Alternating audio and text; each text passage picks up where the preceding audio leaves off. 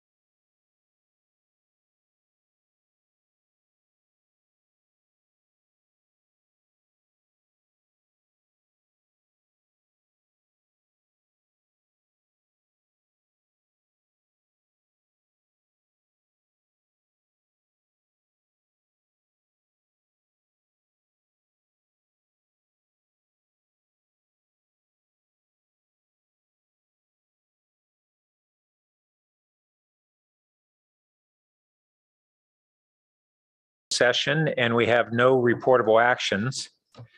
So our first order of the day is congratulations to Cheryl Klein for designation as Woman of Persistence of Palo Alto. And Councilmember Cormack, do you have the proclamation to read? I do. Thank you so much, Mayor Burt. I'll read the proclamation first, and then I'll explain a little bit about the nomination process. It's from the League of California Cities Women's Caucus and recognizes Cheryl Klein. Whereas the month of March is designated as Women's History Month and tribute is paid to women across the nation, recognizing them for their immeasurable contributions. And whereas women play critical economic, cultural, and social roles in our lives, representing every race, class, and ethnic background, and have made historic contributions to the growth and strength of our communities. And whereas the League of California Cities Women's Caucus wishes to recognize and acknowledge women in the great state of California for their confidence and continued persistence in leadership, thinking outside oneself while encouraging others, and overcoming obstacles encountered along the way.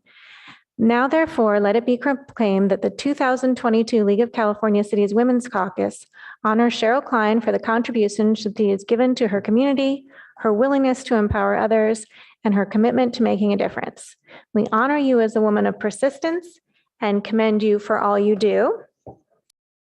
Read briefly from the nomination form with the specifics about why Ms. Klein is being recognized today.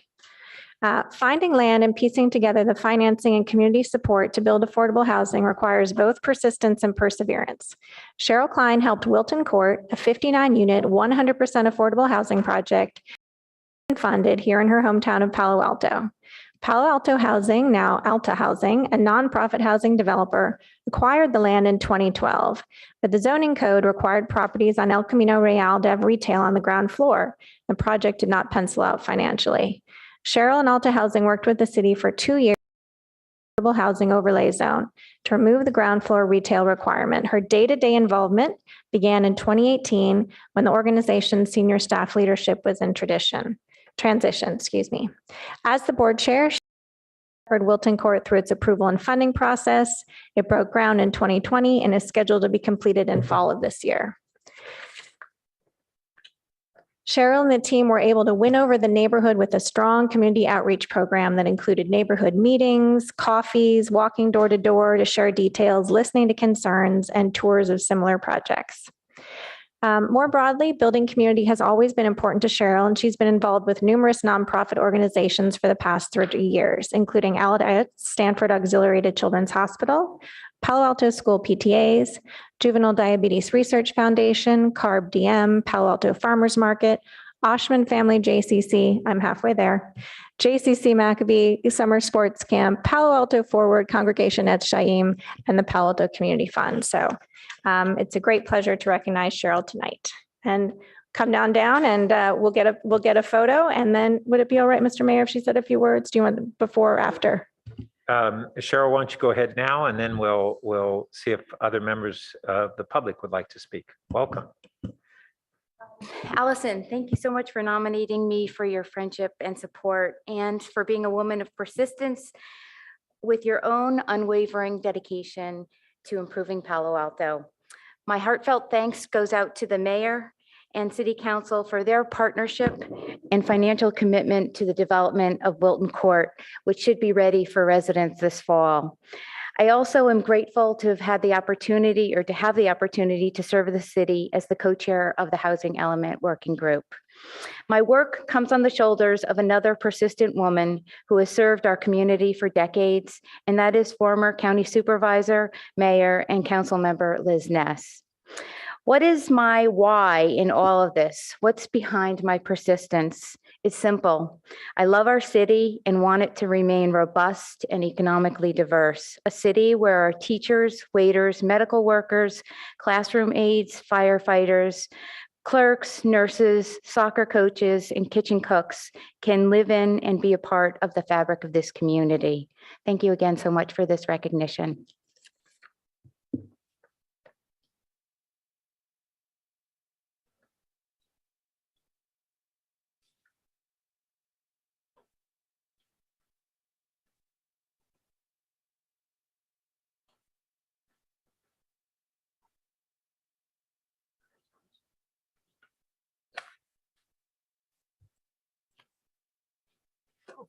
Wow.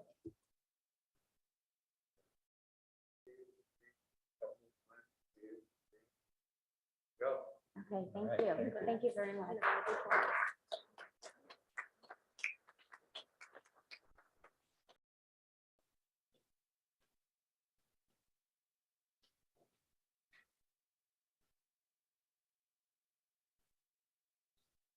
And do we have any members of the public here who would like to speak to this matter?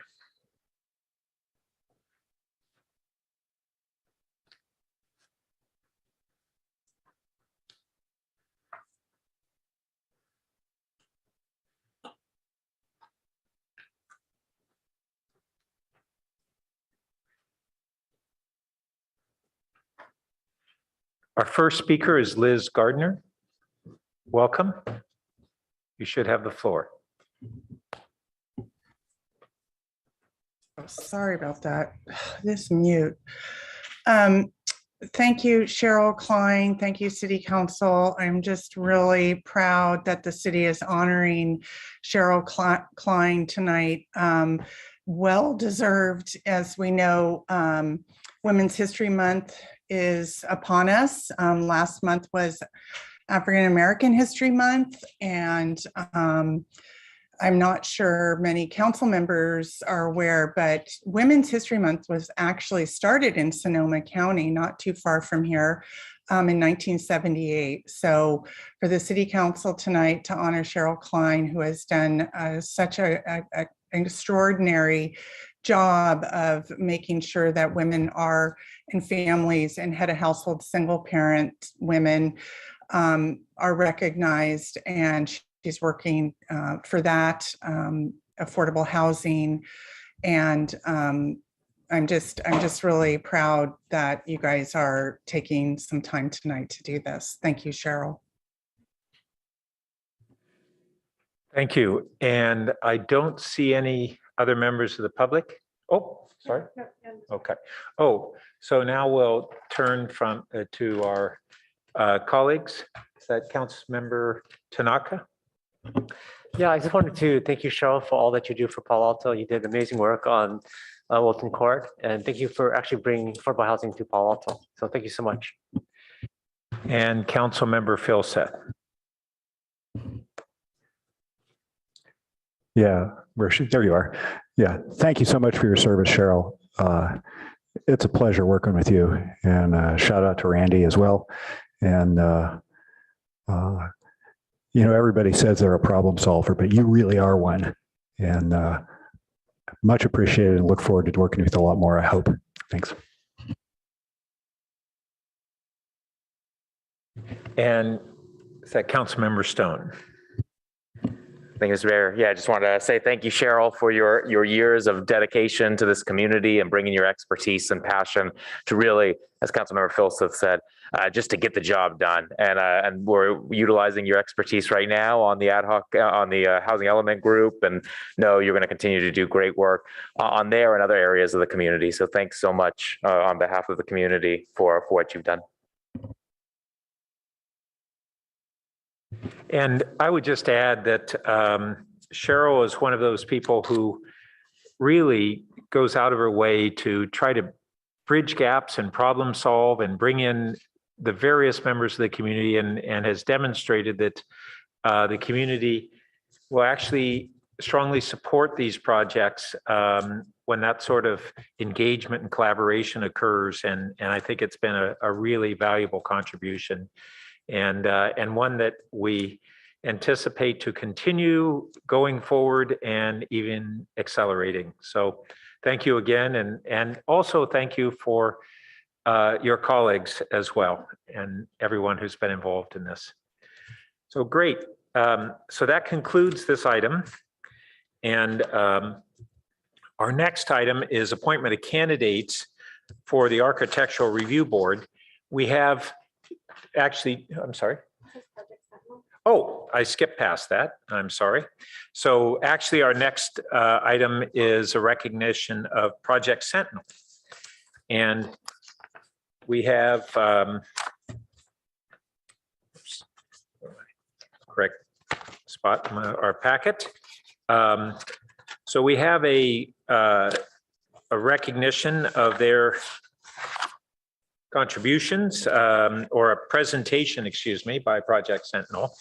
And welcome. If you would like to introduce yourself and proceed, we look forward.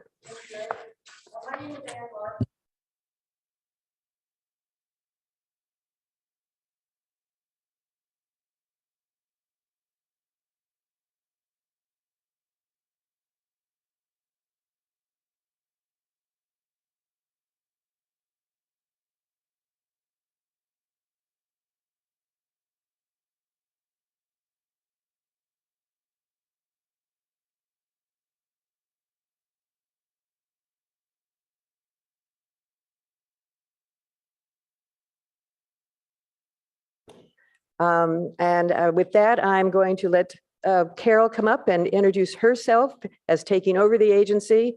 Carol has over 30 years experience managing nonprofit services, and I know that you're going to enjoy your interaction with her. Thank you. And thank you, City Council. My name's Carol Kahn. I'm the incoming Executive Director of Project Sentinel. I did want to give a quick overview of the agency for those who may need a refresher or otherwise report out a little bit on what we've been up to. So quickly, we have a little slide presentation here and second slide. So quickly, our mission, we've been around actually since 1971, but in the mediation and community solving housing problems since 1976. And our mission is to develop and promote fairness and equality of housing and opportunity for all persons, and to advocate for peaceful resolution of disputes in order to promote community welfare and harmony. And we have a few program highlights that I'd like to talk to you about through the 3 service departments, which are our landlord tenant resolution channel, our fair housing program, and the mortgage first time home buyers program. So quickly in the landlord tenant arena, we are in a phase which we also call March Madness, because the eligibility for folks to apply for rental assistance is quickly coming to an end March 31st. So we have ramped up our exercise of outreach in all different kinds of ways, food banks and churches and school districts and presentations and pop-ups that we arrange, including in the community of Palo Alto. And then we have in April our annual training for mediators through the Palo Alto Mediation Group. We've also handled about 105 calls in Palo Alto, more or less to date, 57 of which have become cases that we've helped to resolve. On the fair housing side of the fence, we are on track with our stated deliverables, and we've seen recently, again, in this community as well as other communities, an uptick in the number of discrimination matters related to families or persons with children. And also in domestic violence cases, where in fact it can be a fair housing violation to not allow a victim of domestic violence to break their lease to get away from their oppressor. And then we also have the mortgage and first-time home buyers HUD home counseling program, over 30% of which right now for Palo Alto, we're working with folks who are requiring reverse mortgage assistance. And so that means that they're coming into some kind of mortgage difficulty and paying what they owe, and including we assist people in the California Mortgage Relief Assistance Program. So the next slide is just a little bit about what distinguishes us as Project Sentinel. Again, we work in the fair housing arena to eradicate and promote the education around the civil rights of the fair housing laws. And we handle enforcement as well as dispute resolution. We are unique in the proposition that we serve both tenants and landlords and of course homeowners, and that allows us to educate on both sides to hopefully remediate, frankly, the number of conflicts that arise in the first place. And we do, our focus really is the underserved, the most marginalized in our community, the hardest to reach. We educate as many as we can around the different ways in which fair housing operates and the protections and rights afforded. We also produce a really lovely, my little exhibit A is just our fair housing procedural manual for property providers so that in both English and Chinese, so that they're aware when they are renting to others, what in fact fair housing protections are about. And then I just want to finish by saying we collaborate and cooperate with as many community-based organizations as possible to help get that word out and to magnify our services. So I think I'll conclude with that. And I don't know if there are any questions, but it's, again, our privilege to serve the community in Palo Alto. Thank you. Thank you. And did any colleagues have questions? Councilmember Du Bois. Not really a question, but just wanted to say thank you. And again, I'm particularly concerned about evictions coming out of COVID and, even potentially more wholesale evictions. I've had residents reach out to me and I think they've contacted your organization. So glad you're there. So thank you. Thank you, Councilmember Du Bois. I just would say too that we're also ramping up for April 1st because we are aware there's going to be, in fact, a very sharp uptick in filing. So, yeah. Thank you. Well, that concludes this item. Was anyone else trying to speak? No? Okay. Thank you. So our next item is the appointment of 2 positions to the Architectural Review Board. One is a full term and the other is a remainder term. One of the things that we've done frequently in the past is have one set of voting and the top vote getter gets a full term and the second highest vote getter gets the remainder term, but we could do it a different way where we break these up. Is there an inclination among the council? And I think we would probably need a motion to decide how we're going to conduct the voting. I'll move to do it the way Pat said. Okay. I will second that. That's to have one round or one set of voting with the highest vote getter. Each candidate would need a majority. I wasn't clear on that, to be able to be appointed. And the one with the most votes would get the full term.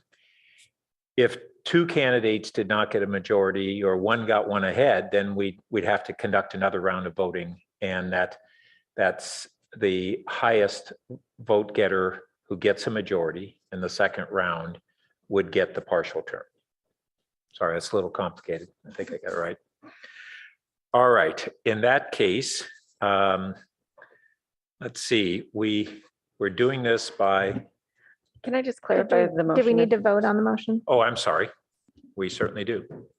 Can I clarify what the Yes. motion is? The motion is by Councilmember Philseth, seconded by Mayor Burt, to have one round of voting with the highest votes receiving the full term and a second round of voting for the remainder term. Is that correct?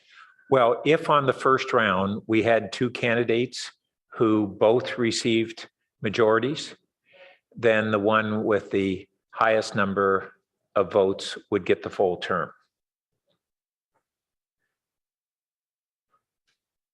Okay. Would the clerk, let's see, call the question on that process vote? Yes, sir. Councilmember Philseth, Yes. Councilmember Tanaka, Yes. Mayor Burt, Yes. Councilmember Du Bois, Yep. Councilmember Stone, Yes. Councilmember Cormack, Yes. Vice Mayor Ku. Yes. Motion carries unanimously. And Oh, thank you. So Clerk Milton, would you explain to everybody how we're going to vote? yes, in just a moment, I will email to your city email a link to a survey where you can submit your results. You'll be able to vote for 2 individuals. And then we'll proceed with the next order of business and we'll come back as soon as we have the results of that vote and make an announcement. Thank you.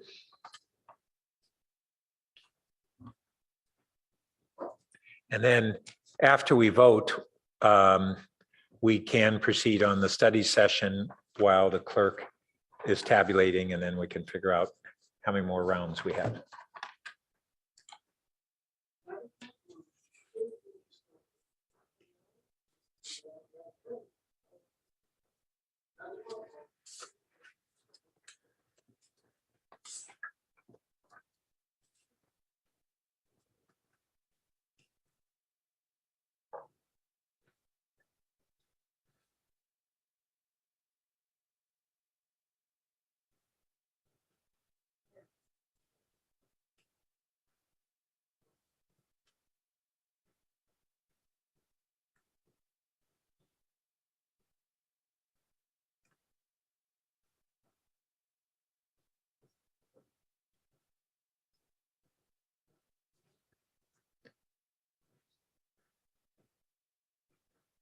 Has it been sent or in process? 10 more seconds. I'm sending the email now. Thanks.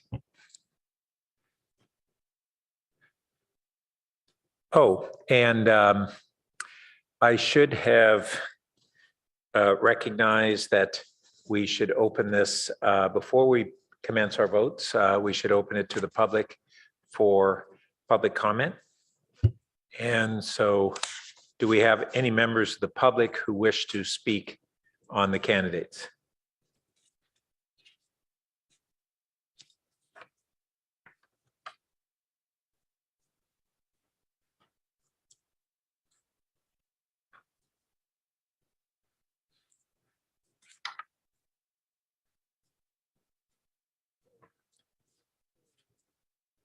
None in the chambers.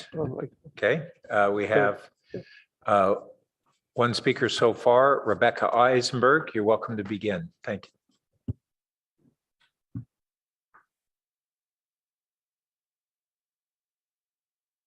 You should have the floor. Thank you so much. Now I do. Although I recognize that you did already vote, I can't. No, we have not voted. Oh, you haven't. Okay, thanks. So although I recognize that you haven't yet voted, now you will.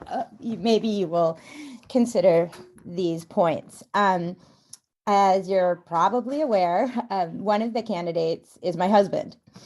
This is me making clear my conflict because I think it's always really important for people to state a potential conflict before they speak.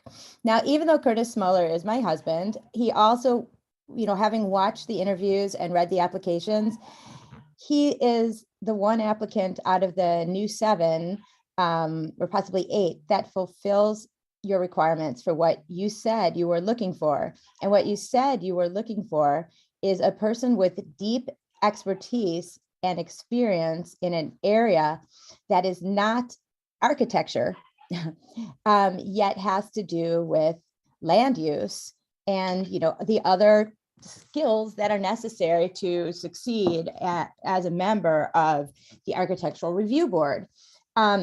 Curtis, I'm speaking on his behalf. He has been a land use lawyer for 25 years. He was actually quite humble in his statement to you all when you asked him about one of his larger clients. He said he had a client worth $50 to $100 million, or had $50 to $100 million of property. That client actually has closer to more than $1 billion worth of property in San Francisco alone, more than 40 buildings, and is one of San Francisco's biggest landlords in terms of commercial and mostly residential, as well as academic. It's a pretty well-known client, which is why he didn't want to give anything away, and I'm not going to other than that. So, he represented as the lead lawyer for this organization for many years, and in other ways has had direct experience with all sorts of land use law, from zoning to environmental impact reports to you name it. He has appeared before courts and commissions and governmental bodies talking about this area. He knows his stuff. And as a land use lawyer, not an architect, he really meets those, what you said you were looking for. I heard in the interview before his that I heard some of you trying to kind of twist urban design, urban planning into a non-architecture role, but even that applicant had a degree from an architecture school. I'm pointing this out to you because, I realize that you don't want me in a commission, and that's one thing, but Curtis is a completely separate person. I really believe if that he doesn't get one of these appointments, you will have chosen politics instead of what is in the community's best interest. Thank you. Thank you. And our next speaker is Liz Gardner. Welcome. Hi, thanks again. Liz Gardner, 2500 El Camino Real, Mayfield Place. I just wanted to support a couple of points that Ms.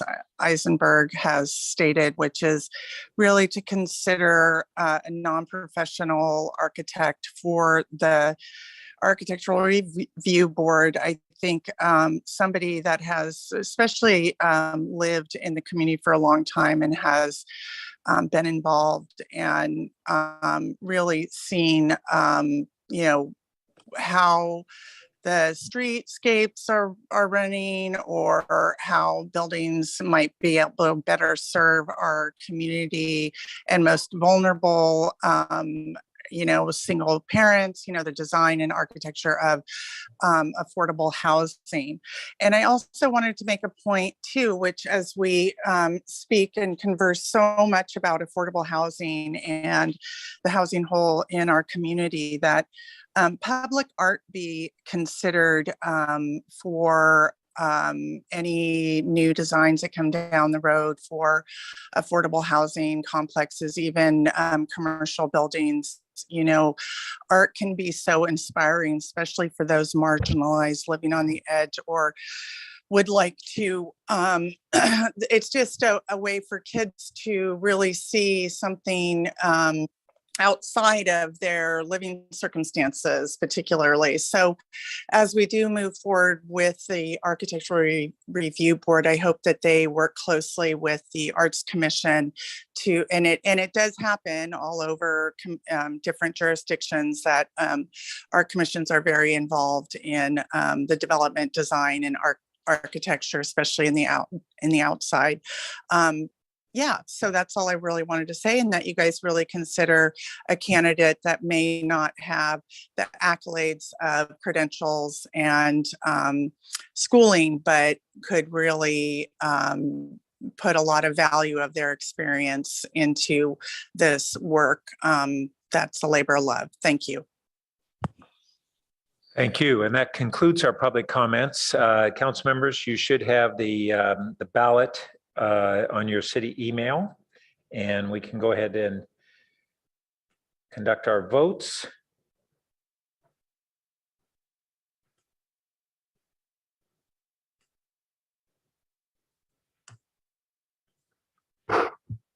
Okay, and while we're submitting those to the city clerk and she is tabulating them, we can proceed with our study session, which is a report and discussion on community engagement activities planned to implement the city's work plans for the 2022 calendar year. Mr. City Manager. Thank you, Mayor, members of the council.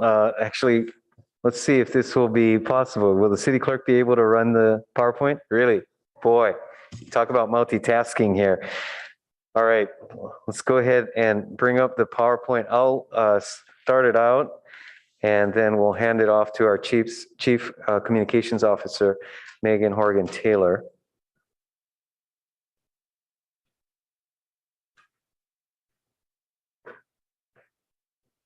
All right, let's go ahead to the next slide. All right, just really, again, I'll just get us started here this evening. Note that what you had distributed last week is an overview of a number of communications initiatives really focused on community engagement around the city's work plans. These work plans are taking shape, and the City Council will discuss the work plans themselves at your April 4th meeting. So in a way, this is a bit of a preview. What I suspect and hope that you took away from the document you received, nonetheless, is a recognition that we have a very ambitious program ahead of us in terms of moving forward on the Council's identified priorities and the type of communications and engagement that will be necessary in order to support that work. So tonight, your staff is seeking feedback on the initial sketch plan for the engagement again throughout the calendar year, and would note that this plan reflects discussions over the past few years, specifically related to our ongoing community engagement, as has been discussed by the Policy and Services Committee over the last actually several years. So with that, let me turn it over to our Chief Communications Official. Before we do that, though, let me also perhaps lead off with this request. I think it's understandable and perhaps human nature to look at what we're proposing and ask yourselves, what more can we do? I will ask that the council try to restrain that interest and instead focus on ensuring that what we do, given our resources, is as effective as possible. So with that, let me ask Ms. Horgan-Taylor to take over and proceed with our information. Thank you, City Manager Shikata. Megan Horgan-Taylor, Chief Communications Officer. Appreciate being with you this evening to talk about communications and community engagement efforts planned and underway, and look forward to your input tonight. Next slide. Thank you. So in terms of an overview, I did want to mention a couple of items just as we kick off the discussion tonight. As City Manager Shikata mentioned, we maintain a high level of community engagement and communications on specific topics, as well as general engagement, and of course, ongoing communication on city programs, services, and events. This slide here represents a number of key efforts underway, and we'll get into some of the specifics here tonight as well. And of course, we have a staff report that was submitted last week, as City Manager Shikata mentioned. And while I won't go into all of that detail, because it's significant and extensive, I did want to mention that report because it does have quite a bit of details, both about general communications and community engagement, as well as issue-specific based community engagement that you'll hear about further tonight.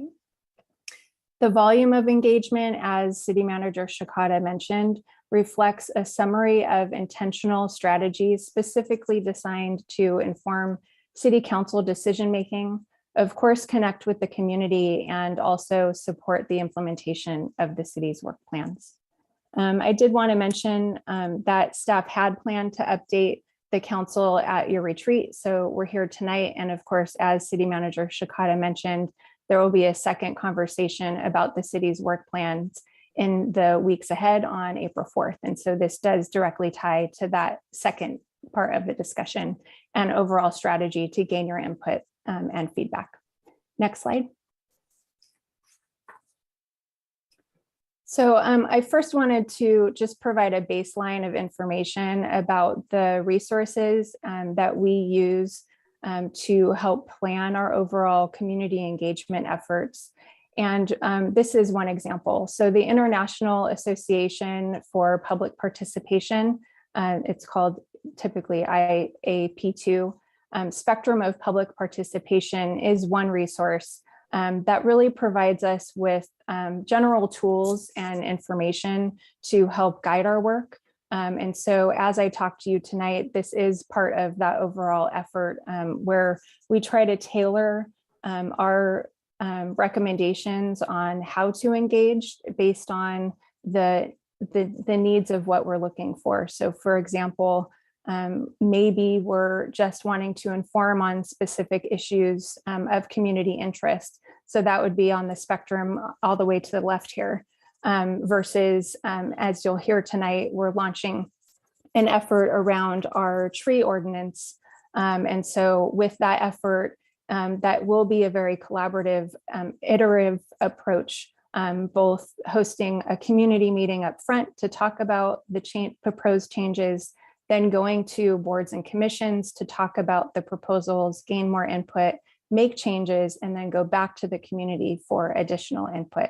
And so you'll see tonight through a very degree of opportunities through this update these different levels of participation as we use from a strategy standpoint. Next slide. So this ties to the last slide a little bit. So I just wanted to talk a little bit about the engagement methods planned. And this is a summary of the overall information in our staff report to drill down a little bit further on a few of these methods further. So as you could see from the top, what I've tried to do is provide the level of participation on the left with the overall method used with some of those specifics on the right.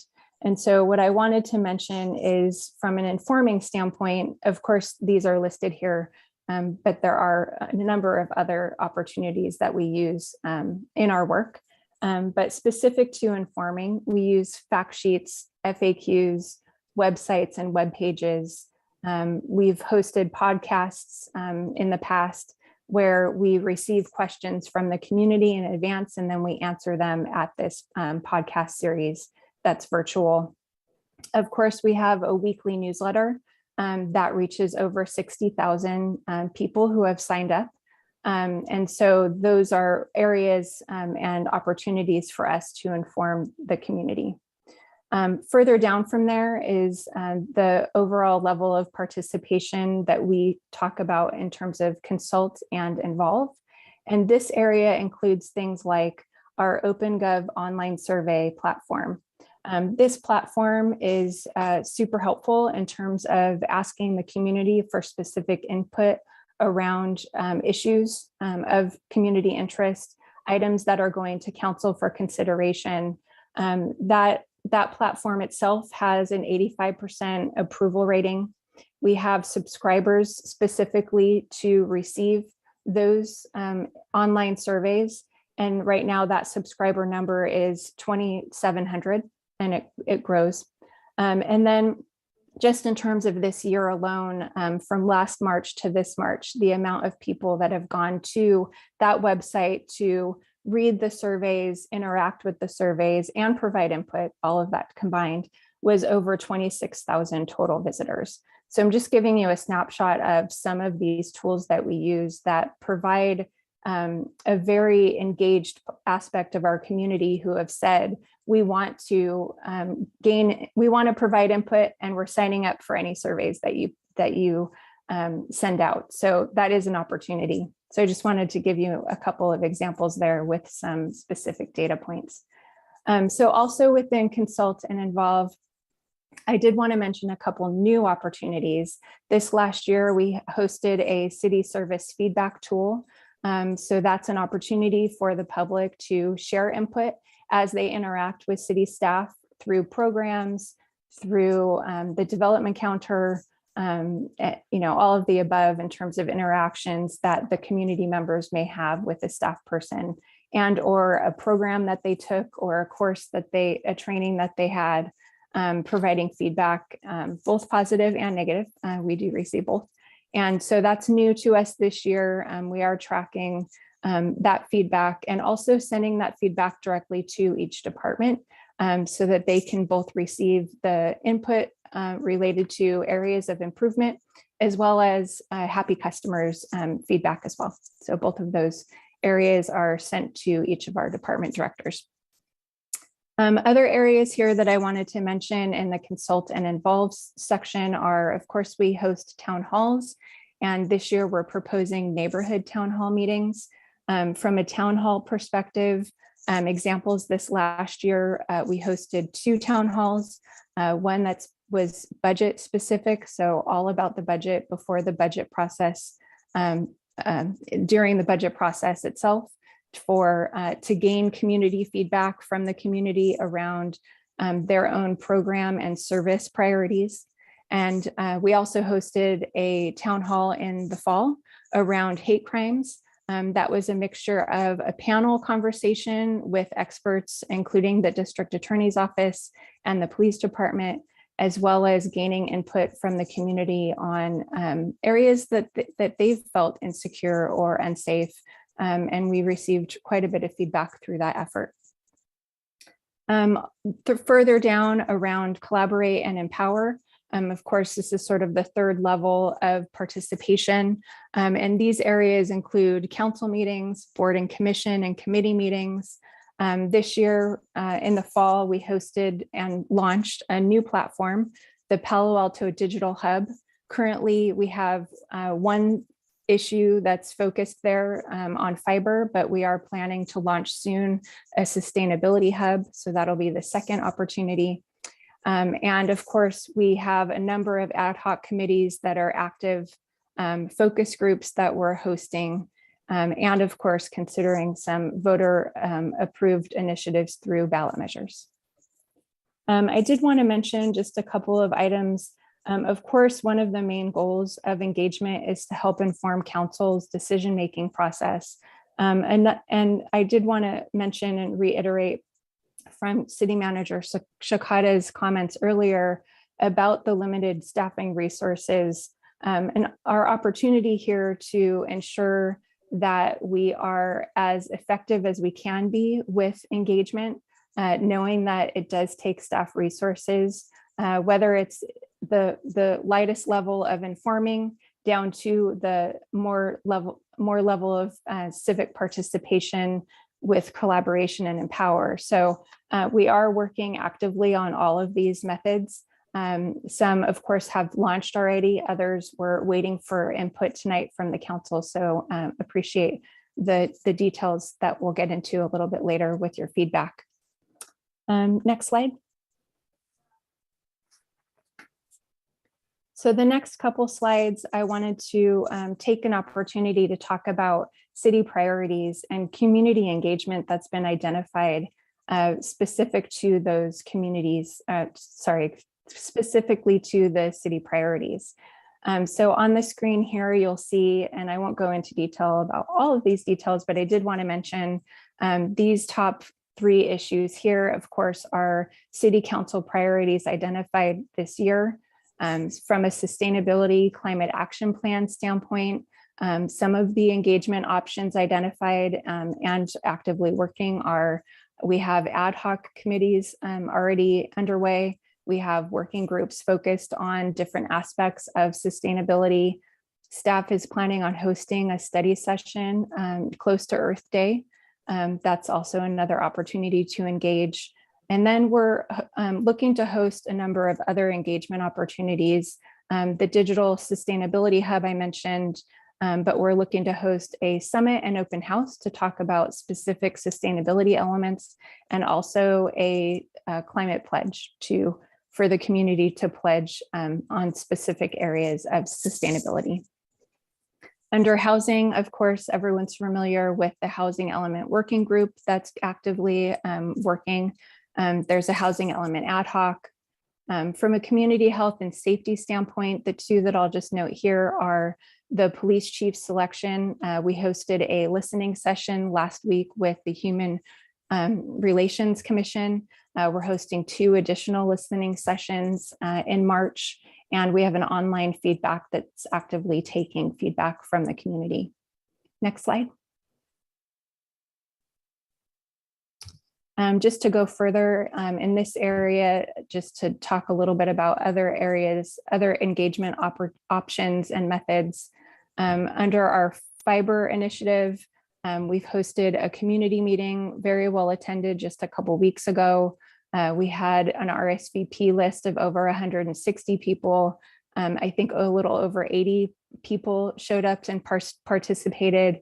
Both provided some different information, some very positive, wanting to know when they could sign up, to others questioning the overall effort. We are planning on hosting some focus group conversations in April. And of course, the Utilities Advisory Commission is very well active and engaged around this topic. Related to grade separation, last year we hosted a very successful virtual town hall with over 1,000 people who participated. And that was an opportunity during the pandemic when we were not able to meet face-to-face. Transportation staff did a wonderful job moving forward with an online platform that we hadn't used before, and really received a lot of community input, very extensive input around grade separation in the process so far.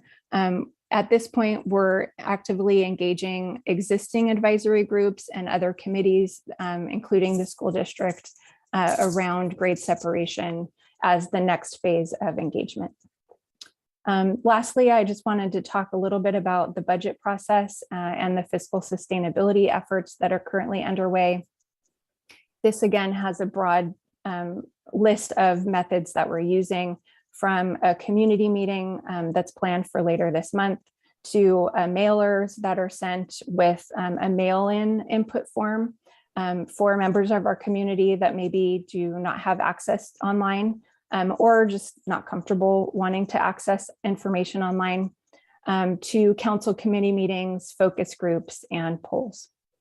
Next slide. So the next two slides, I just wanted to talk through a few areas of focus that are department-specific engagement. And these work elements are ongoing. They are an attempt to gain community input in a variety of different ways, and very usually specific to either connecting with the community on a broader level and or gaining input on a specific program or service delivery change or capital improvement program or planning items. There's several here that you'll see. And what I wanted to try to do is capture some of this work that's underway within these timeframes so that you can have a sense of the amount of work that's currently underway to engage the community on specific topics. So from March to May, you'll see a long list here, planning items, transportation items, as well as major city events like Mayfet. The Mayfet parade, the parade will be back this year. It ends with a festival, and there's opportunities even at the festival for the city to engage the community around different topics by hosting a table, providing information, asking for feedback. So that's an active conversation taking place. Next slide. Specific to other general timeframes from summer to fall, I just wanted to mention a couple here. The Churchill-Alma safety intersection improvements. The summer reading program obviously is a major library effort. Neighbors Abroad will be looking to host a cultural day. And lastly, within winter and early 2023, the University Avenue streetscape engagement will get underway, and also the bicycle and pedestrian transportation plan update will also be underway. Next slide. So at this time, I'd like to pass it back to City Manager Shikata for some closing remarks. Thank you, Ms. Horgan-Taylor. So members of the council, if I could just end with a couple of observations. First, let me reflect on, quite frankly, how unprecedented it is to have the information before you that you do. Certainly not in my tenure with the city, but quite frankly, I have not seen previously the ability to take a step back and see the projects that are planned over the course of the year, and the ability to take both the strategic view to it, as well as recognize the coordination opportunities that are presented by looking at these work efforts as a whole. So as that, again, I request that your comments and feedback reflect the really groundbreaking work that is before you.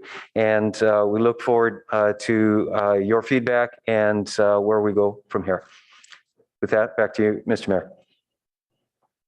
Great, thank you. Before going to the public and then to the council, maybe this would be a good time for the clerk to report out on our first round of voting on the ARB, and then we can move that forward in parallel with continuing this item. Yes, sir. 1 second, let me share my screen for you.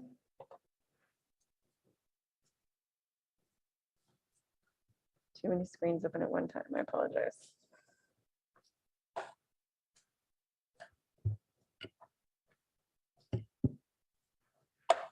Okay, so we received all votes from all city council members. And we did receive 6 members for candidate Jiaying Chang, and I apologize if I mispronounced that, and 5 votes for candidate Kendra Rosenberg. So it's my understanding from the motion, and please correct me if I'm wrong, Ms. Chen would get the full term expiring in 2025, and candidate Rosenberg would get the unexpired term. Is that correct? That is correct. So congratulations to our 2 new Architectural Review Board members. And we look forward to your service. Great. So now we'll return to our study session on community engagement activities. And do we have members of the public who would like to speak at this time? And then we'll go to the council for discussion.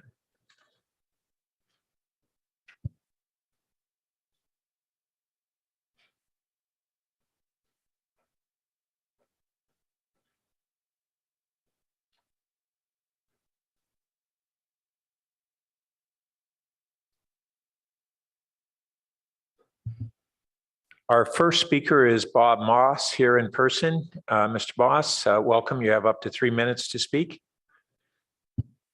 Thank you, Mayor Burt, council members. I want to address 2 items. One of them is health and the other is safety.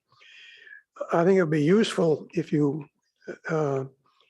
worked with county organizations so that if we have a health problem, for example, COVID, as you know, is something we've been dealing with for over 2 years. And I'm certain we're going to have another outbreak in the next 4 or 5 months. So if, for example, half a dozen workers in a particular grocery store come down with COVID all of a sudden, we should be able to identify that and notify people and say, oh, by the way, have you shopped at so-and-so? If you have, get tested for COVID. That's one example. Another would be if we had an outbreak in one neighborhood, we should be able to identify the problem and notify the people in the neighborhood that there's a problem. A third possibility would be if people who had all attended a certain event, for example, and this has happened, where people go to a church service and catch the virus and it spread. So then you should have a system where the city could contact the people who had been to that service and say, there's a problem with the spread of COVID. You should get tested. I'm not saying the city itself should be doing all of this by itself, but you should be working with county organizations and other organizations to make sure that they do bring these things together. The second is public safety.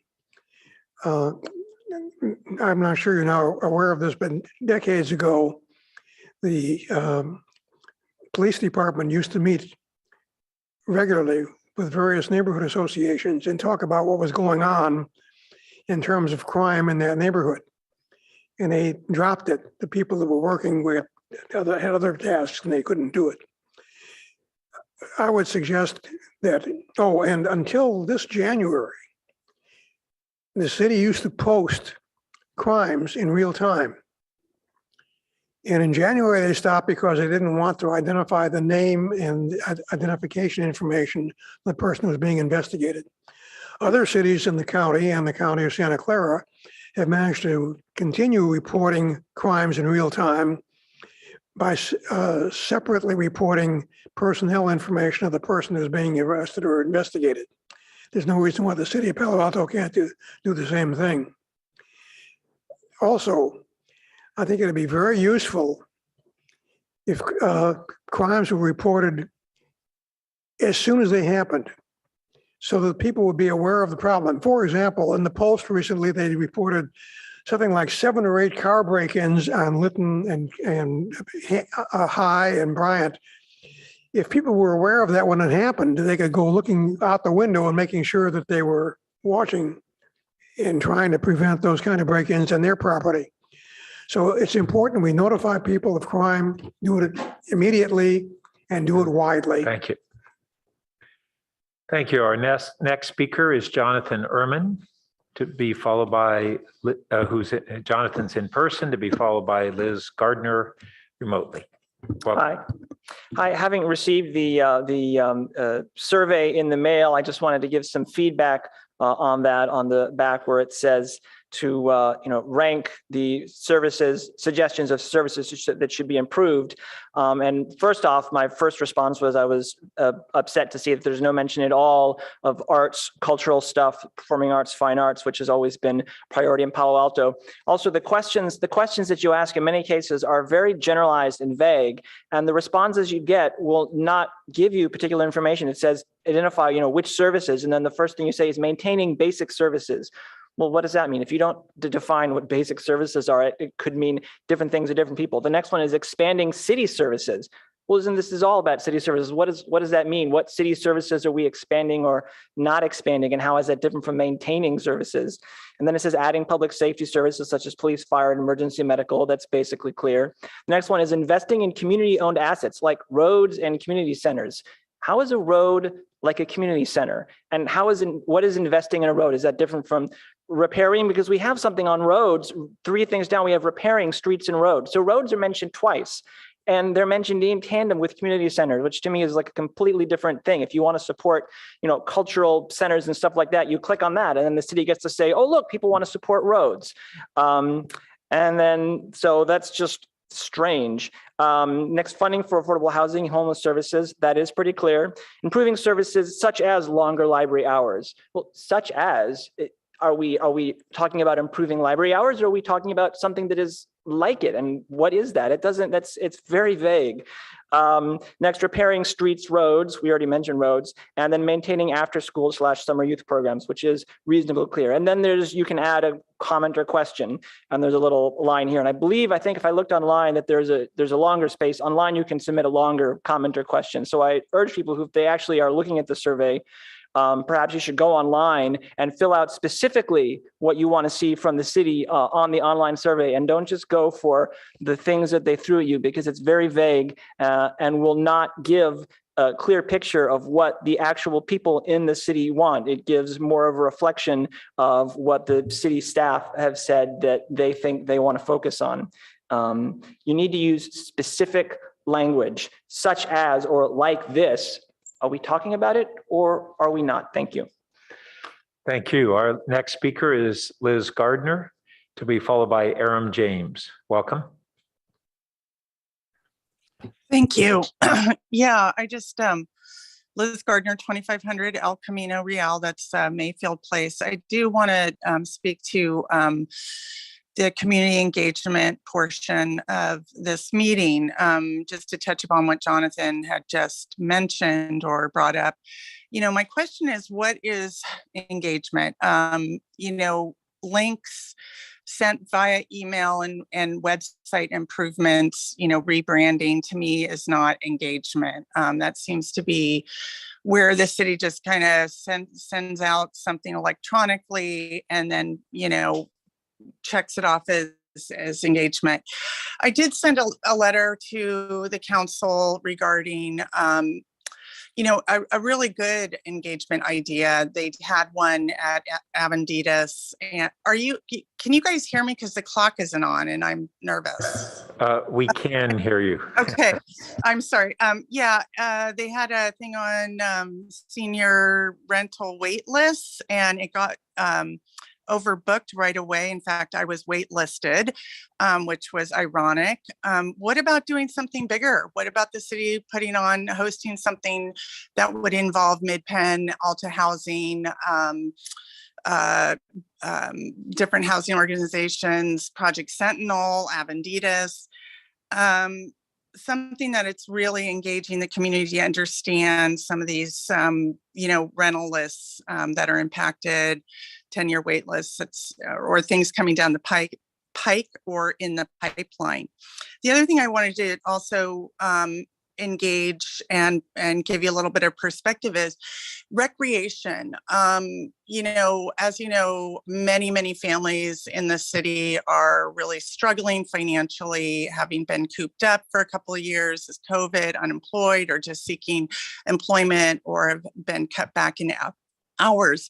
And families really need to get outdoors, not only maintaining recreation programs, but expanding them, especially for children and elderlies. I really think that the 50% discount is just not going it's just not enough, especially in this economic downturn. So, if you guys could consider that. And lastly, there's another community engagement that would be really beneficial is this e-bike program coming down from the state in July. How about an engagement community with transportation about connecting people to these programs that would get people out of cars? Let's help Ukraine.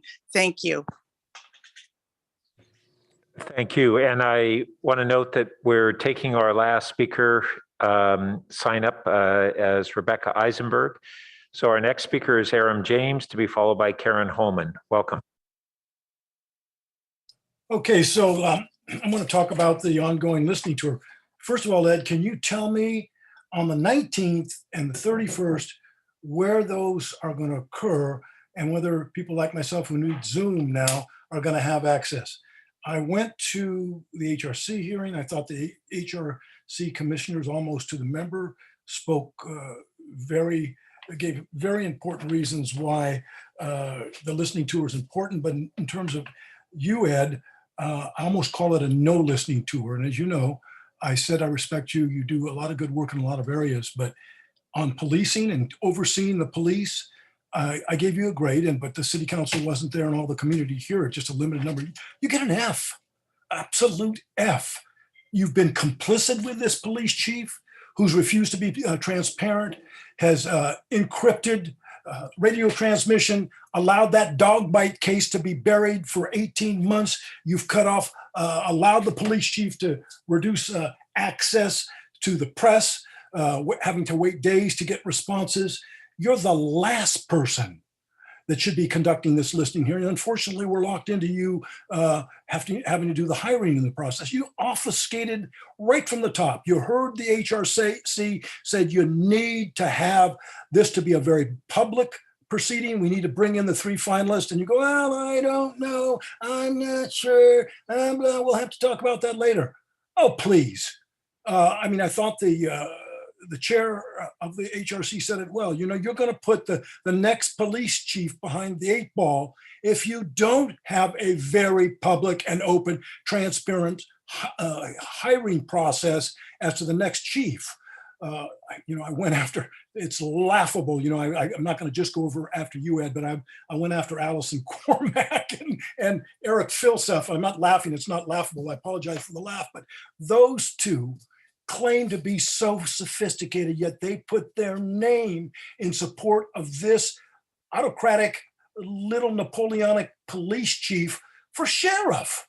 After you all made great grand pronouncements about how awful the police had behaved, how horrible the George Floyd matter was, yet you went ahead and supported this man who's done nothing but destroy one of the critical components of any city's democracy, and that's a police department. So there's a shame to go around, but Ed, you get an F for your complicity. You've done nothing as the boss of this police chief and the police department to make it better. I want to know when those next 2 dates are for the 19th and 31st, where they're going to be held, so we can all be there. And please, you can do a better job, Mr. Shikata, of showing yourself to be a democratic person. Democracy matters, Mr. Shikata.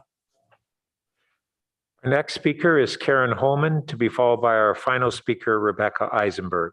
Welcome, former Mayor Holman. Good evening, and thank you all for all your community service. I appreciate very much that this topic is on your agenda tonight, getting community input and letting community members weigh in. In 2015, there was a program initiated about town halls. It was initiated by a colleague's memo that included Mayor Burt and myself and 2 other colleagues. Over 100 people attended the first town hall meeting in 2015 that included 4 neighborhoods. Perhaps possible these days to include a virtual component to such meeting. Some comments included that people never went to council meetings, came to these town hall meetings. They came to these meetings for a number of reasons. and I'll list some of those a little bit later. For the number of meetings that happened in 2015 and 16 before the lapse occurred and it never has been restarted, the planning involved identifying the neighborhoods that would come together based on high interest issues, in other words, kind of hot topic issues, as well as on geography. And perhaps most importantly, the neighborhoods themselves set the agenda topics. Staff that could address those topics attended the town hall meeting. Critical that notification goes out through multiple sources, including the neighborhood organizations themselves, so that this is a grassroots town hall kind of endeavor. And while the city manager did often provide some brief comments about late breaking updates to the attendees, the vast majority of the meeting was about those topics that the neighborhood themselves identified. Critically important was that these meetings took the meetings to the neighborhoods and that residents could get responses and follow-up to their questions or comments. Very different from the one-way communications in attending a city council meeting or often at other city structured meetings. I really appreciate that you all have much on your plates, but as you seek community input, I really urge that this format be brought back. Thank you so much for all you do. Thank you. And our final speaker is Rebecca Eisenberg. Welcome. Thank you. So first, I want to agree with the remarks made by Jonathan Ehrman, and thank you, Mr. Ehrman, for making those remarks. I get to save a lot of time. The survey was unprofessional, amateur, and not becoming a well-educated city, to say the least. This analysis just conducted misses the entire point about community engagement. Although City Council has taken many steps to give the community members a feeling of being able to express their opinions, at the end of the day, these opinions are ignored. As the Daily Post reported, using emails and other documents it discovered through public records requests, when City Council enters on the Monday night meetings, for the most part, decisions have already been made. Given that the city manager sends a pre-email already alerting City Council to what's coming up and giving everyone a chance to decide these matters in advance. As the words of Mr. Shikata's email said very clearly, despite his vehement post-writing disagreement with that. If you still deny that you don't enter here with your mind made up, just take a quick look at the votes you just made for Architectural Review Board. Without any deliberation, 6 of 7 of you all voted for one architect, while 5 of 7 of you voted for a different architect, both in direct contravention of your promise that you were going to make sure that there was a non-architect on the board. For the first time in Palo Alto history, you now have an all-architect Architectural Review Board, which goes against your stated rules and what you have documented in your own writing. You did that in order to avoid having my husband, who is extraordinarily qualified, or any other attorney with expertise in land use law be on that commission. That is crazy. And clearly this sure looks like your minds were made up in advance. What's the point of speaking like now? There's really no point because nothing makes a difference. You speak about sustainability as if sustainability is a matter separate from every other decision you make. That is absurd. Those of us like myself who have devoted ourselves 100% to sustainability recognize that sustainability must be a consideration in every decision we make. For that reason, I'm vegan and I run a virtually zero waste household. While you, meanwhile, allow decisions to be made regarding, for example, the Castellea development without even considering the environmental consequence of a concrete-laden underground garage and the irreplaceable damage that will be done by destroying centuries-old trees. I really think you need to rethink all these matters. Thank you. Thank you. So now we'll return to the council for discussion of this item. Who would like to go first? Councilmember Philseth. Yeah, so thank you very much. It's the first time we've seen something like this too. And I guess my question is, there's a lot of stuff on there. Is staff going to be able to do all this? Well, I think I characterize it as an ambitious work plan. Again, this reflects what we believe we can accomplish, although again, as is typical of the items that come forward, timelines can change based upon the feedback received or as individual initiatives proceed. Okay, so, and then, but sort of only one comment looking over it, because it's a pretty exhaustive list, right? But, you know, there's a lot of stuff on sustainability and climate action. And, you know, one of the things that I wonder if we really have estimated how much work it's really going to take in community outreach is the whole residential electrification topic. I mean, I think you might be able to spend all the staff hours in the entire document on just that.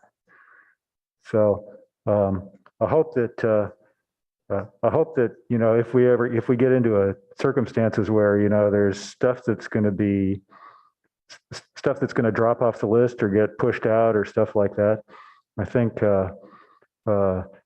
you know, that one topic in particular, I hope we've adequately scoped how much community engagement that's going to take. Thanks. Councilmember Filseth, I would acknowledge that that's a specific topic of discussion of the Sustainability Ad Hoc Committee. Councilmember Cormack. Thank you, Mayor Byrd. It is, I'm not sure, you said exhausting or exhaustive, Councilmember Filseth, about the list. I think the latter. Yeah. Okay. I found it exhausting comprehensive. Comprehensive reading everything here. You know, I just want to touch on something we can all think about. Thank you for the framework, Ms. Horgan-Taylor, about inform, consult, involve, and collaborate and empower. We should probably all be more diligent when we're talking about the communication we're looking for. And hopefully we'll all start using that language. And if we don't, would you please remind us to help scope what it is we're talking about. I want to say a few comments about things in Table A. It is still remarkable that we have over 60,000 subscribers to the weekly newsletter, and we cannot lose sight of the fact that this is one of the good things that came out of the pandemic, and it's a consistent way of reaching people. So that's a huge accomplishment and one that requires weekly effort. City service feedback. It's been great to see that online feedback tool so many places, and I know that people are using it. It's important not just for us to learn, you know, where we can do better, but it's also important for us to acknowledge where employees have gone above and beyond and provided great service. So I'm thrilled that's happening, but I know that's one more thing to monitor. We had some public comments about the town hall meetings. I do think those are important. They serve a different purpose. And I appreciate the comments of former Mayor Karen Holman about who sets the agenda. And I think that's worthy of consideration. I've never quite understood the digital hub, but now that I've gone and looked at it for the fiber, I have a better sense of one of the things it's going to offer. And one of the things it's going to offer is a map that shows people who's willing to commit to switching over to a Palo Alto fiber. And potentially then as we work on sustainability, which again, doesn't really capture like the climate urgency that we have.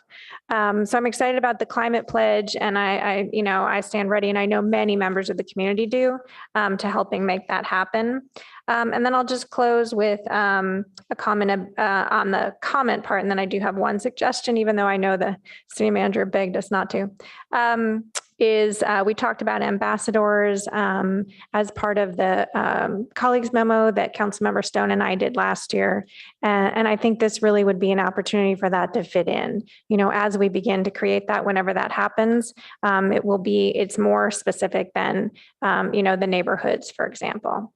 And then I do just have one resource that I'm not asking for now, but I've been interested in for some time. I was reading about recently the Stanford online deliberation platform.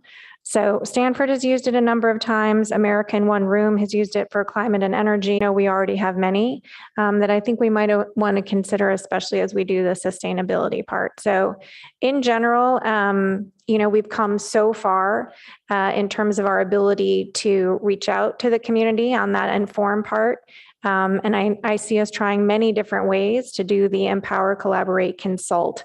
And that part's probably by definition the messy middle, but I think we're well served by having communications professionals in the city. We're all going to have to do more of it as we go forward. So thanks so much. Councilmember Stone. Thank you, Mr. Mayor, and thank you to staff for this very exhaustive and exhausting list. So I think one of a lot of kind of community concern and frustration from this, because clearly it's a lot of work going on, but seem to almost be a lack of, I don't want to say a lack of communication, but maybe a perception of a disconnect between the city and residents, and in particular resident groups and neighborhood organizations. And so I am curious, because we do a lot of surveys. Clearly, some don't think they're good, but that's another discussion. But I'm curious: do we ever survey residents or these neighborhood organizations to understand whether they believe that our outreach is effective? Because we're always talking about the level of outreach we do. Do we have data to support that the residents and these groups find those effective?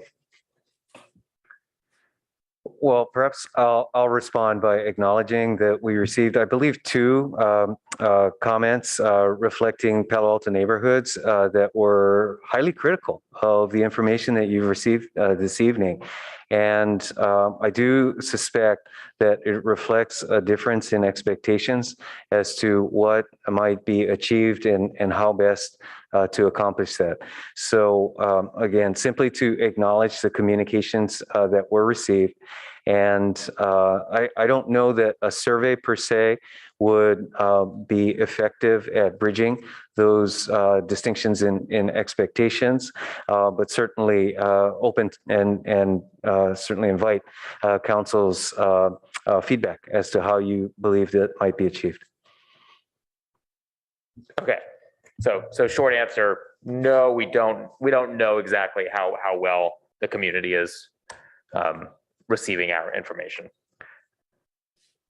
Well, I'm sorry. I'm sorry, Megan, go ahead. Yeah. Sure. I did want to mention that in a number of ways, we receive a lot of feedback from the community in all ways that we connect with them. Through the newsletter, we receive email directly to us about things we should add, questions they have, concerns with information that we've provided. So that it is an informing tool, but it is also an engagement tool. We may not have surveyed directly the Palo Alto neighborhoods group themselves. I think we do have plans to share the information as we move forward, so that we could talk through a number of the areas and elements that we have proposed and presented here tonight to you. So that is something that we're planning as a next step.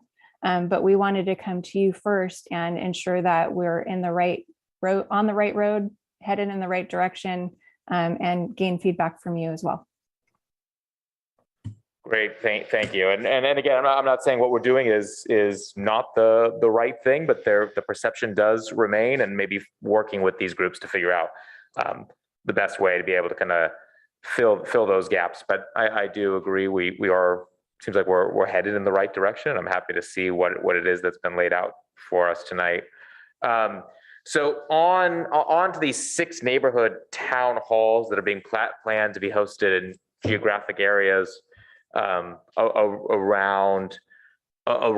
town. How are those areas being selected by staff, and what's the outreach going to look like to various neighborhood organizations when that is determined?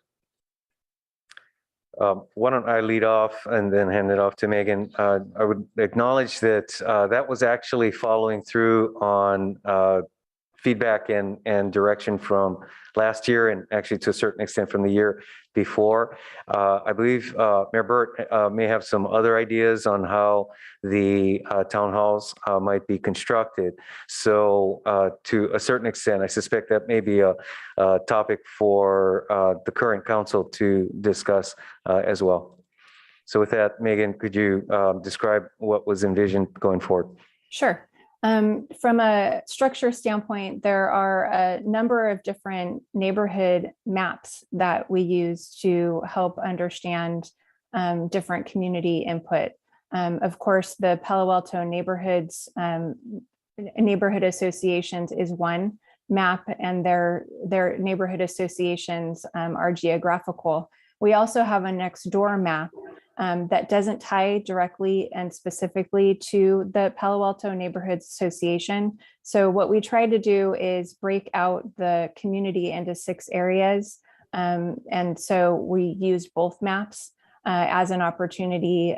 So geographical boundaries for the most part to try to figure out how we're able to then communicate with those groups. Of course, the neighborhood association is one group, but the next door groups are very engaged in their own neighborhoods. Many of them are carved out very differently than the neighborhood associations themselves are. So we're trying to make sure that the structure involves both maps. And so that's the structure itself. We would break the community out into 6 areas involving the neighborhood associations, as well as the neighborhood next door map. And then we could do a hybrid where we discuss with those groups interested topics. We could pull them and talk about different areas of interest. Originally, we were hoping that we could have specific council members and the mayor and vice mayor pick different areas, and they would host the meetings. So definitely open to additional feedback in that area, but that was the initial structure that we've been discussing. Great, thank you. And I think that structure makes sense. I understand wanting to use both PAN and next door maps. I would encourage you to go beyond what the maps show and really collaborate with the leadership of PAN. They have they have very strong institutional knowledge of the neighborhoods and the particular issues and geographic issues as well. So having that dialogue could go a long way in addition to just continuing to build relationships and trust. So I would encourage you to definitely do that. Not saying you're not already doing that, but if not, please do so. And my last question is, so for the race and equity community engagement on microaggressions training for boards, commission, and committee members, I recall, pretty sure it was Councilmember Cormack that made the really great suggestion in a previous meeting about having council members be encouraged to take that training. So will those trainings be available to council members as well? I believe the answer is yes, although again, this is one that Megan hasn't been working on directly. So I'll need to confirm that with staff. Sorry, go ahead, Megan. Our deputy city manager is actually on the screen now to help answer that question. Yes, is the answer. Good job, Ed. Great, thank you. Councilmember Du Bois. Yeah, hi, thank you. Yeah, I'd like to focus on two main activities. And so we start off with the town halls. Again, we were holding those in the neighborhoods, rotating council member participation. It has been several years now. And I think they worked extremely well. So again, there was very little in terms of prepared comments. There was a lot of listening, a lot of answering questions. And again, it was not hosted by the mayor and the vice mayor. And I think it's really important that we create balance and participation among the whole council. We're all equal council members here. I'd like to see us resume that and go back out. We held them in churches and schools and meeting rooms in the neighborhoods. Next door is a for-profit company. I don't know what map they have, but again, I think it's important that we talk to these neighborhoods and we listen to what issues are concerning them. And that's really, I think, how we hear what's going on and people feel heard. And then I don't think we should call all city meetings town halls. Like the meetings we held last year were good. But I think we should maybe call them something else to distinguish them from these neighborhood town halls. I think we started the neighborhood town halls, people started to know what they were. And then like the one we held on race and equity, I don't think people equated that with what had been a town hall before that. The second thing I really wanted to focus on was the National Community Survey, which again, I think is critical. The auditor was doing it in a pretty regular schedule. And we transferred that out of the auditing department. And again, getting back on that schedule where the surveys go out in August, they get analyzed in the fall, and we have the results before the retreat. Most of that work is done by the survey company that we hire. I just think it'd be really good to get back on that schedule. And then my thoughts as I read through the report is, really prioritization. There's so much stuff there. Obviously, the ballot measure is time critical. I see these town halls as very important. Our data sources, business registry, citizen survey. And then there are things like the council directives. And, talking to the city manager, I'm concerned about the amount of time for the tree ordinance to come back. Council voted, expressed urgency on that one. And I really like to see how we can pull that timeline in. It looks like we're going to have a survey. It's going to go to ARB and PTC.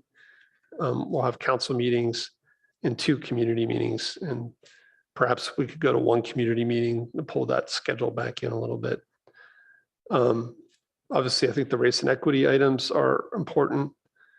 And, we do have a large organization, so we can do a lot of things. I do think we need to watch out if there are organizational bottlenecks for community engagement. So, the first time I read a lot of the activities, it seemed to be a long list of things. And then I kind of started to understand, I guess, the format here. But, there's a lot of communication activities here, blogs and newsletters and podcasts. And then there's a bunch of things which I hope the departments can handle on their own. There's the budget, the SCAP, public safety, things like the library, reading programs, holding council meetings, community events like the May Fete and summer concerts. These are all really important, and we have a lot of departments involved. And I just hope we're distributing that work out and kind of being decentralized where departments can follow whatever our guidelines are. But yeah, it's an awful lot of work if it's all hitting you, Megan, personally. So hopefully we're spreading it out a little bit. And then I did want to highlight some of the comments we got. Again, one of the letters about asking the neighborhoods what they want to discuss. I think that was a fair point. There's also a suggestion about reaching out to some of the different cultures in the city.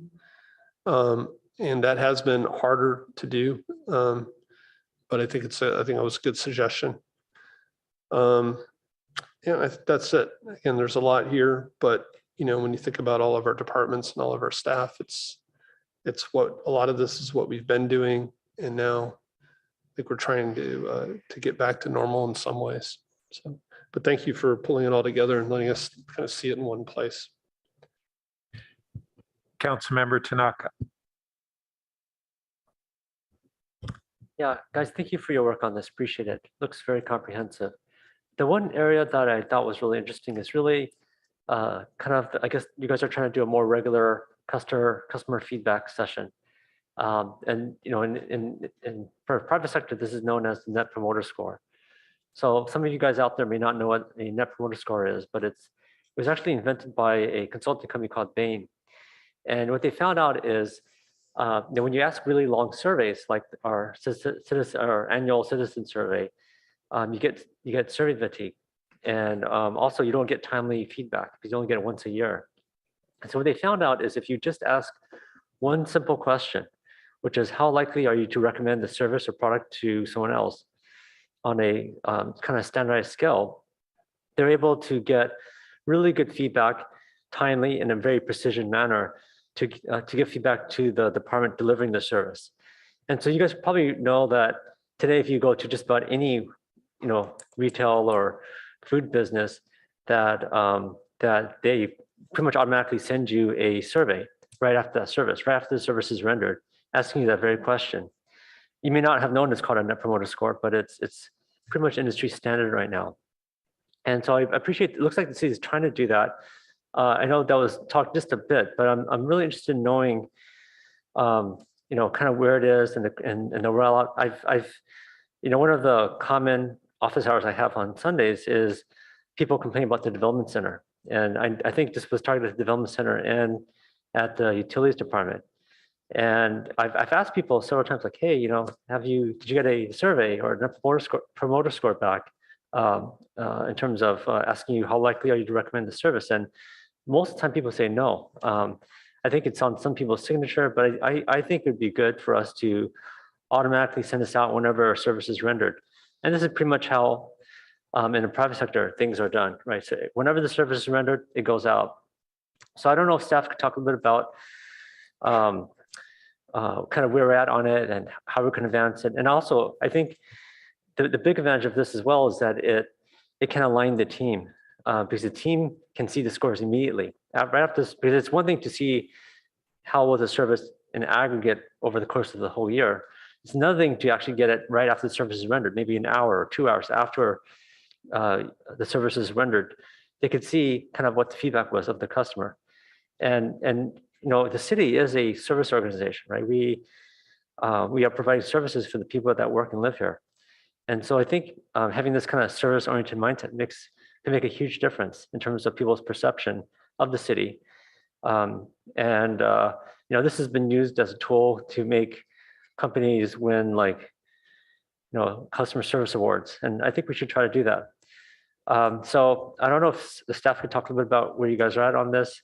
I think there's so many benefits we get from this, from just improving the feedback mechanism to improving our customer service to, perhaps, creating more motivation for folks and, perhaps more satisfaction among the users of these services.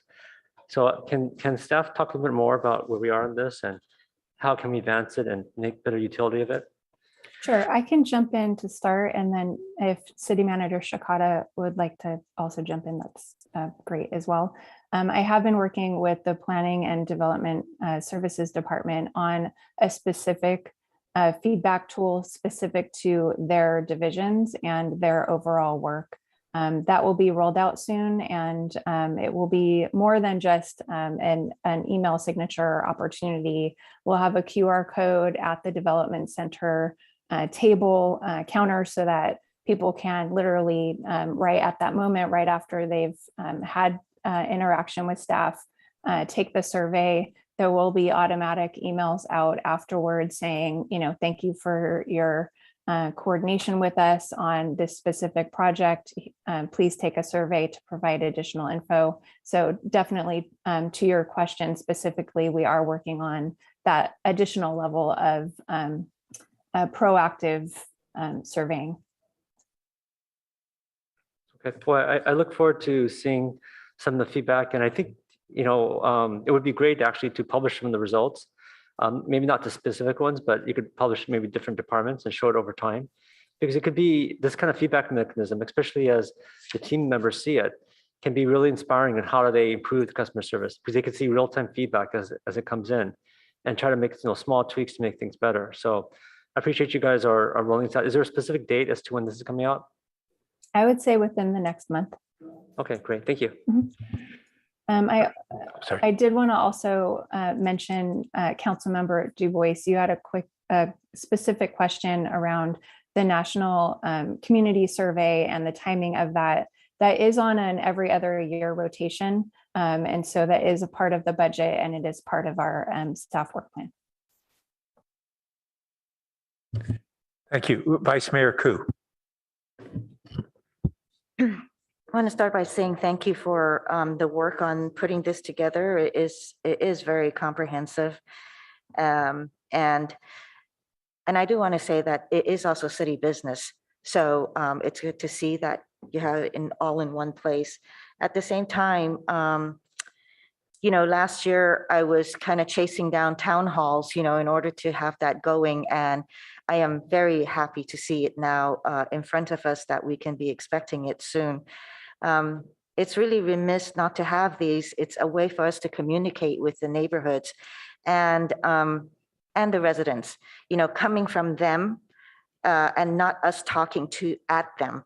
I also look at a lot of these project community engagements is basically providing information, and it's fine if it's using the IAP2 spectrum of public participation, but at the same time, it is very limiting. There is not very much conversation back and forth between staff or council and the general public, which is why, the town hall, the way that former Mayor Holman had spoken to is something that is absolutely necessary.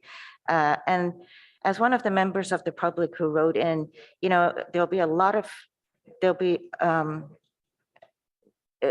would be a wasted time if there isn't that conversation and collaboration with the neighborhood associations and the residents. Then, what Councilmember Stone said is, it is also pretty important to understand, the outreach that we do and how well does the city do it. So I think that's something that needs to be understood. And while this list was really comprehensive, what becomes problematic is when the emphasis on and the pride in it and the particular ideals starts to interfere with an honest look or evaluation, and also acknowledging the realities. So I hope that, we take an honest look at what we're doing and how we're reaching out to the community. Thank you. Well, thank you. I concur with a lot of the comments that have already been made. I think this is a really extensive and very prolific program, and I really want to commend staff and Megan in particular for what she's done in recent years to really expand the use of technologies to increase our communications, to leverage resources, and to reach different people in different ways where they can engage with the community in ways that many people are multi-neighborhood based town halls back active, and I think they play an important role. And I do think that the working with those neighborhoods to allow them to set agendas is critically important. And I also think that we need to do two deliberate things that are more difficult to accomplish related to those town halls and other engagements.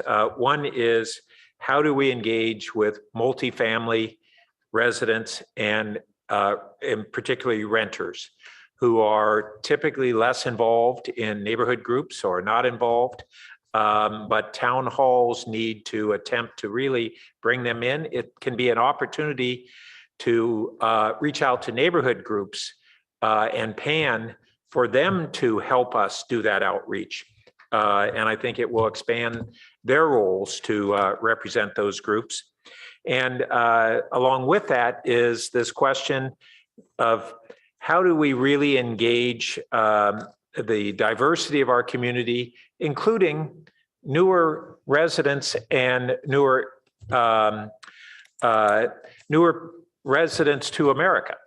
And this has been a challenge. It's a challenge for all communities to bring into civic life that diversity that we have. This was a particular focus of former Mayor Yahweh Ye, and we made progress under a couple of years where he really led a series of deliberate initiatives in that regard. And I'd really like us to revisit how that was done, see what we can learn from, what groups we can leverage and engage with who are the ones that are most engaged with already with many of those community members who don't think about City Hall as a line of communication that they really have open to them. Many of those residents are very engaged through the schools, for instance. So there may be other mechanisms that we can use to pull them in to real civic activity. I saw that we had University Avenue down here as an important engagement, and as we're looking at our economic recovery and transition. I didn't see CalAB mentioned, so I just want to encourage that we get that on the agenda. And then I just want to applaud what we heard about the upcoming customer satisfaction survey with the development center. I think that's really needed and is going to be a really valuable tool. So I think we've gone through our comments, and this really been valuable to have this as a study session before we have a future action item. And unless anybody has anything else, very briefly, Councilmember Du Bois. Yeah, just a quick follow-up. So when did we go to every other year for the National Citizen Survey? That was a budget.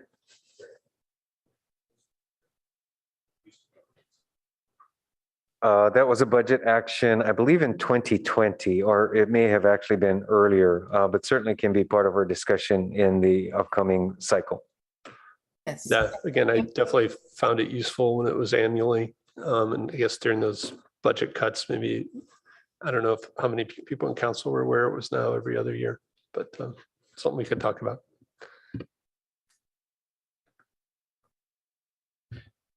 Okay, so I think that concludes this item. And thank you all very much. So let's see. Why don't we go through the public comment, consent calendar, and city manager comments, and then we'll take a break before going into our action items. So we don't have any further agenda changes or deletions that I'm aware of. And so at this time, we have public comments, which is comments from members of the public on items that are not otherwise on the agenda. We welcome the public to speak on anything within the purview of the city council, and to do so in a respectful and non-disruptive manner. So 3 minutes, I think we need to adjust that time. Thank you. And we'll be shortly closing off signups for this section, but our first speaker is Juliana Pendleton. Welcome. Good evening, Mayor Burt and council members. My name is Juliana Pendleton, and I'm the Environmental Advocacy Assistant for Santa Clara Valley Audubon Society. Would it be possible to play the video I sent to the clerk's office without sound? Looks like the clerk is able to do that. Thank you. Maybe take just a moment. We'll put you on pause until then. Thank you.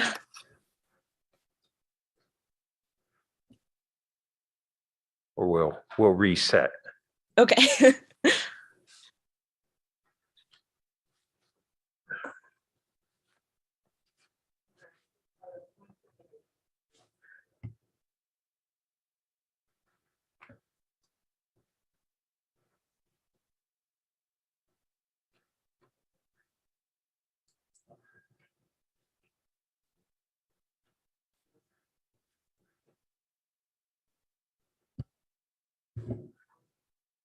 Okay, thank you. An oriental turtle dove was first discovered in Palo Alto over a month ago.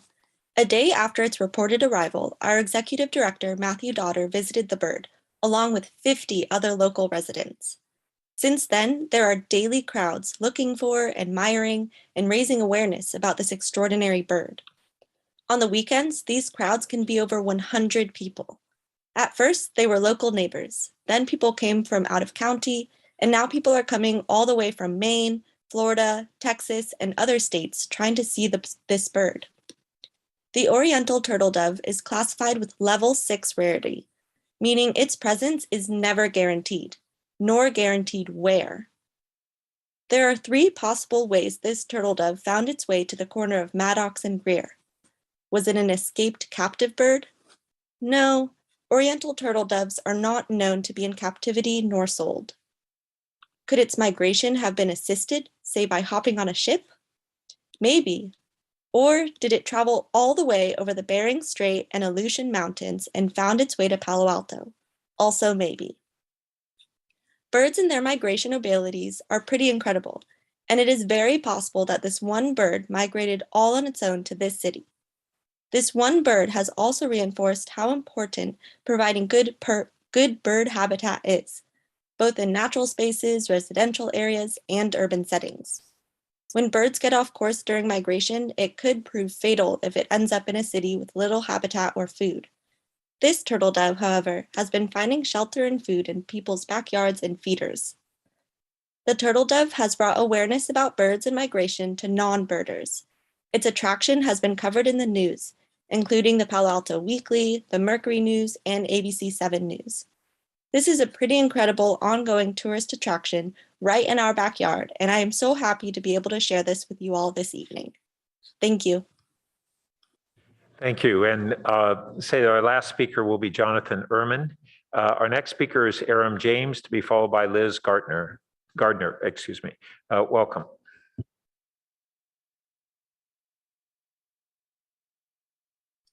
Okay, Ed, I know I blasted you, but I want you to know that I'm not the only one that is expressing the fact that you need to bring 3 candidates into the city, that you're going to put the new police chief, as Pastor Smith said, behind the 8 ball. If you don't do this, you got to be listening to people. But I'm looking at last week's March 7th Daily Post op-ed by Dave Price. I'm just skipping around at the beginning. He talks about, tell the candidates when they apply, the top 3 will have their names released to the community, and they'll have to meet with the public before the selection is made. And then he cites cases where that's happened, and authority to do that. You don't seem to be listening yet. I hope at your communications, city manager communications tonight, you'll give where I can locate the meeting of the 19th and the 31st, so I don't have to look around for that. Deeper down in last week's article, Dave Price said, transparency matters. Look for a candidate with a record of transparency. Transparency is a byproduct of honesty. In the past year and a half, Josen has encrypted the police radios, prohibited reporters from calling watch commanders to find out more about police reports. In January, reduced the number of police blotter items for the public to use. A Palo Alto police agent commanded his dog to attack an innocent man. By the way, he's still on the force. Nick Emberg still got a canine. He still has a canine, Palo Alto canine. It's just really, really a bad image that man who also shot and killed a young man back on December 2015 is still on the force, and you are still allowing, as the police chief's boss, Enberg to run around with a canine. A police agent commanded his dog to attack an innocent man, a victim of mistaken identity, and police kept it under wraps for months. Any candidate who thinks this kind of record is appropriate should be dropped immediately. He's, of course, speaking about Josen, anybody that has the same characteristics. And of course, you refused, and your boss refused, and the police department refused to say whether Thomas DiStefano was fired or released voluntarily. We still have the Benitez case pending, as you know. And it's just time that you really listen to what the people want. And that is, they don't want a cover up, a solo by you picking the police chief with no input from the public and simply thinking you can cover it up by claiming you're going on a listening tour. Okay, please, city manager, give me the dates and the times and the locations for the next portion of your no listening tour on the 19th and the 31st of March. Thank you very much. Thank you. Our next speaker is Liz Gardner, to be followed by Rebecca Eisenberg. Good evening again, Liz Gardner, Mayfield Place. I'm a housing and climate advocate in Palo Alto. I'm here just to kind of talk about over COVID. It's kind of a personal observation, but over COVID, I've observed a fascinating visual ethnography as we work together from a place of safety, maybe even avoiding coronavirus contagion. most of you working from home, we have seen a unique opportunity to peek into homes' backgrounds. How comforting to see this work being done with maybe a family dog barking or a household member entering a door, or even someone doing their dishes. Even a mute and unmute seems to be somehow closer to home. Also seeing the different styles of homes, book choices, shelves, family photos, plants, countertops. How lucky for you. Unlike so many in this trying time who are not maybe housed or employed, who don't have good access to Wi-Fi connection or to a stable roof over their heads, a permanent roof. Many of us so close to the edge of economic disaster. It could be a car repair, or no extra money for their kids' clothing or shoes, or access to low-cost recreation programs. Well, we're all scrambling to pay the extraordinary cost of rents living in this city. In closing, I personally know the reality of both having a home as a child and being homeless. Family dinners were so important, and sorry if you guys hear my fire alarm going off. I live in a place where I cook stovetop, and fire alarm goes off because the hood over the stove doesn't suck any air. Anyway, sorry about that. And, you know, I just really, really want to stress the importance of home being designed for families, for elders, for grandmothers coming over to practice faiths together and celebrations. And, you know, this is a time when we're coming out of COVID that we can really just really examine what we want for our community. It's not just a home, it is being part of the thread of this community, our kids in our schools, our volunteer commitments, working maybe a low wage or normal wage job. So as we move forward, please, I just wanted to give you a personal perspective. Thank you. Thank you. Our next speaker is Rebecca Eisenberg, to be followed by our final speaker in chambers, Jonathan Ehrman. Thank you. So much to talk about, but I'm going to talk about transparency and compliance with the law. First, I want to thank my good friend, Aaron James, for once again pointing out the huge problems with the Palo Alto Police Department's lack of transparency, lack of accountability, and lack of consequences for their employees, who are your employees, who are shown to have committed bad actions.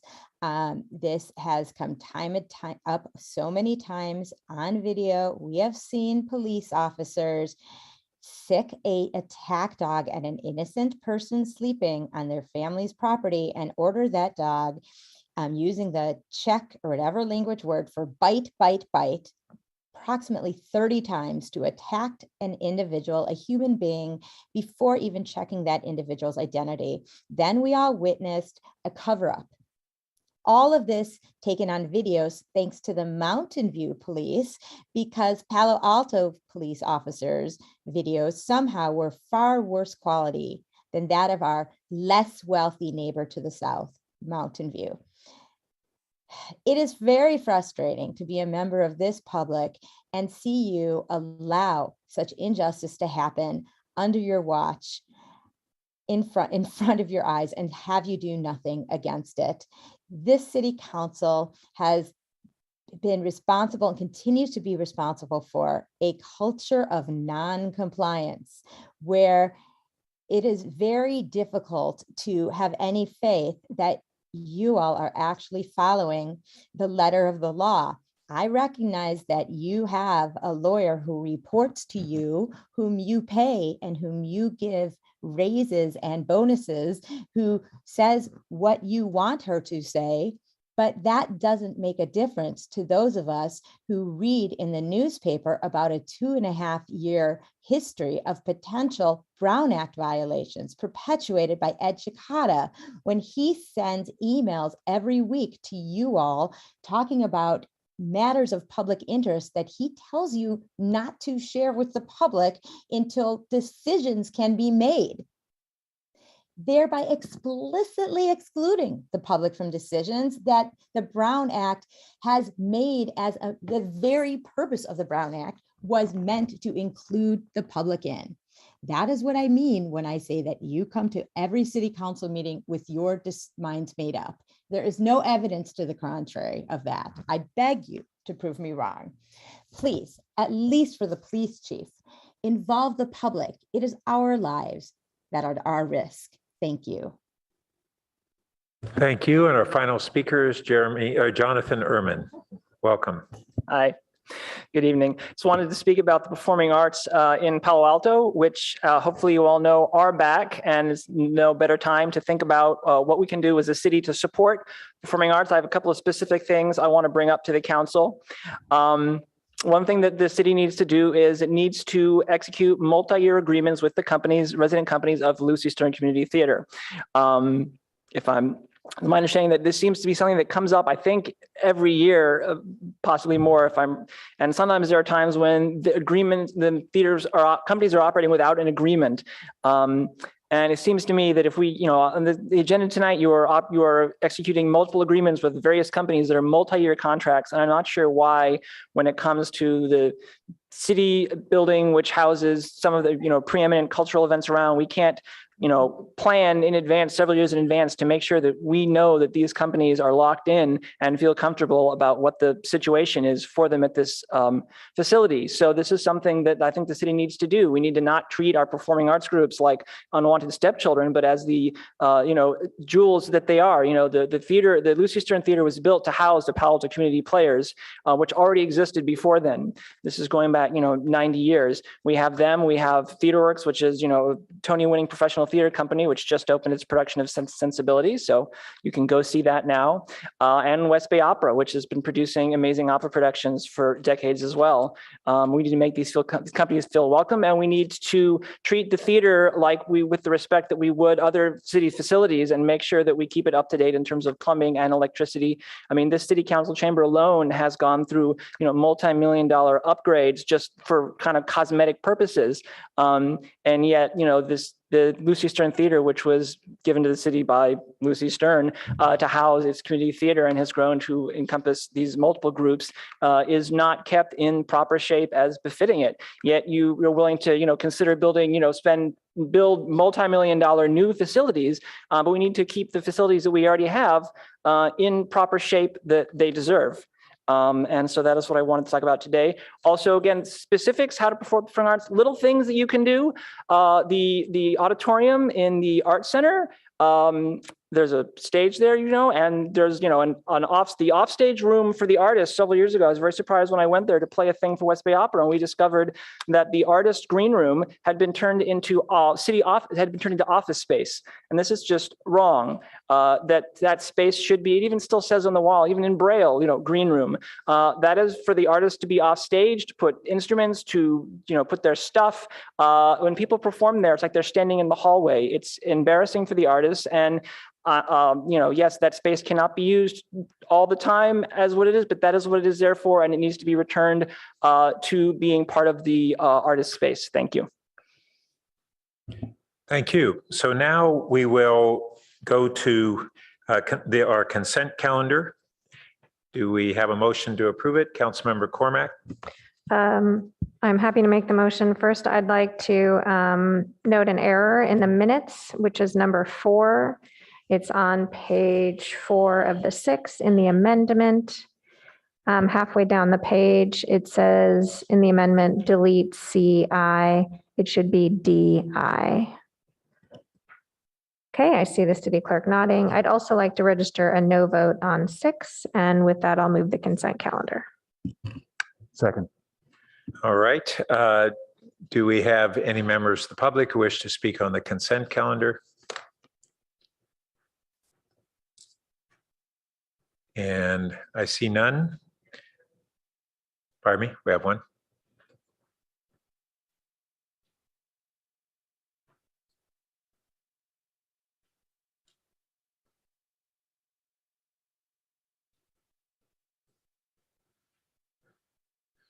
Okay, and we'll be closing public comments on the consent calendar. Rebecca Eisenberg, you have the floor. Thank you. For the consent calendar, I want to call attention to 3 different items, 2 quickly, 1 a little less quickly, but all under the 3 minutes. First is that I want to point out that you are again approving another change order for the new police headquarters / jail, and that is increasing this change order to almost $1 million. This is the most expensive capital project in Palo Alto history. It is already has gone over budget, and I urge you to stop making so many, approving so many costs with regard to this new police headquarters and jail. Second, real quickly, is the surveillance. I just think that here in Palo Alto, our community is opposed to all forms of electronic surveillance, and it's just very dangerous. I see the timer's not running. It's very dangerous to actually give this kind of personally identifiable information to third parties. I urge you to think twice before doing so. Finally, and most importantly, I thank Councilmember Allison Cormack for voting no on number 6. Number 6 is a deeply flawed approach that, quite frankly, gives more fodder to the many publications and organizations that enjoy making fun of Palo Alto. In this, you seek to convince a finder of fact, the Santa Clara Civil Grand Jury, which is a part of the Santa Clara Superior Court. You are basically trying to convince them that their fact findings are wrong. They have already found the facts, and you in this are trying to convince them to find other facts. And in what is a very lengthy and what appears to be a very expensive memorandum, what you do is you prove them right. The Santa Clara Grand Jury has pointed out flawed perceptions and flawed policies that the Palo Alto City Council continues to make. Flawed beliefs, like 2 years ago when I kept pointing out to you that HomeKey was giving away $600 million for affordable housing, and you all laughed at me and then called me delusional. I love how this grand jury report scolds you for not taking advantage of these funds. Additionally, for example, they point out how you fail to consider that the projects you create will also create jobs. And instead you say you already consider job creation. Well, let me point you to Castellea, a 5.5-year program, what do you call it, filing, where not once in these 5.5 years have you or any of the commissions asked Castellea how many new teachers and staff they're going to have to hire to serve their 30% increase in students and facilities. Please don't file that. All right, Aram James has signed up late for the consent. I will allow him to speak.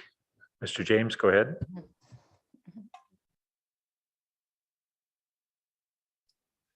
Mayor Burt, thank you very much for that. I appreciate it. It's very hard to speak after Rebecca. She's always so eloquent and on the mark. And passionate. But I overlooked item number 7, and it's only because Rebecca pointed it out. What are we doing? The money just in add-ons, additional costs to what I call the Palo Alto prison, part of the prison industrial complex, already over 100 million when we started. Why does something that's going to cost an additional 189,000 up to almost 875,000. Why does that end up on the consent calendar at all? That's one of the problems I've had over and over again with the city manager. This is something that needs to be discussed. That's monies that, I was just watching at the HRC when they were having to cut programs, social service programs down to the bare bones, 30,000, 40,000, 50,000. Well, it's a shame. I just remember Greg Tanaka, maybe there was somebody else, led the objections thank you, Greg, for this so-called public unsafety building. I just think, it hasn't been completed. I think it would be great if you all would just put the stop to the project at all.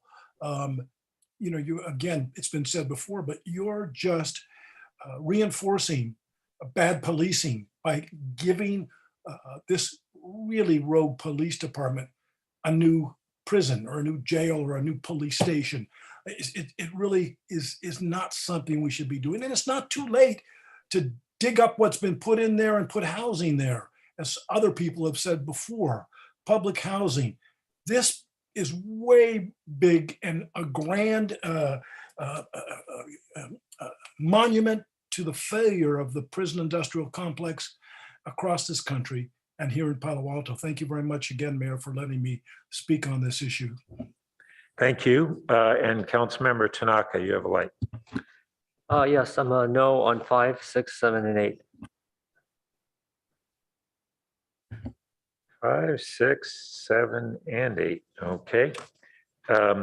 So we'll now vote on the consent calendar with Councilmember Cormack voting no on 6 and Councilmember Tanaka voting no on 5, 6, 7, and 8. Would the clerk please call the roll?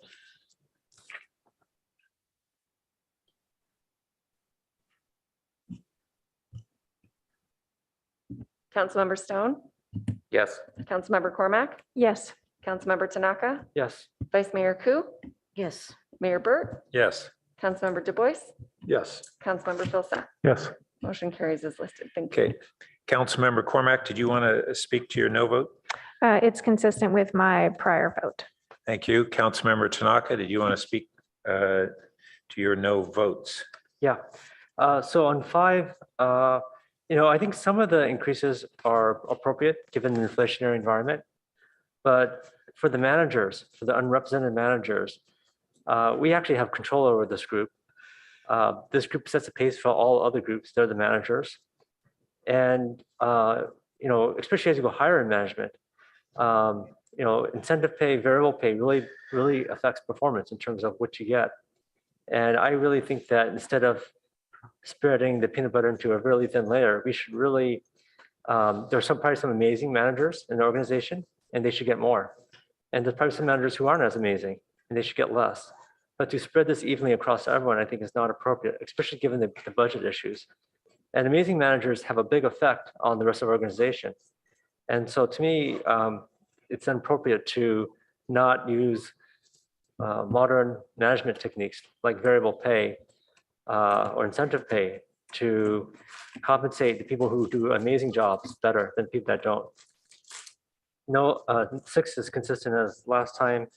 On 7, so the public safety building, like almost every month or so, it looks like we're getting an increase.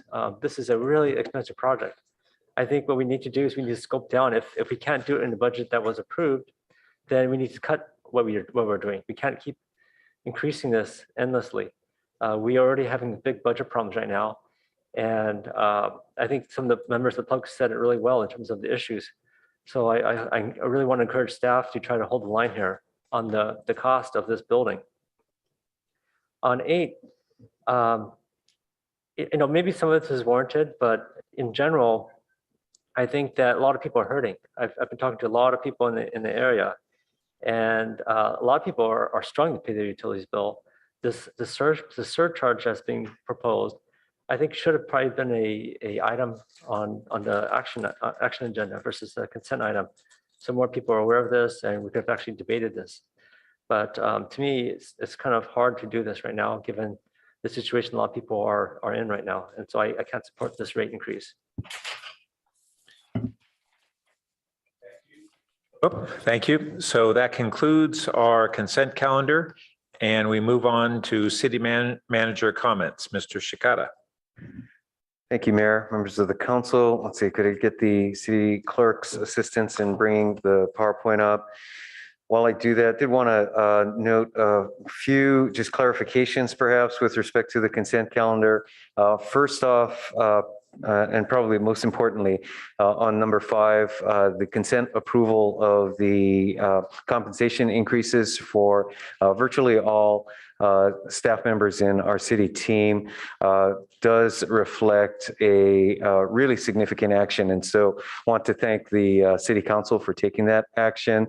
It is a critical step with our ongoing efforts to remain a competitive employer and complements our ongoing work to reinforce our positive workforce and maintain the city's ability to attract and retain the personnel needed to deliver this critical services to the community.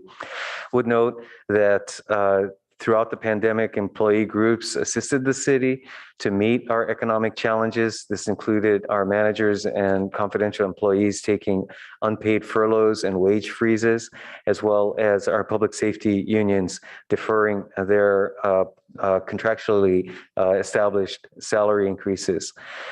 Once again, just simply like to thank the council for your action and reflecting this leadership, and also to our employees for their sacrifice and hard work throughout the past 2 years, really, as we look forward to an improving and improvingly healthy future. All right, with that, let me ask City Clerk to move on to the next slide, please.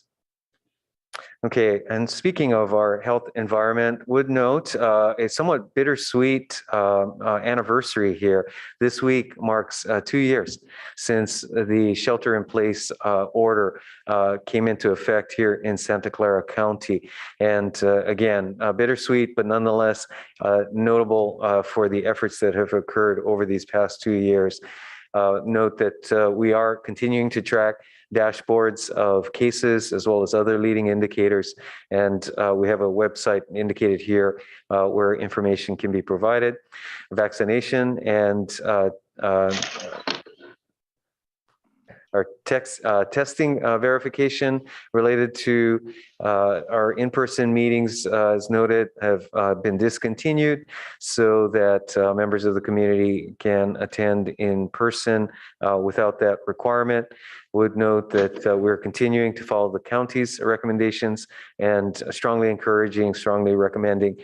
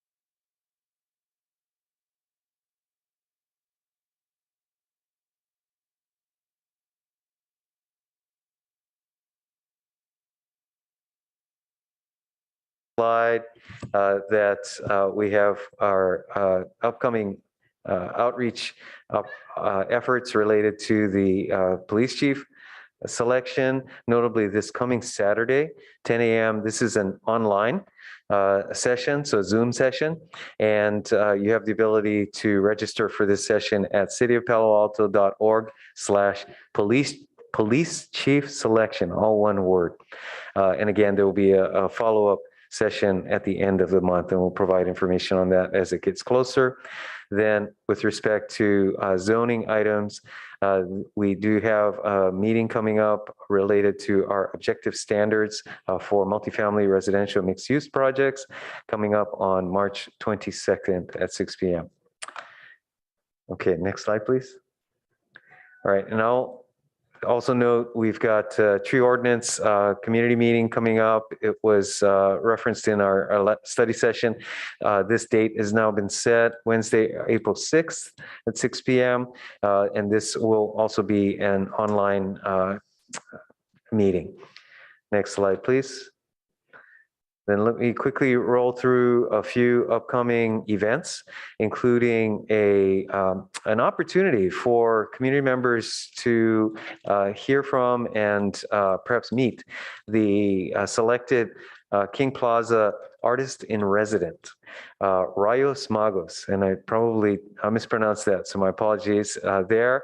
That this will come up next week on the 17th, or actually it's this week on the 17th at 7 p.m. Either via Zoom or in person. Also, we've got some upcoming community workshops scheduled as noted here on this slide. Next slide, please.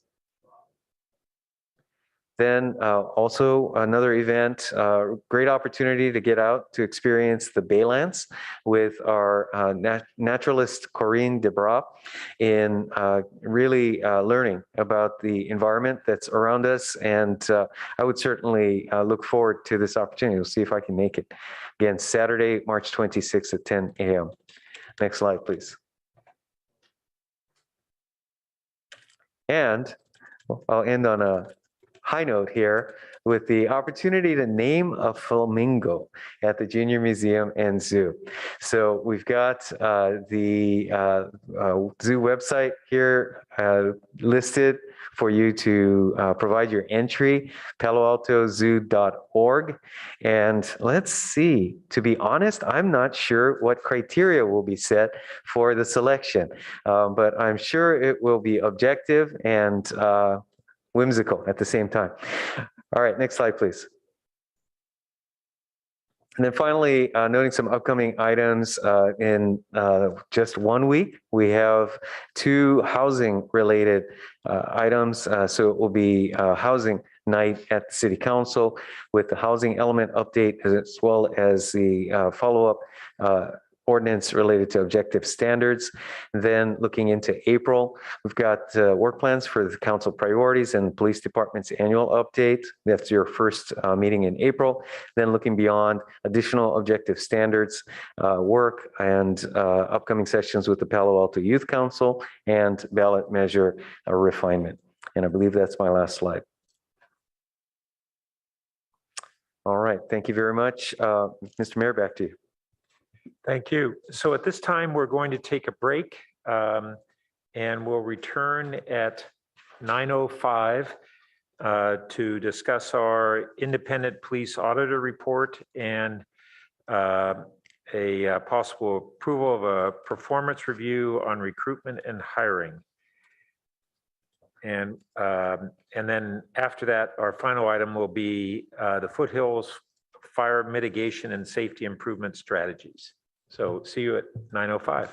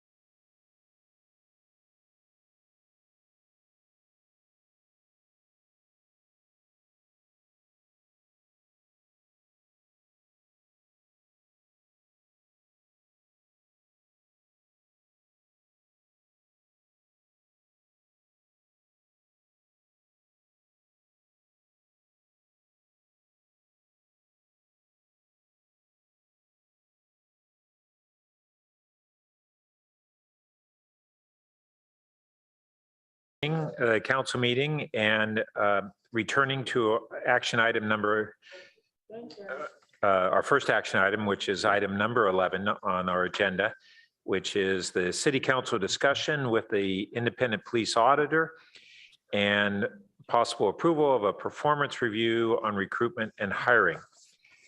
Mr. Shikata, were you going to kick this off, or? Actually, I believe we'll hand it directly off to Mr. Janako. All right. Well, welcome, Mr. Janako. Good to see you again. Good to see you, Mayor, City Council, City Manager, and the general Palo Alto community. It's good to be back with you all. This evening, my colleague, Steve Connolly, and myself will be presenting an update on our most recent review of cases.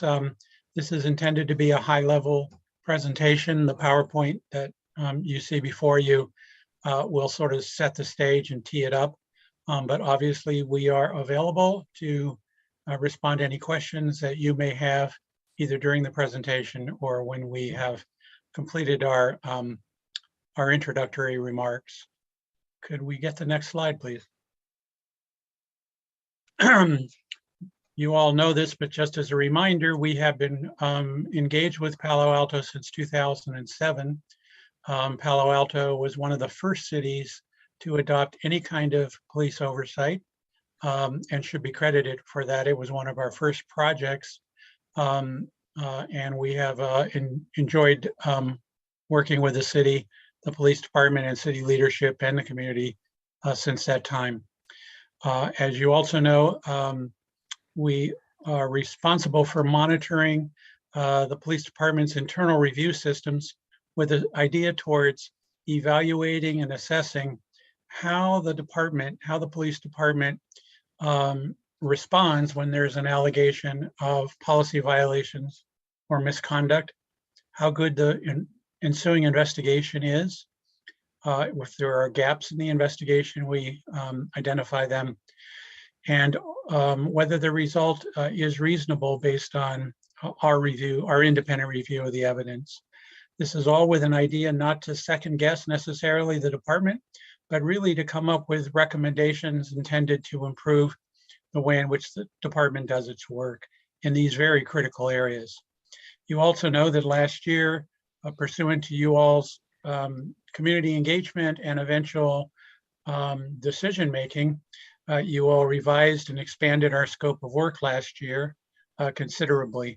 So this report is the first report we have written relating to that expanded scope of work. Can we get the next slide, please?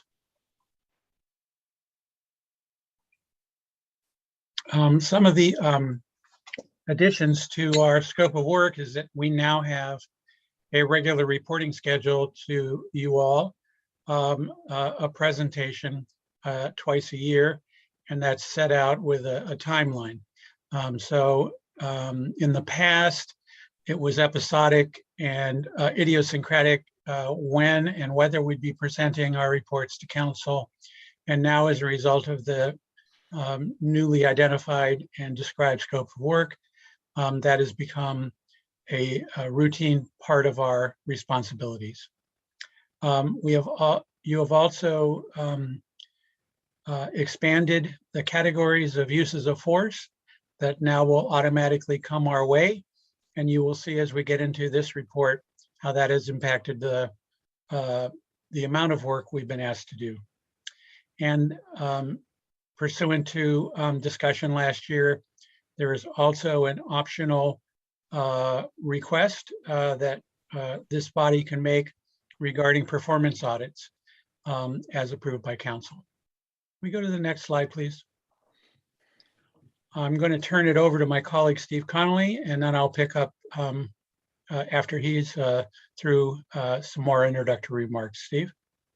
Thank you, Mike, and good evening, Mr. Mayor and members of the council and members of the public who are watching.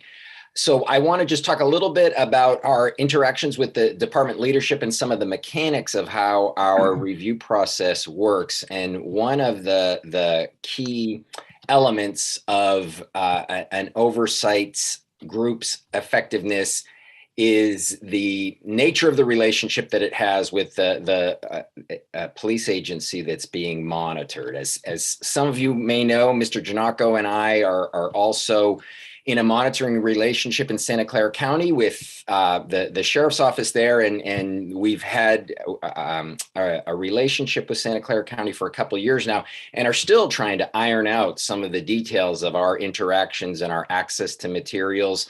And I'm happy to say that our relationship with Palo Alto and the police department in particular is been on a very different footing since we got started.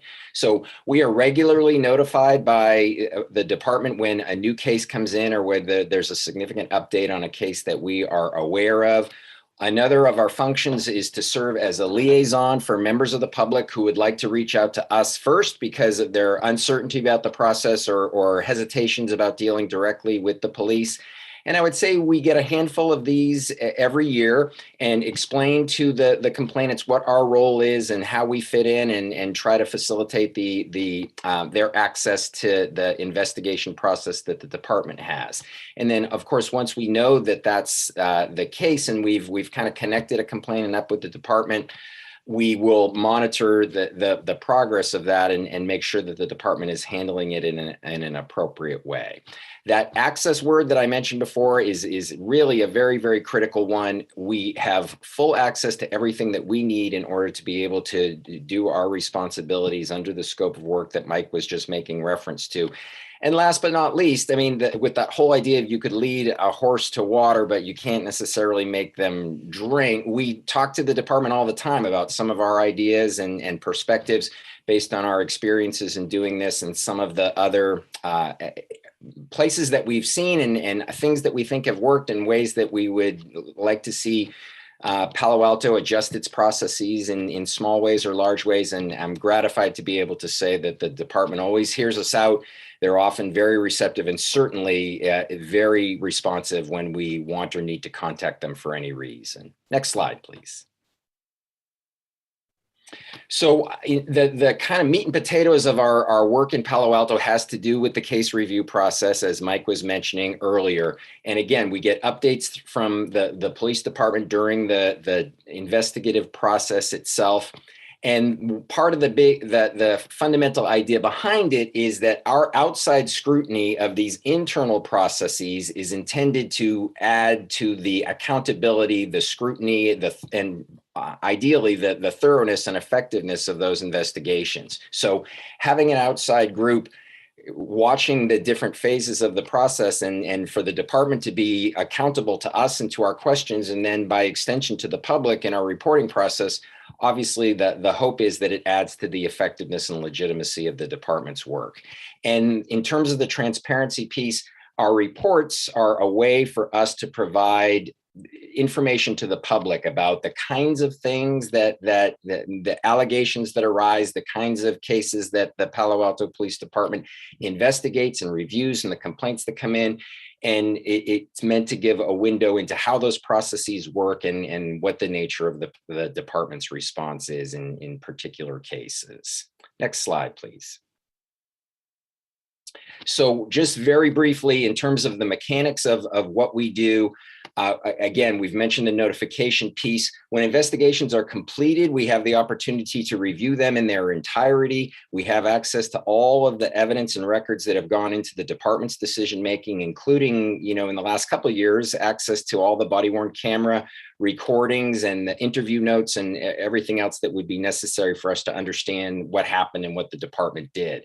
When we are completed with a draft of our report in a given cycle, we do send it out to, as we do it in other jurisdictions, we send it back to department leadership to review it, and not so much to obviously have editorial control or to alter our opinions about things, but it's primarily for fact check and clarification. It gives them the opportunity to point out some things to us that we might not be aware of, because obviously the accuracy of our reports is a significant component of their usefulness and effectiveness. And another part of that process, we also share a draft with the city attorney at a stage of the process before it becomes final. and we share it with the representatives from the Officers Labor Association. And we do that in a couple of jurisdictions. We've been doing it in Palo Alto for 4 or 5 years, and it's a very interesting perspective. They're respectful of the work that we do. They understand our role, and they offer some interesting insights and questions that, again, help us to make the report as accurate and effective as it can be. So when that process and that back and forth has been completed, we then are able to finalize the report and publish it. And as you all know, it gets circulated to you folks and is released to the public. And the last one went out a few weeks back. Next slide, please. Oops. So I'm going to turn it back over to Mike. And if you want to pick it up from here, I'm here if you need me. Thank you, Stephen. So this report consists of the following. There are 17 various types of incidents, investigations that we looked at. That is by far a record with regard to volume and number of cases and incidents that we have looked at for any period of time in the 15 years we've been doing this. And that's largely due to the increased scope of, entirely due really to the increased scope of work that you commissioned us to do last year. Next slide, please. Our recommendations, and we have 19 recommendations in this report.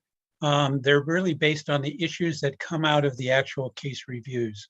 So we don't go searching around for issues to look at and then come up with recommendations. They're actually recommendations intended to improve some of the processes we identify in our case review.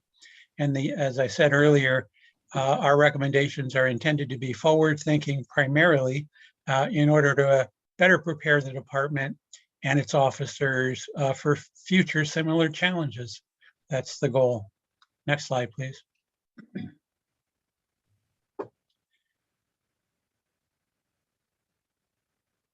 Our recommendations can be grouped into 3 major subheadings. One has to do with improvements on the investigative procedures that we have seen and reviewed, improvements designed to improve officer protocols and the way in which officers are trained and guided. And then finally, some improvements to the police department's canine program, which is their use of their canine dog. Next slide, please. Our recommendations, 8 of them have to do with thoroughness. Again, that has to do with the investigative process. There are a few recommendations dealing with timeliness. Investigations are not like wine. They do not get better with age. And so we like to see timely investigations. A couple of the recommendations deal with the scope of investigations and their effectiveness. Go to the next slide, please. We had particular recommendations with regard to the way in which blood is drawn, with regard to arrests of individuals who are suspected of being intoxicated. And there was an issue in one case in which the body camera was not available for this particular officer because the officer, as part of safety, because he was out in the middle of the road, donned a safety vest. But when he did that, the safety vest blocked the body camera. So there's no footage from his encounter. And there's obviously a way in which a vest could be worn and a body camera can still be recording. But that didn't happen in this case. And so we pointed that out to the department. And these are the kinds of sometimes pragmatic things that get overlooked during the department's review.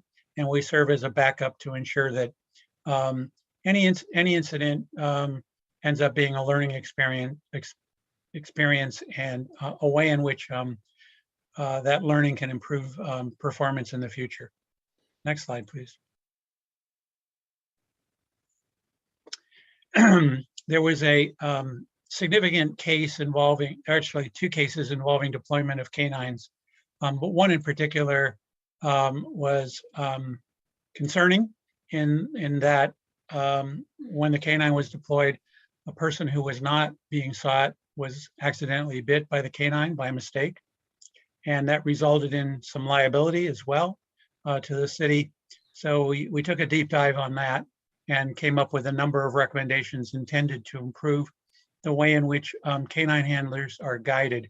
The review of that case, and the police department recognized this as well, was that the policy with regard to using canines provided not enough guidance and too much discretion to canine handlers. So canine handlers were trained to sort of use the canines the best way they knew how. That sometimes works, but sometimes doesn't work. And in this case, the department realized there was a need to tighten up the policy. We added a few other ideas intended to further tighten up the policy so that the likelihood of a mistake being made with regard to somebody being bitten by mistake is reduced significantly. And that was a big project that we worked hard on to make sure that, to the degree possible, you're always going to have the potential for a mistaken bite, but we wanted to reduce that potential liability, not only for liability reasons, but also just because it's not good form to have an innocent person bit by a dog. Next slide, please. And I think that is really it. As I said, we appreciated expanding the scope. It gave us a bigger window into what Palo Alto does with regard to its police officers and its police department. And I do think as a result of opening up that window and allowing us to do more with regard to different kinds of uses of force, for example, we were able to, I think, be more impactful with regard to the way in which the police department does its work. And so unless you have anything else, Steve, I'm going to end here, and we will obviously entertain any questions or comments that any council member or the mayor may have. So thank you for your time, and we appreciate the opportunity to present to you this evening. Thank you. So before going to members of the public, do council members have any specific questions before we return and have discussion? And I see no lights, so members of the public who wish to speak on this item need to sign in.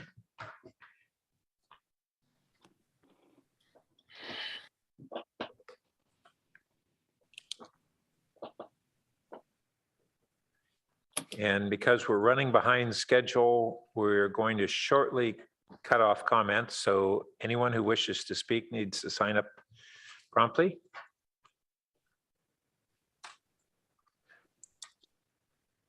All right, we'll begin with Aram James, to be followed by Liz Gardner, and we will be shortly closing off public comments after Mr. James speaks.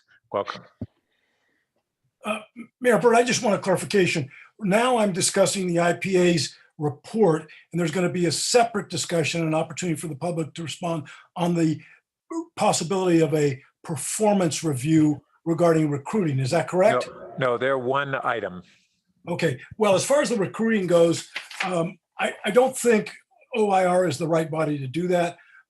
Look, they're all good people, but when I looked at their website, they employ all white lawyers. I think that's okay. Look, I'm a white guy myself, but I'd like to see like John Burris' firm, John Jay College of Criminal Justice, Al Sharpton's group, but I just don't think. I think the other thing is they're too close. Their job security is dependent upon them compromising with the police. Look at this. They got to turn their report into the police union, the city attorney, the police chief. I mean, that's an incestuous group. They don't, I really think that that's not the body that should be doing the recruiting. We need to look outside, away from the OIR. I mean, it's a no-brainer. We have no Black police officers, and we have at least 6 officers that sued because of the Black Lives Matter mural. Does that mean they're white nationalists? No. Does it mean that we need somebody that's willing to dig? And I don't think the OIR is able to do that. They're compromised because I've known Janako for years. but he's smart. And I understand that. He wants job security. If he blasts the police every time when they should be blasted, you're not going to have that job. He's going to have those groups go after him. I think it's also disingenuous to say that the Enberg dog canine attack was an accident. Maybe the first bite, the second bite, the third bite. No, it wasn't an accident, Mr. Janako. Come on, let's be honest. That was a brutal attack. Enberg just kept them bite. And also, Mr. Conley is a very good man as well. I haven't had as much contact with him as Mr. Janako, but to say that they've got a good relationship and the police department releases all their materials in a timely fashion isn't consistent with the facts. The canine case, the Palo Alto Police Department held that up for months and months and months. Gustavo Alvarez, the videotape was held up for months and months and months by the police. Julio Arevalo, the donut case, happening at the donut case, the Zach Barone case, more than 5, 6, 7, 8 years. So, they're making the police department look like they're so very cooperative, and they don't engage in cover-ups, and they don't obstruct the IPA's job. It's just not consistent with the facts.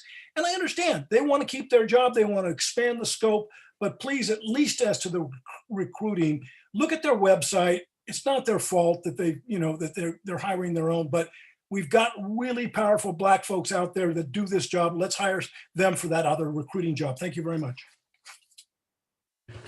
Thank you. And our next speaker is Liz Gardner, to be followed by Rebecca Eisenberg, and our final speaker, Winter.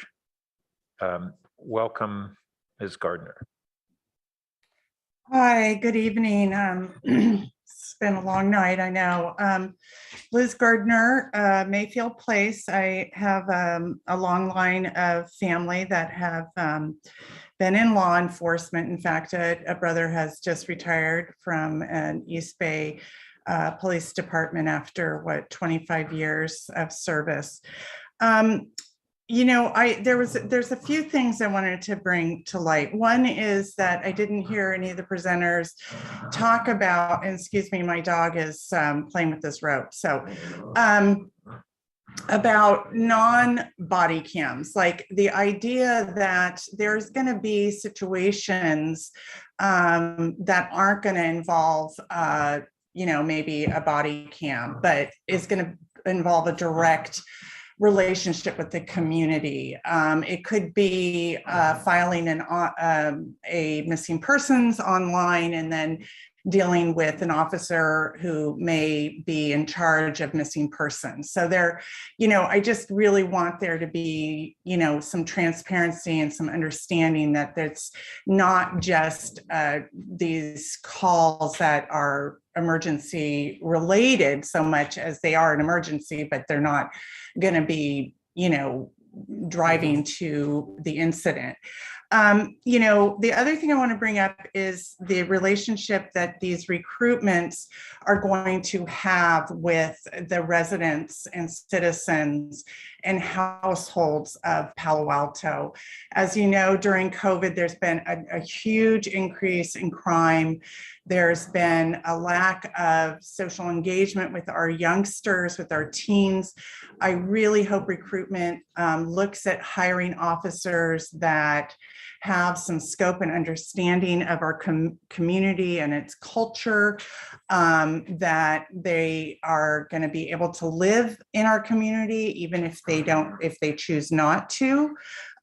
So one thing that went missing during COVID is a really important program called Parent Project, and that was put on through relationship through the school district and the police department. So I'd like to see that come back. And in my last remaining seconds, I did want to say that where the new police station is going is right across the street from where I live, and it's among many multifamily area of Palo Alto. And I wonder how that's going to be integrated with noise and sirens. And it's already pretty extraordinary what's going on with Station 4, I think, up there on Hanover. Lots of noise, lots of loud sirens heading out to 280. Okay, so that's it. Thank you. Thank you. Our next speaker is Rebecca Eisenberg, to be followed by our final speaker, Winter. Thank you. As a lawyer, I really tend to respect and give a lot of credence to organizations that call themselves auditors. So I looked at skimmed through the report and then listened carefully to the presentation with in the beginning, initially, the highest expectations, which were quickly dashed, quickly eliminated entirely.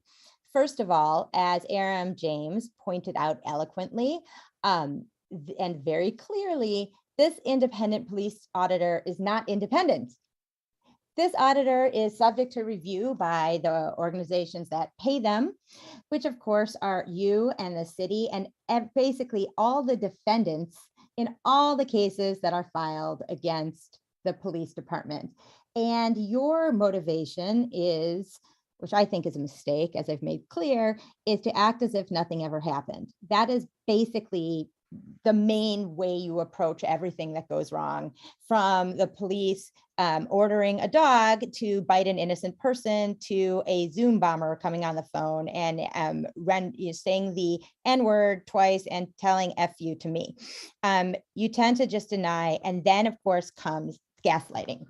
Well, if you watch the video of Officer Eisenberg in Mountain View, which I'm guessing none of you really have done because there's about 20 videos, mostly from Mountain View on the web. And I'm guessing the auditor didn't do that either, or either is just lying, which I don't want to ever believe that an auditor could do. That would shake my life view.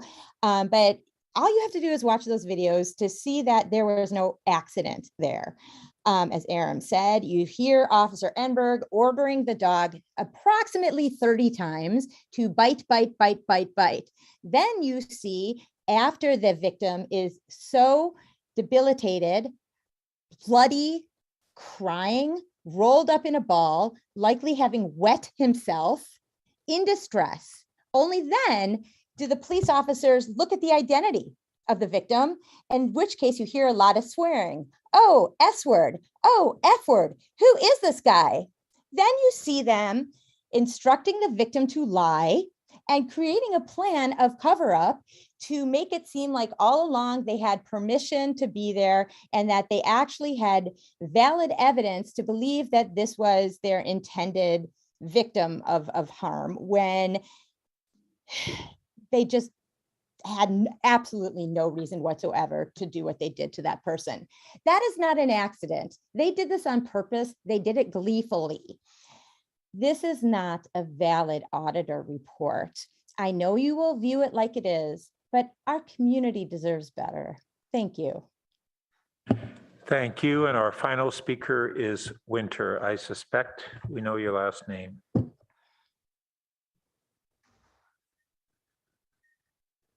They said that the dog attack. Ms. Eisenberg, your speaker was still on, and just for your clarification, that does not mean you're elevated to a panelist. Winter, you're up. Yes, and you know very well my last name, Winter Dellenbach. One of the things about the IPAs is that they can only function within the policies as they currently are. And as somebody who worked very hard on getting a bunch of new policies and changing current policies over the last 2 years, it's a lot of hard work. If we don't like the policies we have in the police department, then we have to change them. And so the IPAs have to work within those policies. I just wanted to say that as a side comment. I want to quickly say in the memo I sent to the city council members, I hope most of you were able to read it, that I do urge you to support The IPA is conducting a performance review on recruitment and hiring. That is simply a review looking at the practice as has been done, and I'm sure making recommendations about progressive, taking a look at progressive practices that could be useful to us. And certainly I would want you to consult with the IPAs for hiring a new police chief as one of the avenues to be to consider. Not the only, but one of them. But mainly I want to talk to you about, you saw in the slides, something about recommendations. Here, 19 recommendations were made. These IPAs have been with us for 15 years. And yet there's not any requirements at all that even one of these recommendations ever has to be adopted. That's not to say that none of them that some of them have been adopted, because they have been, but a lot of them have not been. And I don't know how many have, and I don't know how many haven't. And possibly the IPAs do, but none of the rest of us do. These recommendations, I've read a lot of them. I've read a lot of IPA reports, and they're good, and they're sober, and they're sound, and they're serious, and they can improve policing just like that.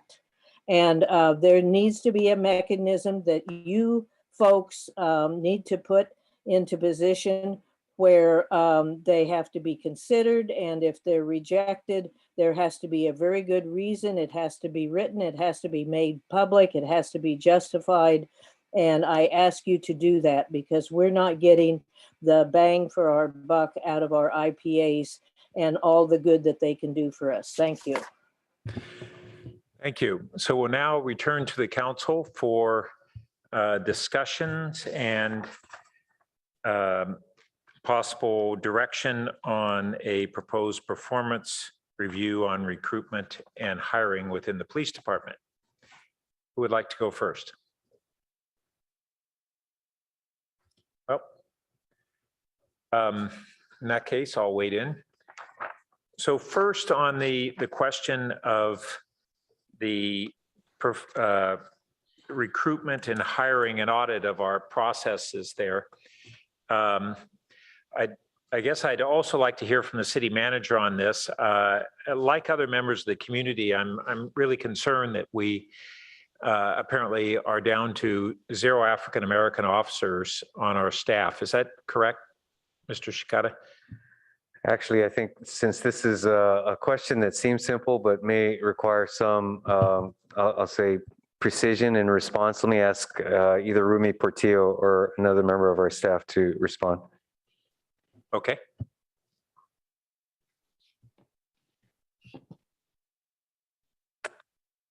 Let's see, is Rumi with us?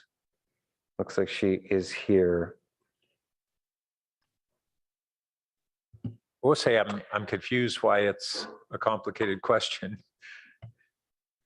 I would agree with that, which is why I would like the HR director to respond. Oh, I see Chief Johnson there. Does that help? Sure. Bob, if you're... Yeah, I have absolutely no problem. I'm actually very excited and proud to announce that we do have an African-American officer, and he started today. So just to give you a very, very brief update, in our last 8 hires, he would obviously be one, female Hispanic would be the other, and then 5 male Hispanics. So that's pretty impressive out of 8 individuals in our last 8 hires. So I'm happy to report that. Well, thank you for that clarification on all those recent hires. And I think that is an important development. One of the things that I've felt for a long while is that we have one concept of our department reflecting the demographics of our community, which is quite important, but it's nearly equally important that they reflect the demographics of those who work and visit and are present in our community. And because we're so integrally involved with our neighbor community of East Palo Alto, that in particular, I think is something that we need to continue to be very diligent in and proactive on. So I guess that's helped reassure me that we're moving in the right direction there, and I thank you for that clarification. I think I'd like to move on to the report itself, and really the two biggest concerns that I think were in the report were the canine incident in Mountain View, where we had a mauling of someone who was thought to be a possible perpetrator under kind of a fairly thin basis for that assumption. My understanding is that we've had some pretty significant reforms to our canine policy as a result. And so I want to lay out that I'm looking forward to actually seeing that more clearly so that the council and the community really understands what those changes are. But in addition, I'd like to focus on the last case, which was case number 9, which was the woman with the severe medical condition. It's been widely reported in the press in great detail. And the auditor's report from back in, it actually wasn't attached in our packets tonight, but it goes from February 14th on agenda item 9 at that time, in case anybody's trying to access it. We had a finding of a very limited fault other than a dispatcher having deviated from protocol. But this incident had such a troubling succession of serious flaws that I really want to have a better understanding of all of the corrective actions that are involved. They were once alluded to in the auditor's report, but I guess that goes to one of the concerns I have is that when we are having policy changes that are in response to either an audit or an incident and the department themselves initiated the policy changes, we're not seeing those explicitly laid out. We're seeing them alluded to in both the auditor's report, and I'm not aware of any other report that we receive that really gives the council and the community clarity on what those policy changes are. In this case, we had a small woman who had a serious medical condition.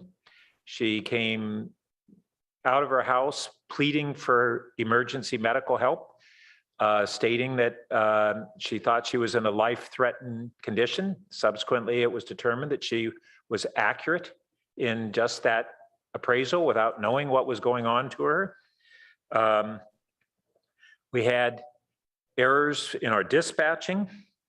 We had a hold on the ambulance arriving at the scene. We had a hold on the police arriving at the scene. We had noted an error in not a supervisor not wearing a body cam. We had a home search while we had someone in a serious medical condition who was, unarmed, not a physical threat, and yet all these things occurred in the same incident in a succession that, when we have so many things go wrong in succession, can they really be flukish, or are these things that indicate that we had at least a pattern of serious problems that needed to be corrected? And it appears from the report that there are several corrective actions that were made, but I'm still at a loss as to how confident we should be as a council and the community that the full set of corrections were made, and what were they? So, Mr. Giannaco, can you shed some light on your perspective, or maybe it's Mr. Connolly, but either of you? Thank you. Yes, incident was actually reviewed by Mr. Connolly, so I'll defer to him for the specifics. And then if I have anything further, I'll add on. Steve? So, Mr. Mayor, I would agree with you that there were a number of factors that went poorly as far as this particular episode was concerned, but they didn't necessarily feed on themselves in that kind of domino-ish way that you were describing. Some of them, were going on parallel tracks, I guess I would say. So the body camera aspect of it was another disappointment, and another way that the performance of the department was not as effective as it might have been. I don't know that it necessarily had an impact on the service that was provided or the other flaws that took place. And with regard to the home search, for certainly in retrospect, and when once people became aware of what the nature of the woman who was incapacitated, once people became aware of that, in hindsight, it really does look like a lot of things could have been done better. And I think I would be interested in turning it back over to Chief Johnson in terms of the ways that the different participating parties throughout the city, whether that's the dispatch folks or the medical folks that were all involved in this, how that coordination has evolved as a result of this incident. But it was absolutely an unfortunate outcome in terms of the level of care that was provided to the woman and the delays that were occurred. But in doing the review, there were explanations for all of those, so that it wasn't malicious, or even some of it was just very unfortunate in terms of the difficulty in initially characterizing what the situation was and whether it was in fact safe for the medical personnel to go in and render aid. And I would agree that there were delays, and that all of the legitimate questions that people had and the confusion that people had initially, I agree with you that could have been expedited and should have been expedited. But I would say that the unfortunate series of things that you were listing were not necessarily all related to each other, but as I say, sort of separate elements of what was indeed a very unusual matter. And I would turn it over to the chief in terms of any coordination that occurred subsequently, because I know that the city gave this a lot of attention in terms of the investigation, the outside investigation that was done, and the different contributing parties who had a role in it. Perhaps before Chief Johnson comments, let me offer an observation. The item before you this evening is your semi-annual discussion with the independent police auditor, and again, possible approval of a performance review regarding recruitment and hiring. For better or worse, I would offer the observation that the practice in the development and submittal of the IPA's periodic reports have been structured as informational reports and have not been agendized.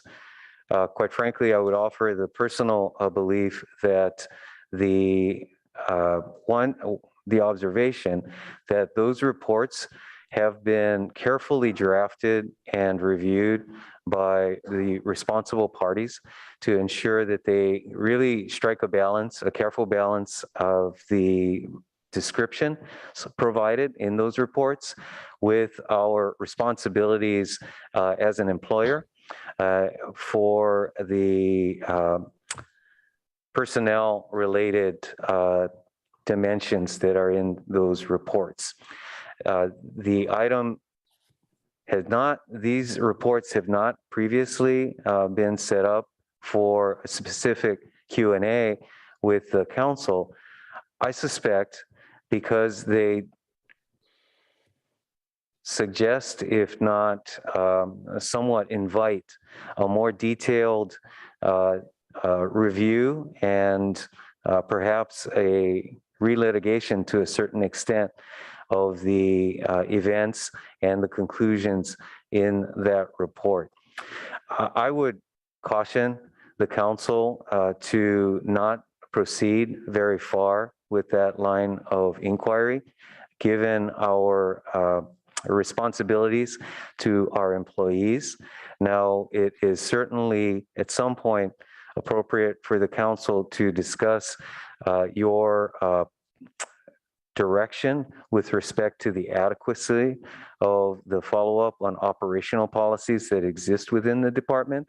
I would offer, though, that when that level of review occurred in the summer and fall of 2020, that it was a very thoughtful and largely a very extensive discussion and opportunity for thoughtful consideration on the part of both the council and the department. Well, let me just make sure I'm clear. My questions were about fully understanding the corrective actions. And that is, I think, properly within the purview of the council. My memory from the previous 9 years I was on the council was that there was more substantive discussion of the auditor's reports than what you just described, Mr. Shikata. And I think it's entirely appropriate, whether tonight or as a follow-up, that the council be able to see what were actually the corrective actions and that we don't rely on a summary characterization. So, I don't know if Chief Johnson wanted to add anything or we need to do this as a follow-up, but I certainly think that that level of sort of oversight and understanding corrective actions for a serious incident or any other incident, including the K-9, that the council be able to see the adequacy of that. These were serious matters and serious consequences, whether they were violations of existing policy or just exhibited the need for us to change policies. These are matters that I think are appropriate for the council. Councilmember Stone. Thank you, Mr. Mayor, and thank you to Mr. Janako and Mr. Connolly for this report. It's very, very enlightening. A few questions. I guess one on kind of the process here for the IPA reviewing hiring practices. Are we anticipating that that is solely going to be retroactive, looking at kind of past hiring practices and how that may change, or are we going to, is the idea that we will retain the IPA moving forward so that they continue to review and advise on hiring practices? I mean, I know, of course, we have an ongoing contract, but will the IPA continue to serve in that role? Yes, council member. My understanding is that we will continue to do our work, and this would be an extra project. I think that the money that has been budgeted for our yearly allotment will not need any increase. We're under budget currently, but the idea would be to take a look at current hiring practices to see whether or not there are ways in which those practices, well, one, to evaluate them, but also to come up with ideas and recommendations on how those can be improved. These days, it is becoming increasingly difficult to hire police officers, just because, for a whole lot of reasons. One, the economy up until the pandemic was pretty good, but then the George Floyd incident occurred, which dissuaded a lot of qualified individuals from choosing policing as a profession.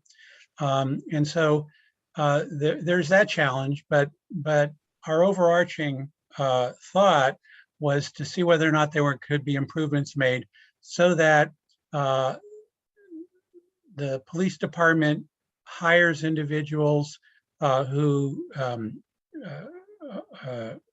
are diverse, and that the values of the individuals coming into the police department are aligned with the values of the community on how they want public safety performed in the city of Palo Alto.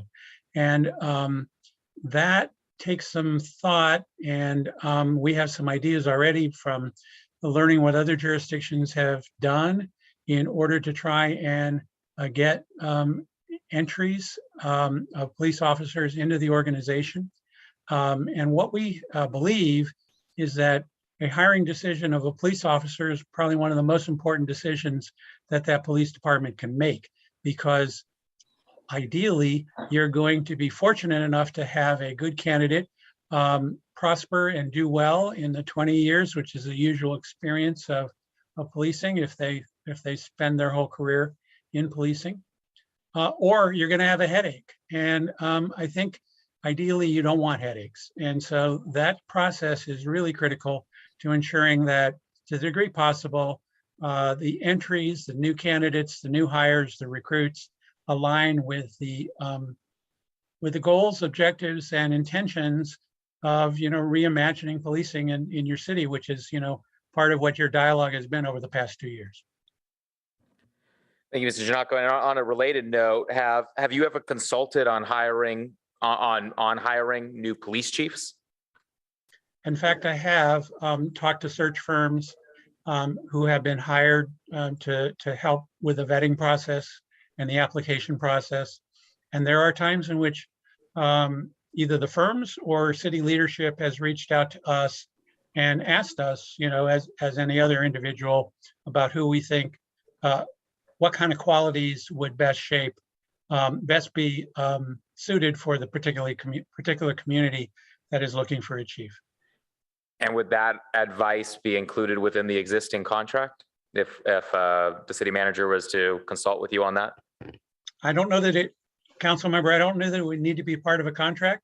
It could be simply a conversation if in fact city leadership was interested in hearing what we think about who might be an ideal police chief for your city.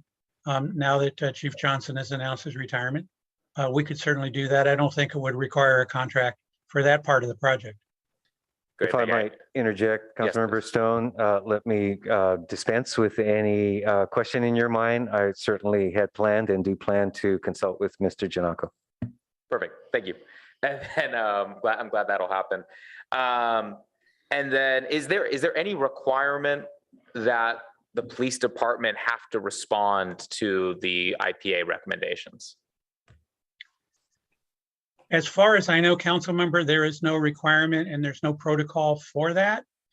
In other jurisdictions in which we have been engaged as police auditors, the police department does provide a subsequent report that sets out its views on whether they're going to accept and implement the recommendations or not. And when the decision is not to implement, provide a rationale for why they don't believe that would work for the organization. So other agencies that we work with do that.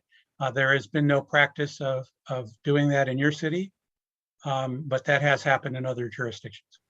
Great, thank you. Yeah, and I think that is absolutely a policy that council should consider moving forward, is to, similarly to what just happened with the grand jury report, that we have to respond in a timely manner, explaining why what recommendations we've accepted and which ones we have not and why. I think that should be a policy moving forward for the police department to have to respond within a particular time frame in a very similar way. So I appreciate that. I see I'm out of time. Councilmember Du Bois. Yeah, thank you for the report in February and the chance to comment on it tonight. And it looked like it was a bit of a catch-up period. I'm glad we're getting back to discussing the audit reports. And again, my understanding is that council asked to meet with the police auditor after these reports come out. And basically tonight was the resumption of that practice. I did notice several positives in reading the report, and they were mentioned tonight, that our Palo Alto Police Department's in the top tier California agencies in the use of body cams. And again, the department being receptive and engaged, collaborative, willingness to learn. Those were all great things to hear. And I wanted to say thank you to our police force for those values, and to the police auditor for having a good working relationship. I did want to go through some of the cases just in terms of process. Recommendation number 1 to case number 1, which was an allegement of harassment. The recommendation was that we go beyond the letter of the law when evaluating allegations of retaliatory behavior. And again, it seemed like a good recommendation. The particularly when it came to the supervisor's review. There were several incidents where there were cameras that were off or not worn or were covered. And, I'd like to see a real focus to make sure cameras are on, whether those are policies that would incentivize that. I think we should shoot for a goal of 100% of incidents with footage, and not having the camera on would be extremely rare. And I'd be interested, when we talk about performance audits, if there were some ideas, maybe not for this first one, but maybe a future one around how we can make that happen. There was the internal affairs case of an officer boasting of drug use, and the suggestion of 2 investigators for internal affairs cases. There was the use of force carjacking, where the camera footage didn't really corroborate the report that the person was moving towards the officer when it seemed to be that he was moving away. That one was probably one of the more troubling ones, along with the canine bite, where the report seemed to be incorrect. The video seemed to dispute what was in the report. And then the last example I just wanted to call out was the last use of force, which was a restraint. And it seemed to be an example of everything going well. And I think it was good to see those reviews of use of force as well. So, I did have a question for Chief Johnson. And I think Councilmember Stone just said it. I would expect when this comes to us like this, that we would see a response. Can you just say, like, out of the recommendations from the IPA, how many have been adopted or will be adopted, and were there any that were disagreed with? Yeah, absolutely. I actually, and Chief Bender's on the line as well. I think to Mr. Janako's point, Mr. Connolly's point, we do a very good job. Irrelevant in what some people may think in the community, we do a very good job in documenting our use of force, working with the independent auditor. We welcome that relationship. And we also are very receptive to their recommendations. And I don't think there's any reason why we can't do. I think what I'm hearing from you tonight is feedback on when they give us recommendations on how we do respond to that, and attach that to the report like we've been doing with the use of force. I think it totally makes sense. It's not something that's improbable. It is an ad for our management team. But again, I think it's something that just makes sense with the nature of what we're doing and how we're doing it for this community. Can you share though, like, did you adopt some of these findings already? Oh yeah, we did. We always do. I don't think there's been a report that I can remember that something was recommended. That not everything is recommended, but things are recommended. In particular with this, to the point of the conversation earlier, we modified several of our canine policies and protocols. We did address several issues around the communication, dispatch, and staging of personnel for emergency response. So there's multiple, but to be specific, I think what would be best served for this meeting and for future meetings is just to consolidate those responses, connect them to the recommendation, so you can see exactly what the recommendation was, exactly what our response is, and whether it's a policy update. Because when we do the policy updates, sometimes they're done, and to your point, they're not necessarily broadcast to the community other than when we update it on a quarterly basis into the system. And then we do put out a blanket notification that the policy's been updated online. But I think this would be a value, having a very specific outlined report. Thanks. Yeah, and it's similar to the way, I know this isn't exactly like our other audits, but they don't go into extreme detail about how they do the things. They just say recommendation, accepted, not accepted. And Chief Bender's been working on this already, and he could probably give you a very clear example of how that would be formatted. Yeah. Yeah, and I just want to give the council some additional consideration that while policy is one of our options for addressing council's recommendation, we also have other options, and that might include a department-wide training. That might be a one-on-one conversation with the officer It might be a department-wide memorandum. We have quarterly meetings with our supervisors and managers. We have discussions about the auditor's recommendations through those. So while policy is important and we do change policy, I want to make sure that council knows that there's other levers that we can pull also in regards to addressing these recommendations. And to Ms. Dellenbach's point, we do adopt them and we do address them. But to the chief's point, we can do that in a written format, and we welcome that opportunity. Okay, thanks. In terms of looking forward at performance audits, the hiring policies one seems very timely. I know we're hiring people right now. I was hoping maybe tonight we'd have a little bit of discussion on areas for future performance audits. And so a question for Mr. Connolly or Mr. Giannacco or both of you. After this recording performance audit and knowing what you know about our police department, what other performance audit would you suggest? Council Member Du Bois, you hit upon one we are just starting for the city of Burbank, which is a review of their body-worn cameras. Burbank hasn't had them on their officers as long as Palo Alto has, but this year we are doing a performance audit to examine to the degree to which there is compliance with the body-worn camera policy. And that is something we could do similarly for Palo Alto, who's had the body-worn cameras and the in-car video for quite a bit longer. But the instances in which, our review of the cases have shown where they haven't been activated are maybe illustrations of where an audit could be helpful. And there could be actual data instead of just these cases that we happen to come across as a result of our ordinary auditing function. So that's one area. Another area that could be helpful would be taking a look at the promotion process, how individuals get promoted, who gets selected for promotions, and looking at that through an equity lens as well, I think could be helpful.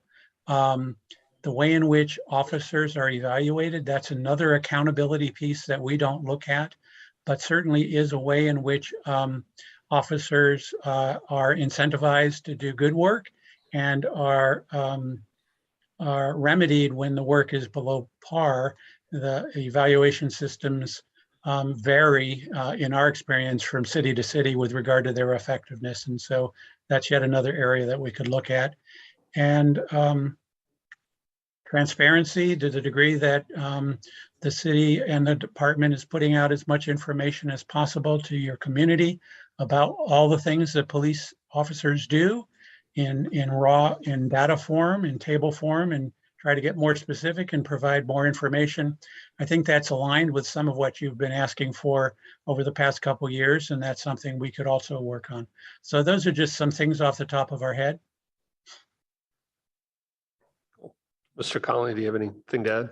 So certainly those are very substantive topics. One of the things that I'm very interested in drilling down on with some of the different agencies that we work at are specific aspects of the training that the officers receive. So training is obviously a huge topic, and the Sacramento does audits to make sure that the departments are compliant in terms of the number of hours and so forth.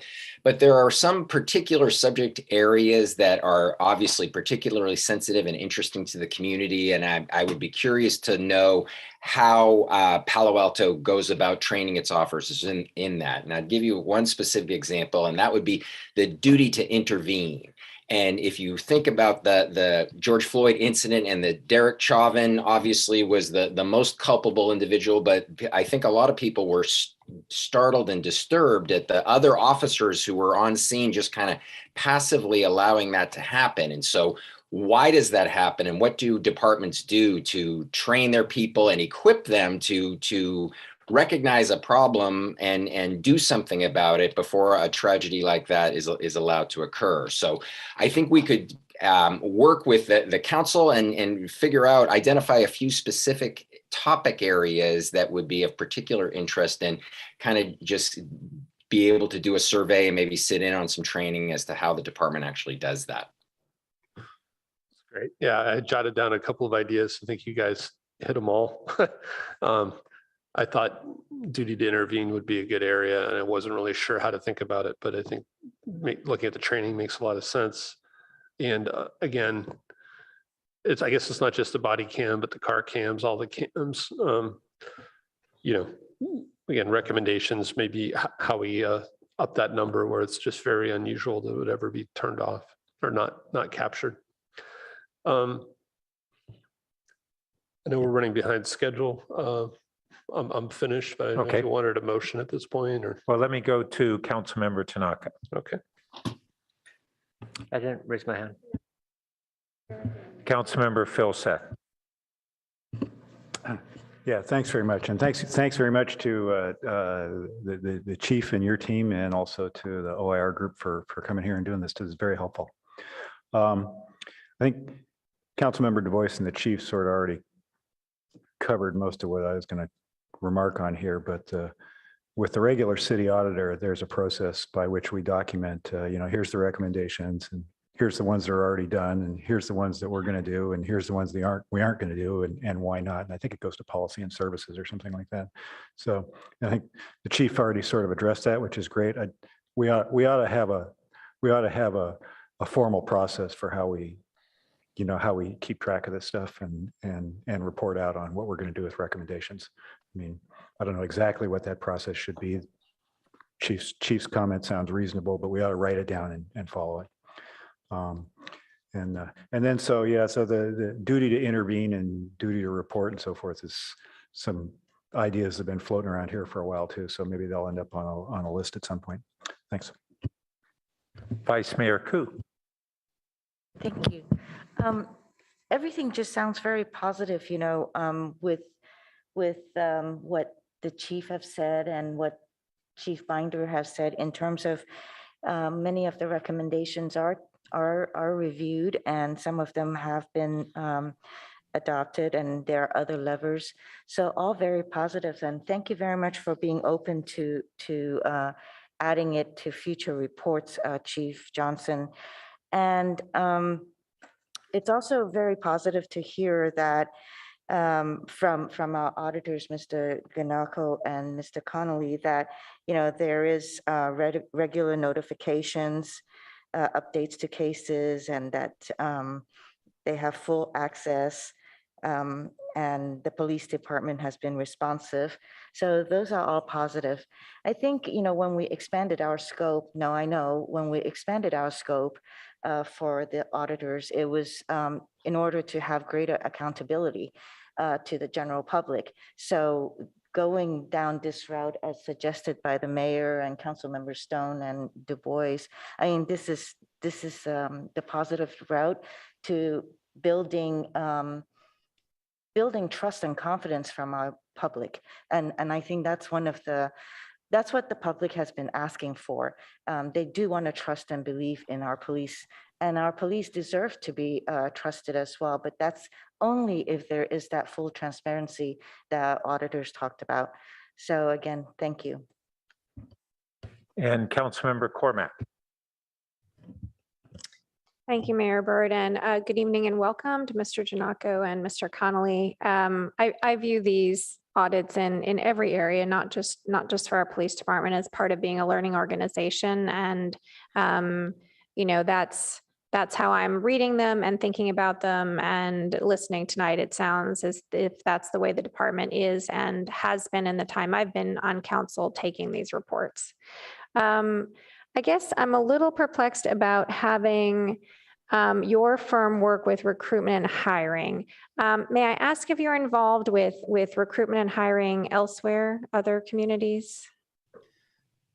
We have done reviews of the recruitment and hiring process, and we don't get involved with the actual recruiting process or the hiring process. But we do is we evaluate how that has gone in the past, what the plans are currently on how they look for officers, and how they decide which officers are going to be hired, with an idea to then providing some structural recommendations designed to improve that process. Whether that means having the community involved more in that process, or taking a look and seeing whether the background investigations are done with sufficient rigor, what it looks like when the officers go to the academy and what kind of additional training is provided to the brand new officers. Those are the kinds of areas that we'd be looking at. So we're not immersing ourselves into the actual hiring or recruiting process, but we're evaluating from an auditing or monitoring perspective. Okay, so let me test my understanding. You're reviewing our past practices and then making recommendations. Past and current, yes, Council. Okay. I'm going to think about that. I'm vastly more interested in having you spend time on training. As we went through the police ad hocs, I think there were 5 of them. I was on maybe 2 or 3.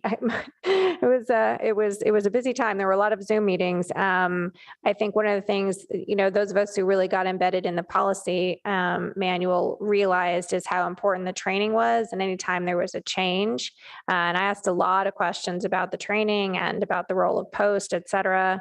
And then I just, going back to being a learning organization, you think about what, the NTSB does when they learn from, crashes, and then how people in planes remember, oh, there was a problem once and I should remember to ask my co-pilot, if they have any thoughts. That's really what gets to, duty to intervene, right? It's the same concept, right? Is there a point at which people say, wait, I could be making a mistake? Anyway, long story of saying, I would be much more interested in having you all, do a deep dive on our training program. I would put that as a much higher priority than working on our current interview process. Mostly because I'm not aware of a problem. And if I'm wrong, if there's some evidence that we have a problem in the way that we're currently hiring officers, I'd certainly like to be made aware of that. I see Chief Johnson has arrived. No, I actually would just like to comment. I mean, this is actually a topic we asked to be looked at. And the reason I think it's important because sometimes we have blind spots. And even though we've been very successful in hiring and recruiting, and as I mentioned, even for very diverse group over the last couple of years, I do wonder if there's a better way of doing things. So that's really was the premise of this being one of the suggestions. Is it's something we're very active in. And if we could do it better, and if there's a best practice that we're just not familiar with that Mike's aware of, that could help benefit us in the future. So I just wanted to share my 2 cents on that. Thank you. Okay. I would still put training. Maybe I'll put it like second. Okay. Thanks so much. So before going to Councilmember Du Bois for the motion, I just did want to make a couple other quick comments. One, Chief Johnson, thanks for clarifying that this interest in having the IPA review our hiring practices was requested by the police department. I think that's very proactive and demonstrates really the good intention to address that in an effective way. And I also think that the community probably still doesn't have a full enough understanding of many significant changes in policies that were made over the last year or more, including on duty to report, that's already in our policy changes, and a number of others around the set of 8 can't wait principles. But I think there's a tendency to do some good work, really important work, and it's not always fully out there to the public and the council in a clear summary manner. And then we can always, from there, see, okay, is there more that we think should be done? But I think that we actually should be laying out the summary of all of the reforms that have gone on in the last 2 years or so, from the scope of the police auditor to policies to other practices, I think it's very important for the community to see those in a summary fashion. And then we can all always then decide whether we think more should be done, but we should do that on the basis of seeing all that clearly. Councilmember Du Bois. I was just going to make a very simple motion that we approve a performance review of police hiring practices. But I'm wondering if we should also consider a proposal maybe for how do we train on duty to intervene as a follow-up, whether that happens a year from now or, you know, whenever we do the next performance audit. I'll go ahead and just make the basic motion, and then if people want to supplement that. So just approve a performance review of police hiring practices. I'll second that. Great. So again, I think this is a good place to start. It seemed like people were, the police department was asking for it, and our police auditor has some experience doing it. So I think it's a great place to start. And again, we said we were going to do one performance audit a year. This is within our existing budget. I am very interested in the, you know, looking at the duty to intervene training and if there's some best practices there. So if there was interest in adding that, again, either for the next audit a year from now or sooner, potentially, I'd be open to that. Well, say as a seconder on this other possible element, I'm open to considering it, but we really haven't had a report on what kind of training we do, not to mention to make sure we're all understanding what the policy changes have been, but policy changes are not the same as the training, and I appreciate that distinction. But I think I'd prefer to understand what's the baseline and then figure out whether we want to support it. Yeah, I wasn't saying we would approve it. Maybe that there would be a proposal with maybe some of those details coming back to us at some point in the future. Well, for me, the next step is to understand what's being done as opposed to tentatively conclude that we must do more, which could very well be the case. So for that reason, I'd like to go in that sequence. I wouldn't support it in the motion. Councilmember Stone. I'm wondering if the motioner and seconder would be open to adding language, and I don't know the proper way to move this about since it's not necessarily agendized, but maybe direct staff to return this item to us. The discussion that we had that seemed to have majority support regarding a policy change requiring the police department to respond in writing to future IPA recommendations. Yeah, I guess one of the questions is whether this is agendized in a way and whether we could include that. Well, I was going to suggest, I think we have, usually we have a review of the police department every year. Maybe when they come with that agenda item, they could just give us an update response to this, these recommendations. Well, yeah, but I think Councilmember Stone is looking at whether we should establish that as policy as opposed to hope it happens. Correct. And my question was different, which is this item agendized in a way that it will allow us to do that? And I don't know that we have, oh, Ms. Stump, you're up late. Welcome. Mayor Burt. So I understood from the police chief's comments that he's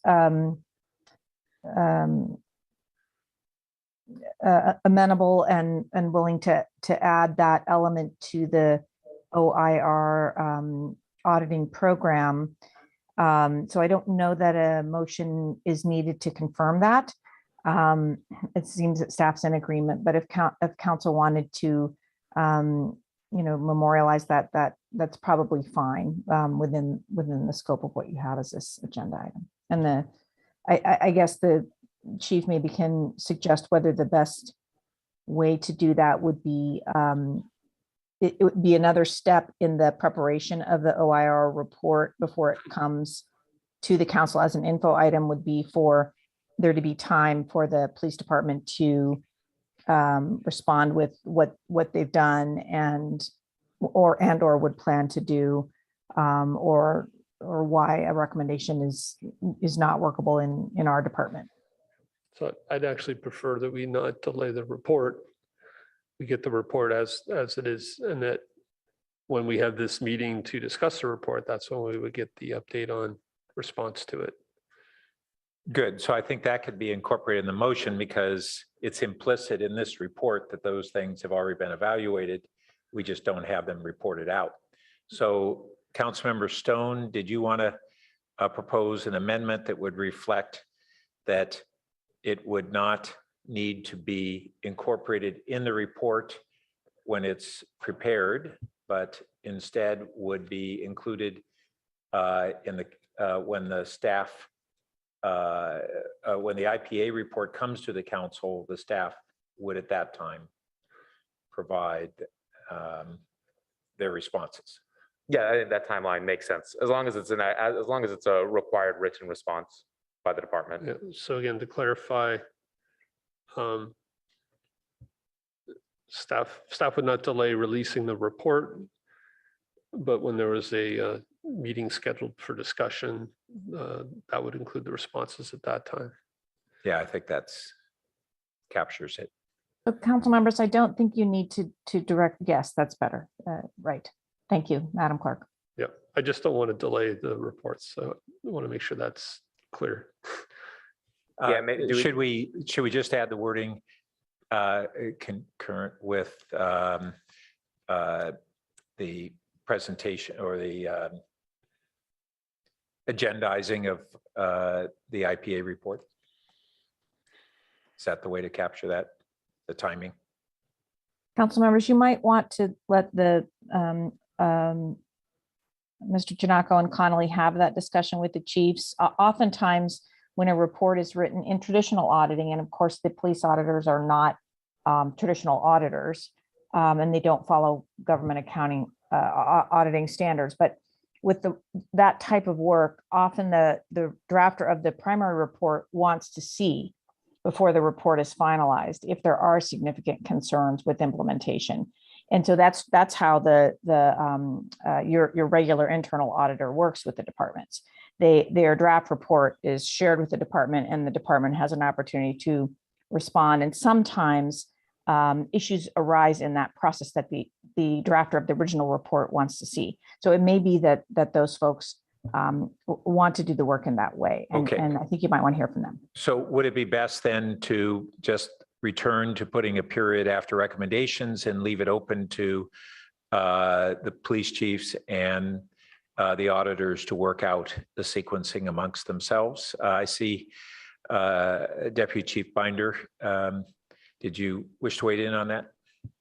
Yeah, thanks, Mayor. To City Attorney Stump's point, I think in the process, and again, this is a conversation we could have with OIR offline, but from the police department perspective, it's probably best when the initial draft comes out, because if there's clarification that's needed, if there's context that needs to be added, if there's conversations that need to be had by the police department based on Mike or Steve's recommendations, those are probably best done at the outset or the onset.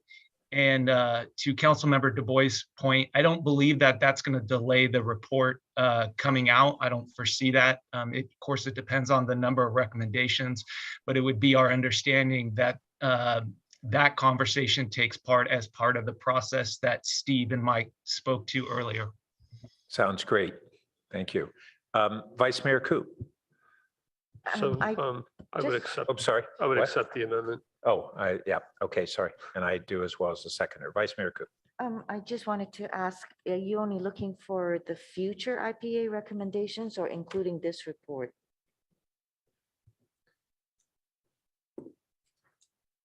Well, it's a policy recommendation for the future. I would certainly like to see it as a follow-up on this report, but I don't want to necessarily put in the motion. I'd just like to request that we get that perhaps as an informational item in the future. Does that seem reasonable? Can we do that? Chief? Can't tell if Andrew's on my screen. Is he there? Can you hear me? Yeah, Andrew, you go ahead. Yeah, we can we can produce a written document that addresses the recommendations from this current report, if that's what the council would like. Great. Yes. Thank you. All right. I see no other comments. So would the clerk please call the roll? Yes, sir. Councilmember Cormack, Yes. Councilmember Tanaka, Yes. Councilmember Du Bois, Yes. Vice Mayor Ku, Yes. Councilmember Stone, Yes. Mayor Burt, Councilmember Filsa. Yep. Motion carries unanimously. Thank you. So thank you all for all the input tonight and the constructive discussion and candid and discussion. And we look forward to moving forward on this basis. And that concludes this item. Thanks. Thank you. Good night. Good night. Good night. All right. So we're moving on to where am I? Item number 13, which is to discuss the recommended foothills fire mitigation and safety improvement strategies. And Mr. Shikata. Yes. Mr. Mayor, if I might just Yeah. note that your procedures, I believe, do call for a check-in Okay. as to whether to proceed. So is it the will of the council to proceed on this item? I don't see dissent, so we will. Thank you. With that, let me ask Chief Duker to lead our team. Great. Thank you, Mr. Shikata. Good evening, Honorable Mayor, Vice Mayor, City Council, and members of the public. OES Chief Duker here. If we can go to the next slide in the interest of time, we'll be responding to the following topics tonight. We have speakers not in order as listed here, but in order as listed on the slides. If we could go to the next slide. We made just a clarification for the recommendations that are in the staff report as listed above. And go ahead to the next slide and we'll bring up the content. We're trying to get our staff comments done in about 15 minutes to allow council discussion and Q&A. So with that, it's actually going to be Ramandeep, I think, speaking, not Tikhan Singh, but Ramandeep, go ahead and take it. And then other speakers will just go ahead and we'll wrap it up at the end. Thank you very much. Good evening, Council. My name is Ramandeep Kaur. I'm a supervising electrical project engineer for utilities. Today, I will be going over the area of Palo Alto identified by California Public Utility Commission as a high fire threat area. Utilities plans to address that threat and the progress that utility has made in 2022. Next slide. The yellow cloud on this map shows the high fire threat area identified by California Public Utility Commission. The red line shows where Palo Alto has overhead electric lines. The City of Palo Alto's listed bids to design, engineer, and construct the existing overhead electric and fiber lines in this area. Next slide. The yellow cloud on this map shows the high fire threat area. Okay, so city received 2 bids to reconductor existing overhead electrical lines and 0 bids to underground existing electrical lines. Staff was unhappy with the bids that they received and decided to do a pilot project to explore the underground option. They concluded that undergrounding existing overhead electric lines instead of reconducting the existing line is not only cost effective, but also reduces the fire risk significantly. Staff expects an average of 1 to 1.5 million per mile to underground the existing lines. Next slide. To better manage the work, staff divided the project into 5 phases. The yellow clouds on the map show the year and the footage expected to be undergrounded that year. While one phase is in construction, the next phase will be in design. Next slide, please. So far, staff completed 7,300 feet of substructure work as shown by the cloud highlighted in yellow. The next step is to lay cable, remove the 29 poles, and remove the overhead high voltage cable, which is expected to be completed by August of 2022. Overall, all 5 phases are planned to be completed by 2025. I'll be happy to address any questions that you might have, but now I'm going to turn it over to Public Works.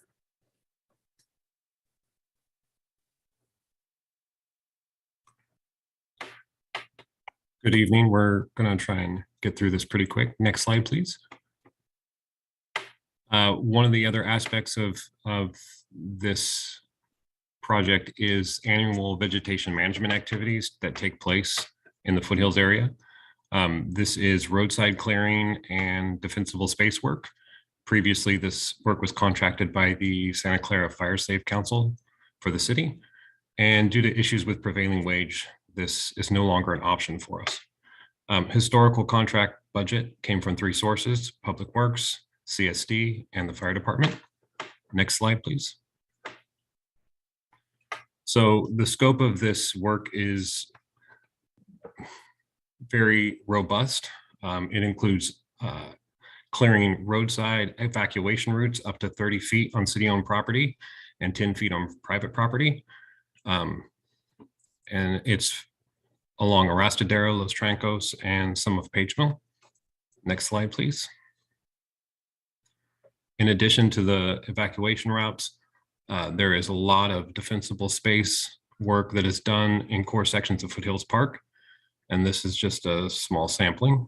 And this is all from the scope of work for the last contract we had with the Fire Safe Council. Next slide, please.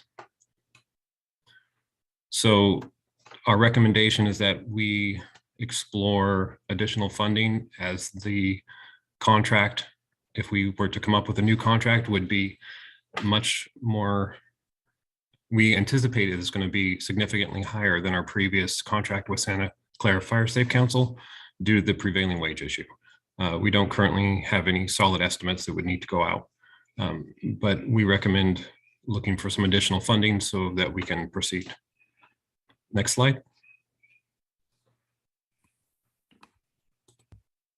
Good evening. I'm Darren Anderson with Community Services Department.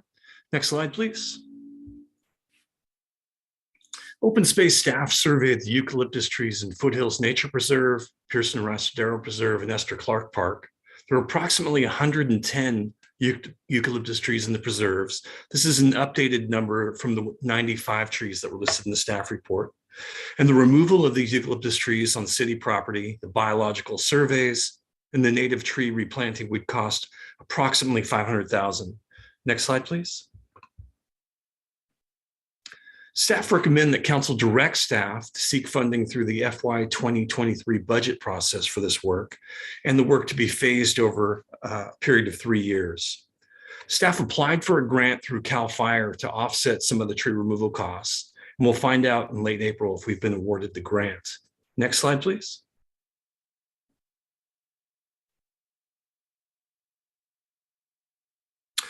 There are 2 campfire circles at Toll Camp. They're typically open during camping season, May 1st through October 31st, and they're prohibited use on red flag days. We didn't issue any campfire permits in 2021 due to the severity of the 2020 fire season. Next slide. And based on the current conditions, Palo Alto Fire staff have recommended prohibiting campfires in 2022. Campfires, for barbecues, the barbecues at Foothills Nature Preserve are typically open all year round, except for on red flag days. And staff have explored 3 options to further reduce the fire risk of the barbecues. One option is to close the barbecues during fire season, approximately April 1st through November 1st, but those dates would be adjusted per the direction of the fire department. And the barbecues would be chained down to prevent their use during fire season, and educational signs added during the closure if we went that route. Second option could be to remove all the barbecues in Toll Camp and the 8 barbecues in the Orchard Glen picnic area that border the hillside vegetation and creek. These barbecues are located in slightly more remote areas and are a little closer to vegetation than the others. And then a third option could be to remove all the barbecues in Foothills. That's the 8 barbecues in Toll Camp, 28 barbecues at Orchard Glen picnic area, and 2 at Oak Grove picnic area. Next slide. Staff recommends seeking guidance from the Palo Alto Fire Department before each fire season regarding whether to allow the use of campfires and barbecues. at Foothills Nature Preserve. Thank you.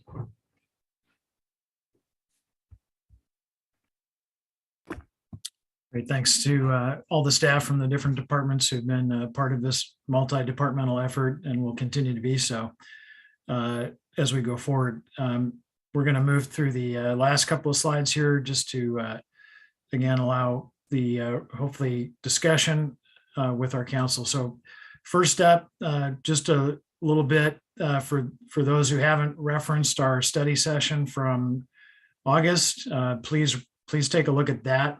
It's linked in the staff report as well as the information item that came before that. Just briefly, I want to talk about the importance of improving our early detection capability. We have a number of folks here from our fire department, including the chief, Chief Blackshire, and Fire Marshal Lindsay. But one thing that's really important for all of us in public safety is early detection.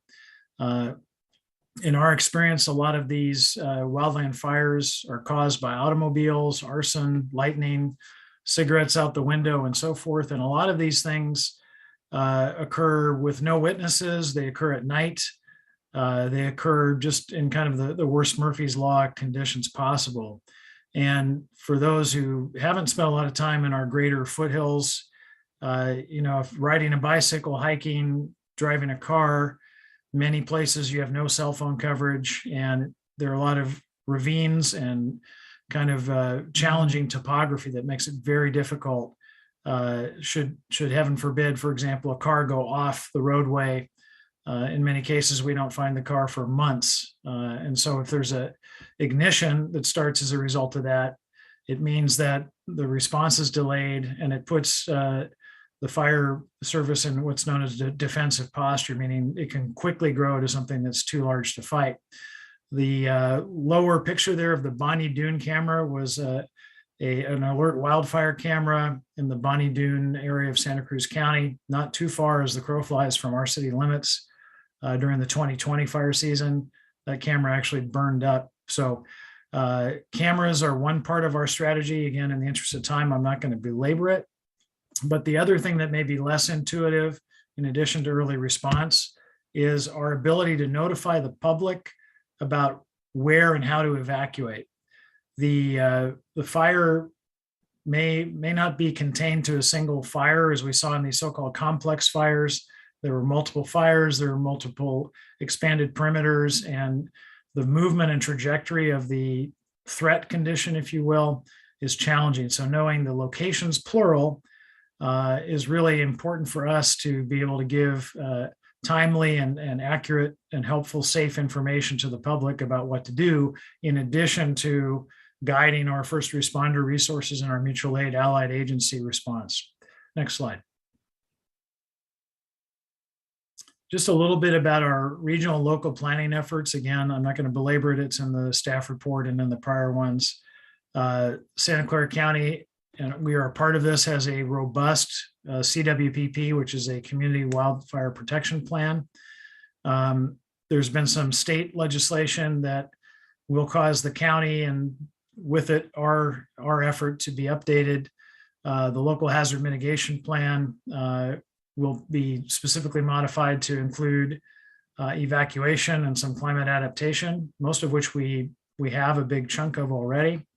In other parts of the Bay Area, you might have heard about Zone Haven, which is a tool to help plan for evacuation and then notify for evacuation. So those topics will be updated as they unfold. And I did want to call out, just for the general public in particular, to make note of our wildfire link on that page, as well as the important role that our emergency services volunteer program plays in wildfire protection, and of course, a lot of other hazards throughout the community. So with that, we can go to the next slide, which I believe is our final slide. And we will open it up for council comments and questions, and staff will be available. Thank you. Thank you. So before going to the council, let's see if we have any members of the public who want to speak on this item.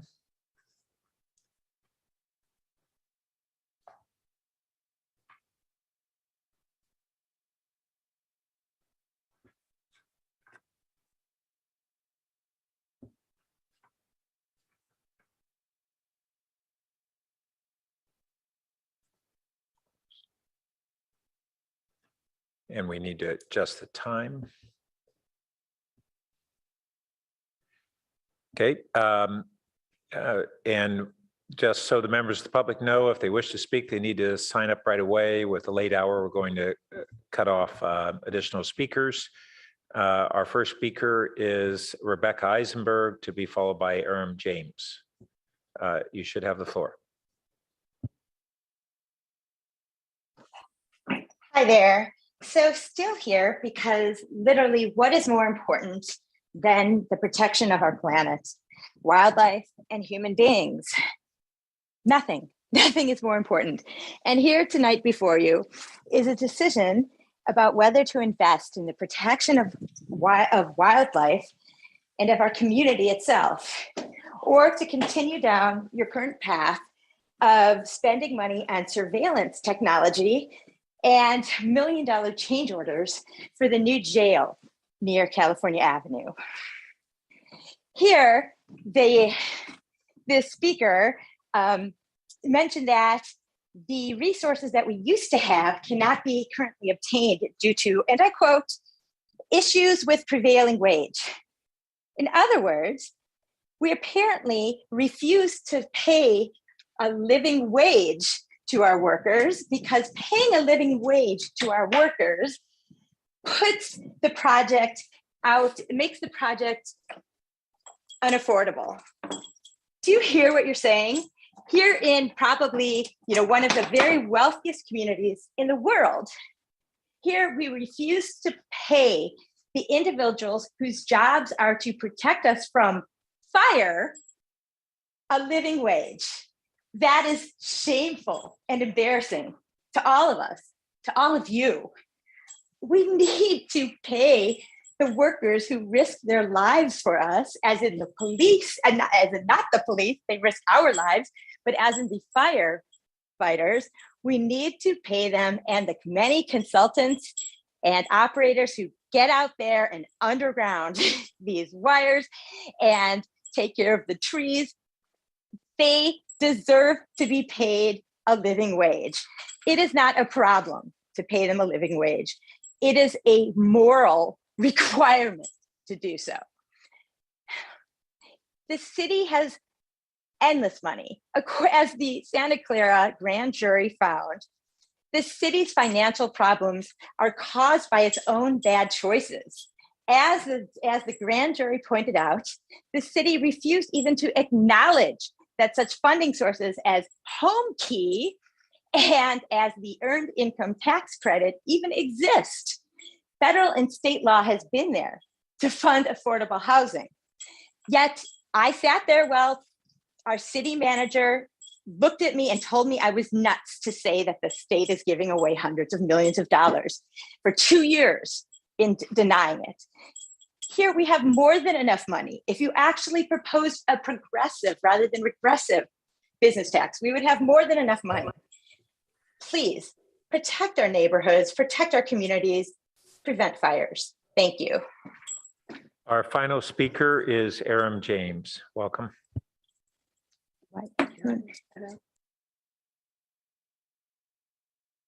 Again, it's always difficult to follow Rebecca. She does such an extraordinary job of laying out the issues passionately.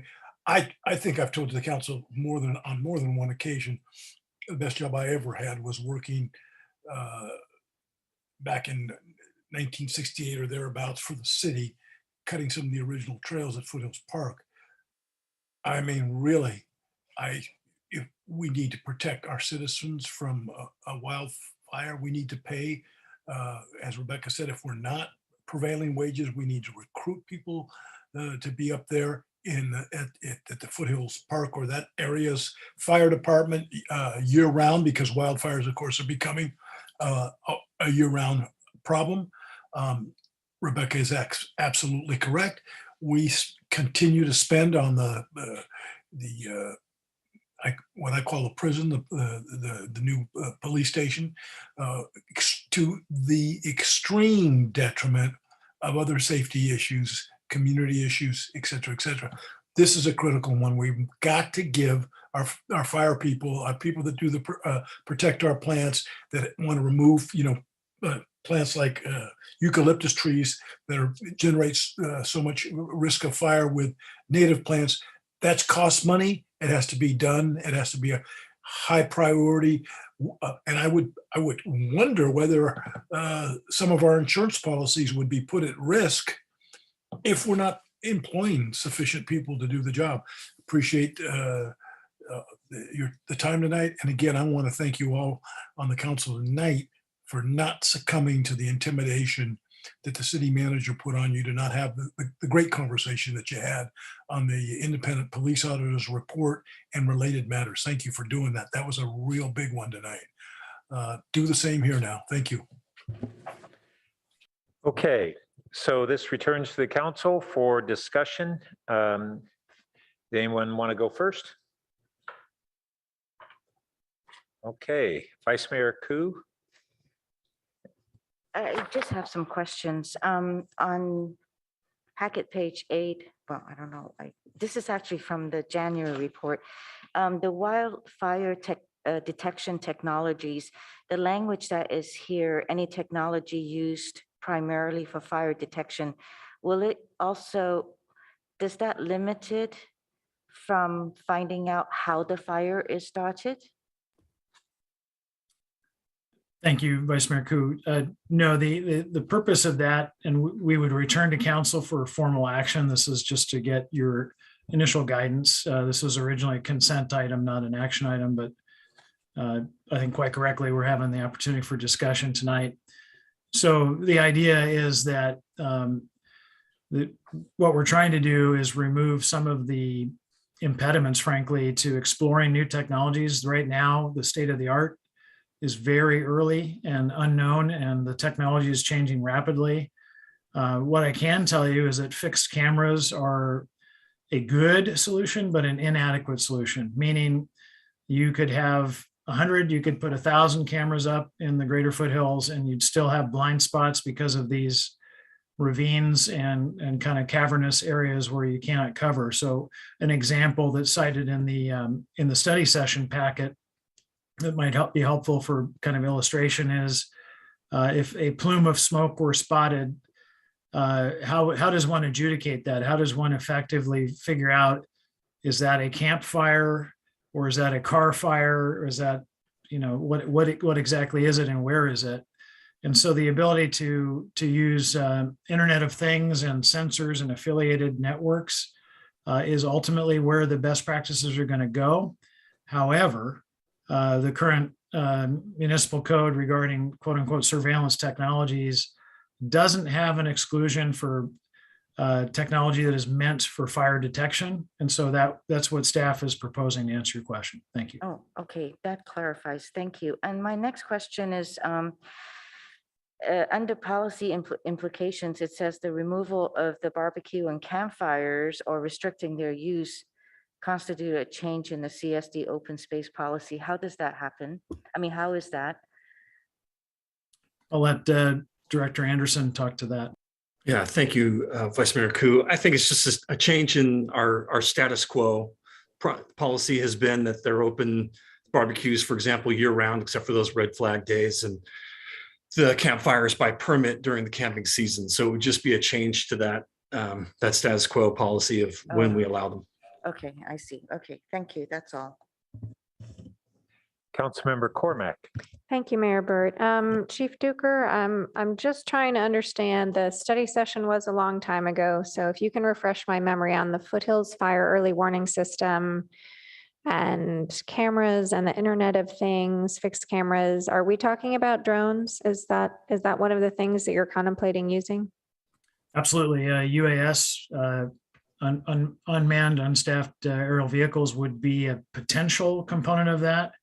I realize that there's some sensitivity about that, just for the general public to understand.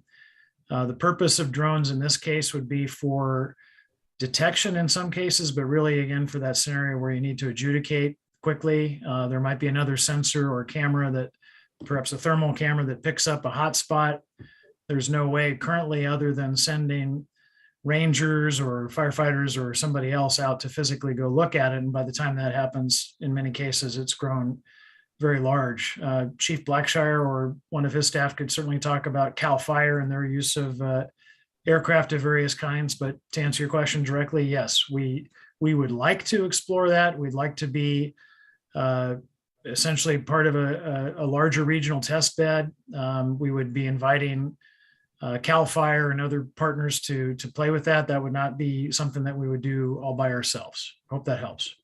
It does help. I just do think it's important that we be clear about what's being contemplated. And is the idea that there would be one of these drones available at Foothills? So is it 7? Are they hosted somewhere else? Is that part of what you would come back to us with? So we don't need to go into excruciating detail tonight?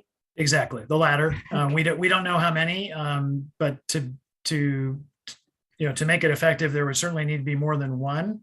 The idea would be that, again, if there's a 911 call or some report of smoke or even a car off a cliff, that these would be pre-positioned and remotely launched and monitored to improve public safety response. And if it is a fire, again, to nip it in the bud and make sure that we have adequate resources brought in when it's still possible to fight it, as opposed to when it grows out of control, which can happen pretty quickly.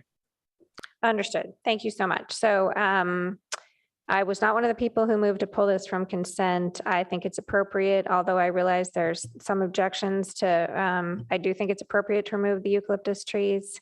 I do think our fire department should make the decision about barbecues and campfires. And I am willing to approve an ordinance that allows us to use new technologies for fire detection. Thank you. Councilmember Du Bois. Just one question. Once the high voltage lines are undergrounded, what happens to the electrical drops to the homes up there? And who pays for those connections?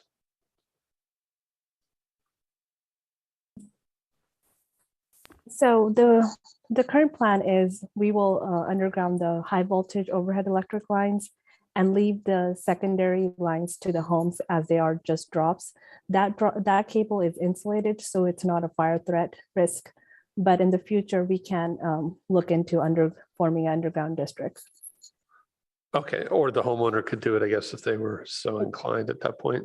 Yes, that we would definitely give homeowners an option that if they want to do it concurrently as we're doing the project, it's a great time to do it, but we will not enforce them. Got it. Okay. So appreciate all the updates. I think I support all the staff recommendations. Obviously, some of the things had some costs that we'll have to figure out how to fund. And I also agree on the barbecues. I think leaving it up to the chief's decision makes a lot of sense. If we do end up with a really wet year and we can have campfires at Toll's Camp, I think it's a lot of kids' first camping experience. And I don't think it makes any sense for council to be involved in that process. We just move too slowly. So kind of supportive of all the recommendations. Councilmember Stone. Thank you, Mr. Mayor, and I appreciate staff coming back for a more involved discussion on this, such an important issue that I think we're all benefiting from this. Just two questions. First one, and Mr. Anderson, you kind of talked about it a little bit about the possible extended fire season. I mean, it's traditionally April 1st through November 1st. I guess if we were to go that direction of just closing it during fire season, now I keep hearing the fire season is now 12 months out of the year. And we've already seen a few local wildfires outside of the traditional fire season. So just kind of your thoughts on that. Yeah, thank you, Councilmember Stone. I really defer to our fire staff on that question, but I share that concern that the fire season's extended, been with the city for 23 years, and it seems that every year it gets a little longer, but I certainly defer to the fire personnel. Good evening, Mayor and Council, Geo Blackshire, Palo Alto Fire Department. Real quick in regards to fire season, years ago, 25 years ago when I was hired, fire season was typically July 1 through October 31st. And throughout the years, as you know, it's become quite the concern as the climate has affected the the conditions in California where fire season in many cases can be 12 months out of the year, depending on the location, which area in California we're referring to. But definitely the goal is to monitor the forecast, collaborate with our partners in the different regions, not only Santa Clara County and San Mateo, but abroad, and make sure that we resource and take proactive measures in advance to do our best at fire prevention. So it's always, it's a moving target fire season, it depends on the forecast, but that's the goal, is to have these in place and to continue to monitor it so we make the appropriate moves to prevent the worst case scenario. Great, thanks, Chief. Yeah, and I'm supportive of that recommendation to give you the discretion to be able to make that decision, leave it to the experts. And then just a quick, very easy question. What's the highest tier of risk under the state's fire threat map? Because I understand that stretch of foothills there is tier 2, but without having any comparison, that's There's 3 different tiers according to the California Public Utility Commission. And so this is Palo Alto is in tier 2 area. Okay, great. Thank you. Welcome. I'll go ahead and wade in.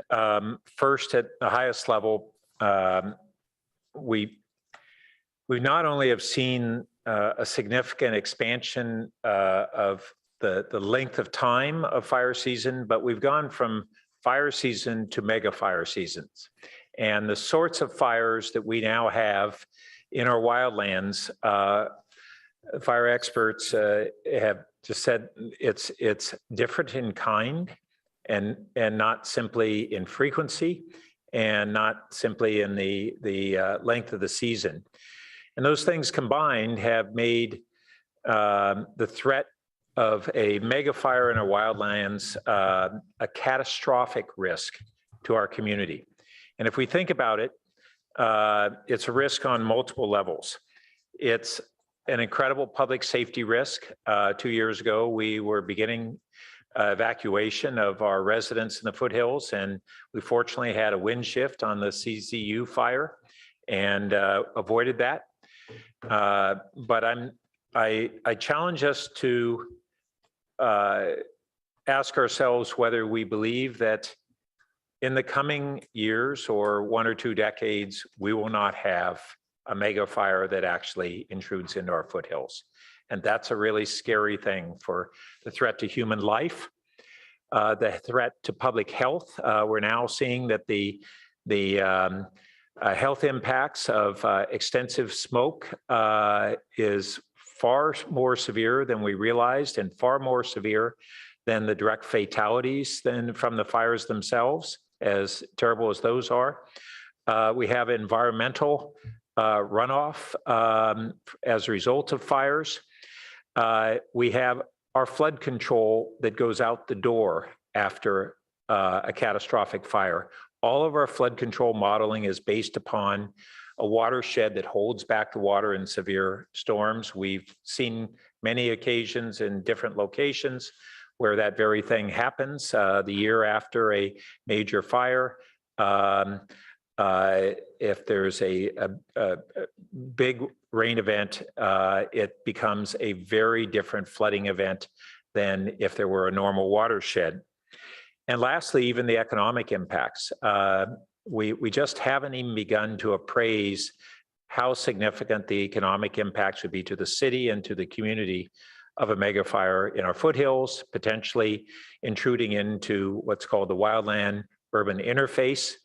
And we often think that we're immune to wildfires in our developed area, but we've seen in cities like Santa Rosa and elsewhere that simply isn't the case.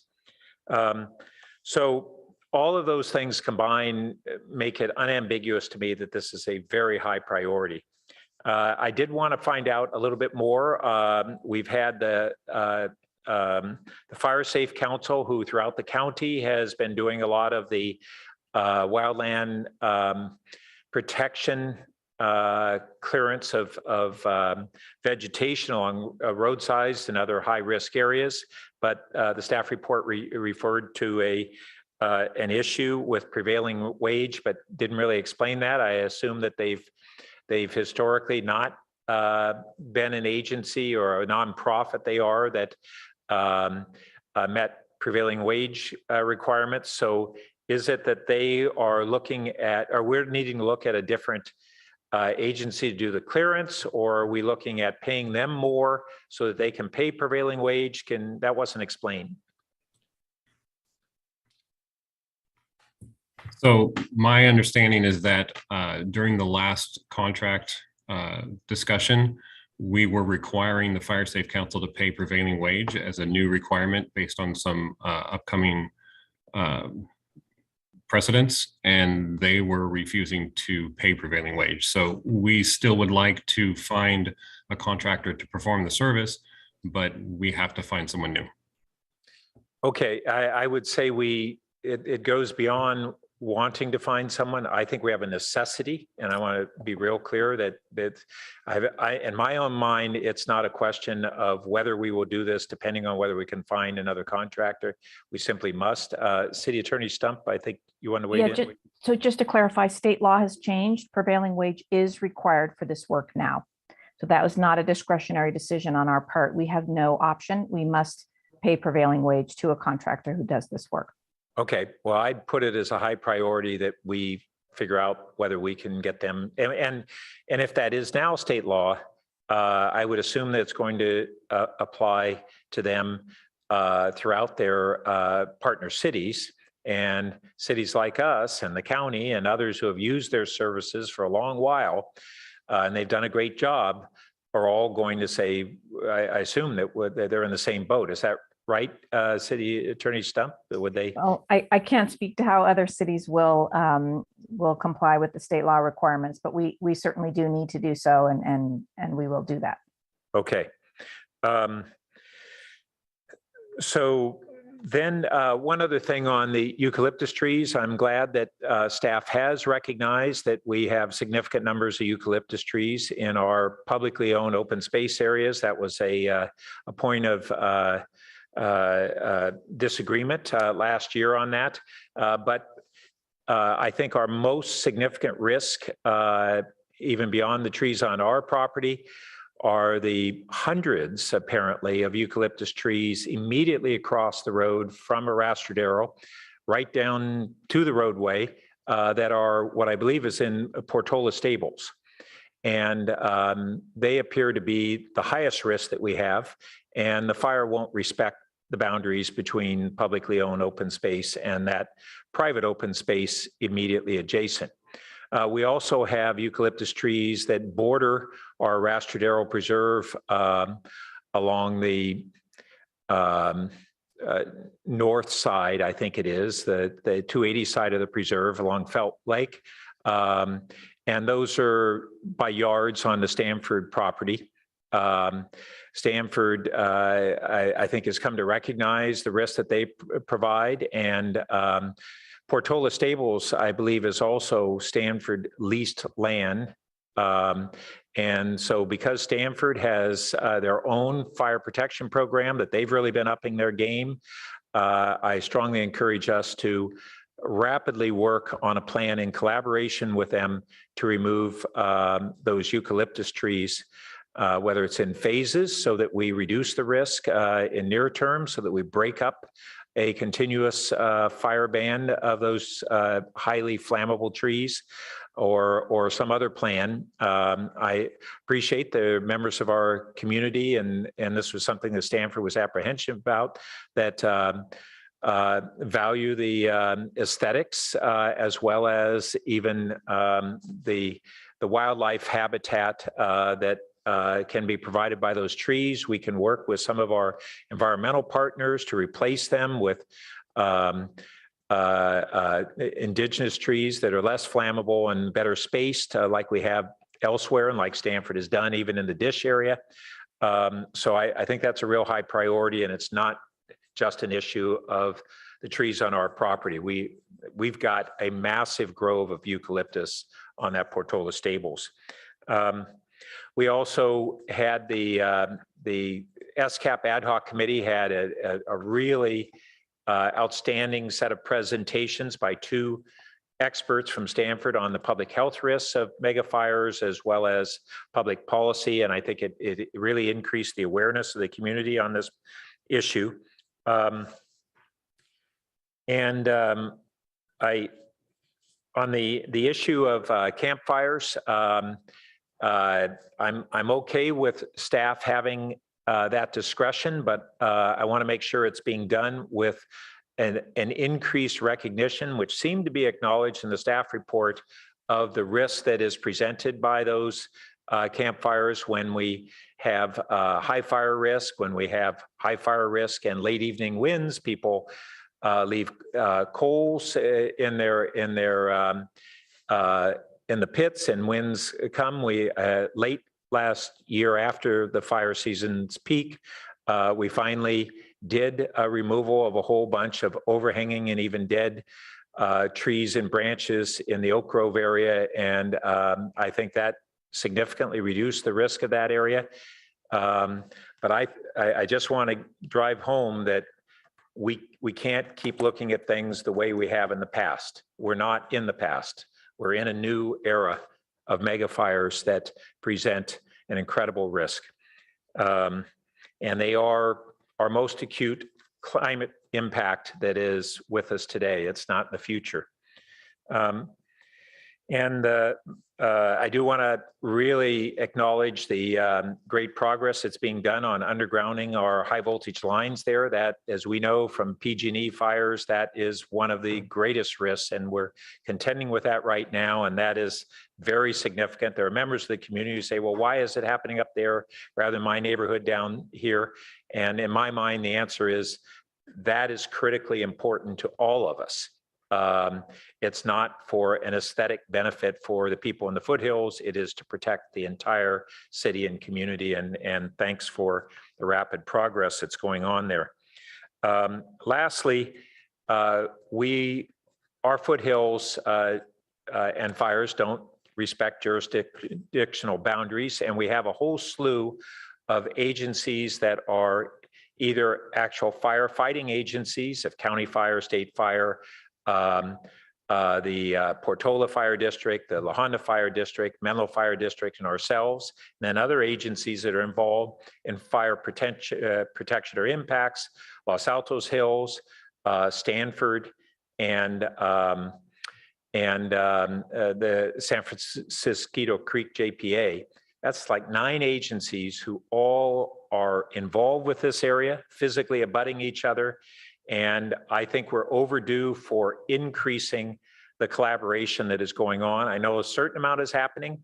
I'm not yet convinced that the collaboration level, the joint training is commensurate with the risk.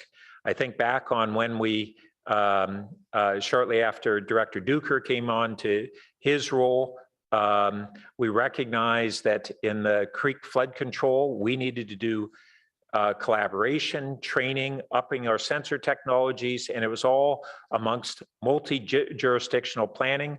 We had drilling together, and it really changed our preparedness.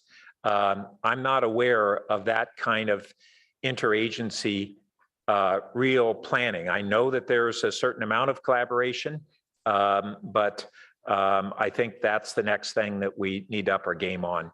And I would really look forward to hearing back a report on what we can do there. And lastly, that ties into my other question. I want to say I really appreciate that this report is showing that we're upping our game here. What more, and I'm not sure that, I'm not necessarily asking for staff to be able to provide this answer right now. If you can, excellent. But what more would you think may be appropriate given what we now recognize as the risk level? And in that definition of risk, I'm sorry, let me frame it slightly differently.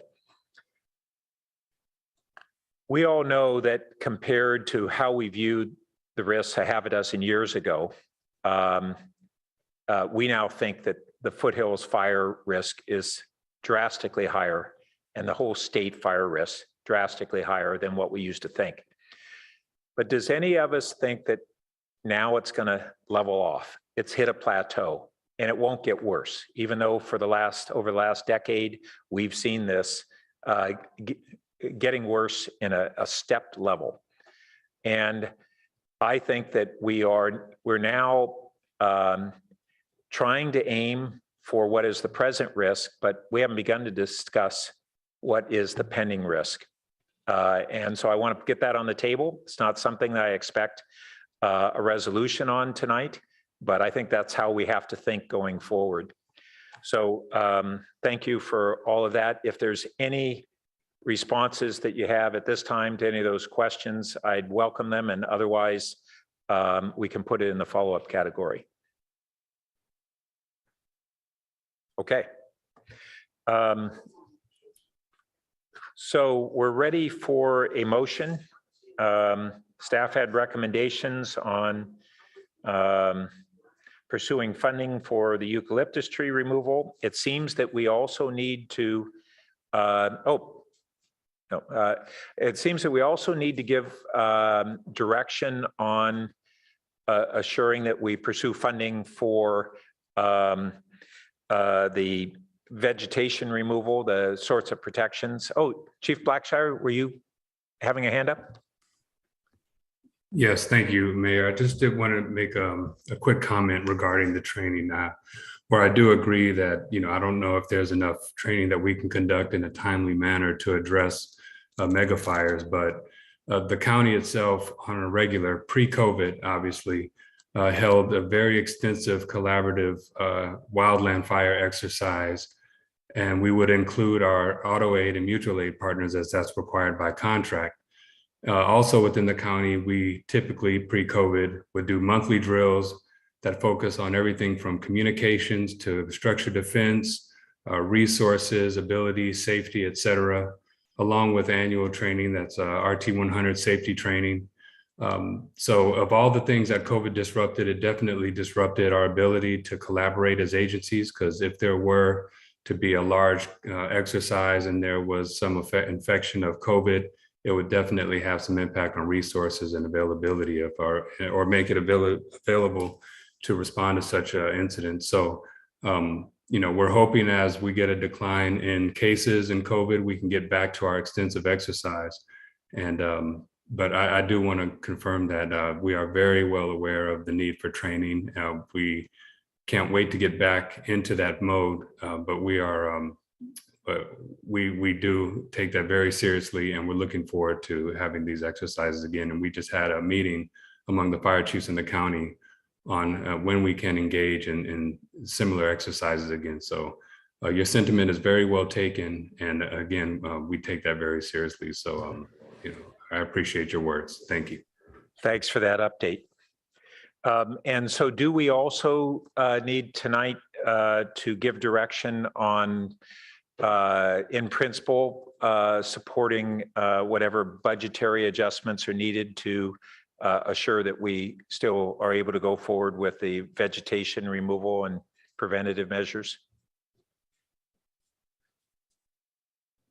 I believe, let's see, I don't have the motion in front of me, but I believe that was part A. That's just, and for Foothills Fire Management Plan mitigation efforts, is that what that was intended to be covering? Yes, I believe so. That's correct. Okay. If that's the case, great. We've got it in there. So I'll go ahead and move then that we adopt the staff recommendation as stated, with clarification that on item number 2, we authorize the fire chief to determine in collaboration with our community services department the appropriate restrictions on barbecues and campfires in Foothills Nature Preserve.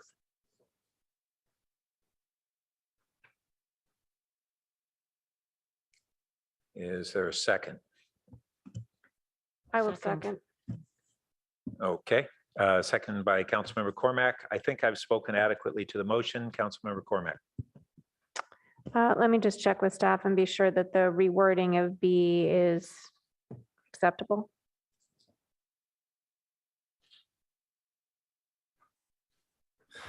Thank you, Councilmember Cormack. That's sufficient, and I think will work well for CSD. All right, thank you. Any other questions or comments on the motion? All right, can the clerk please call the roll?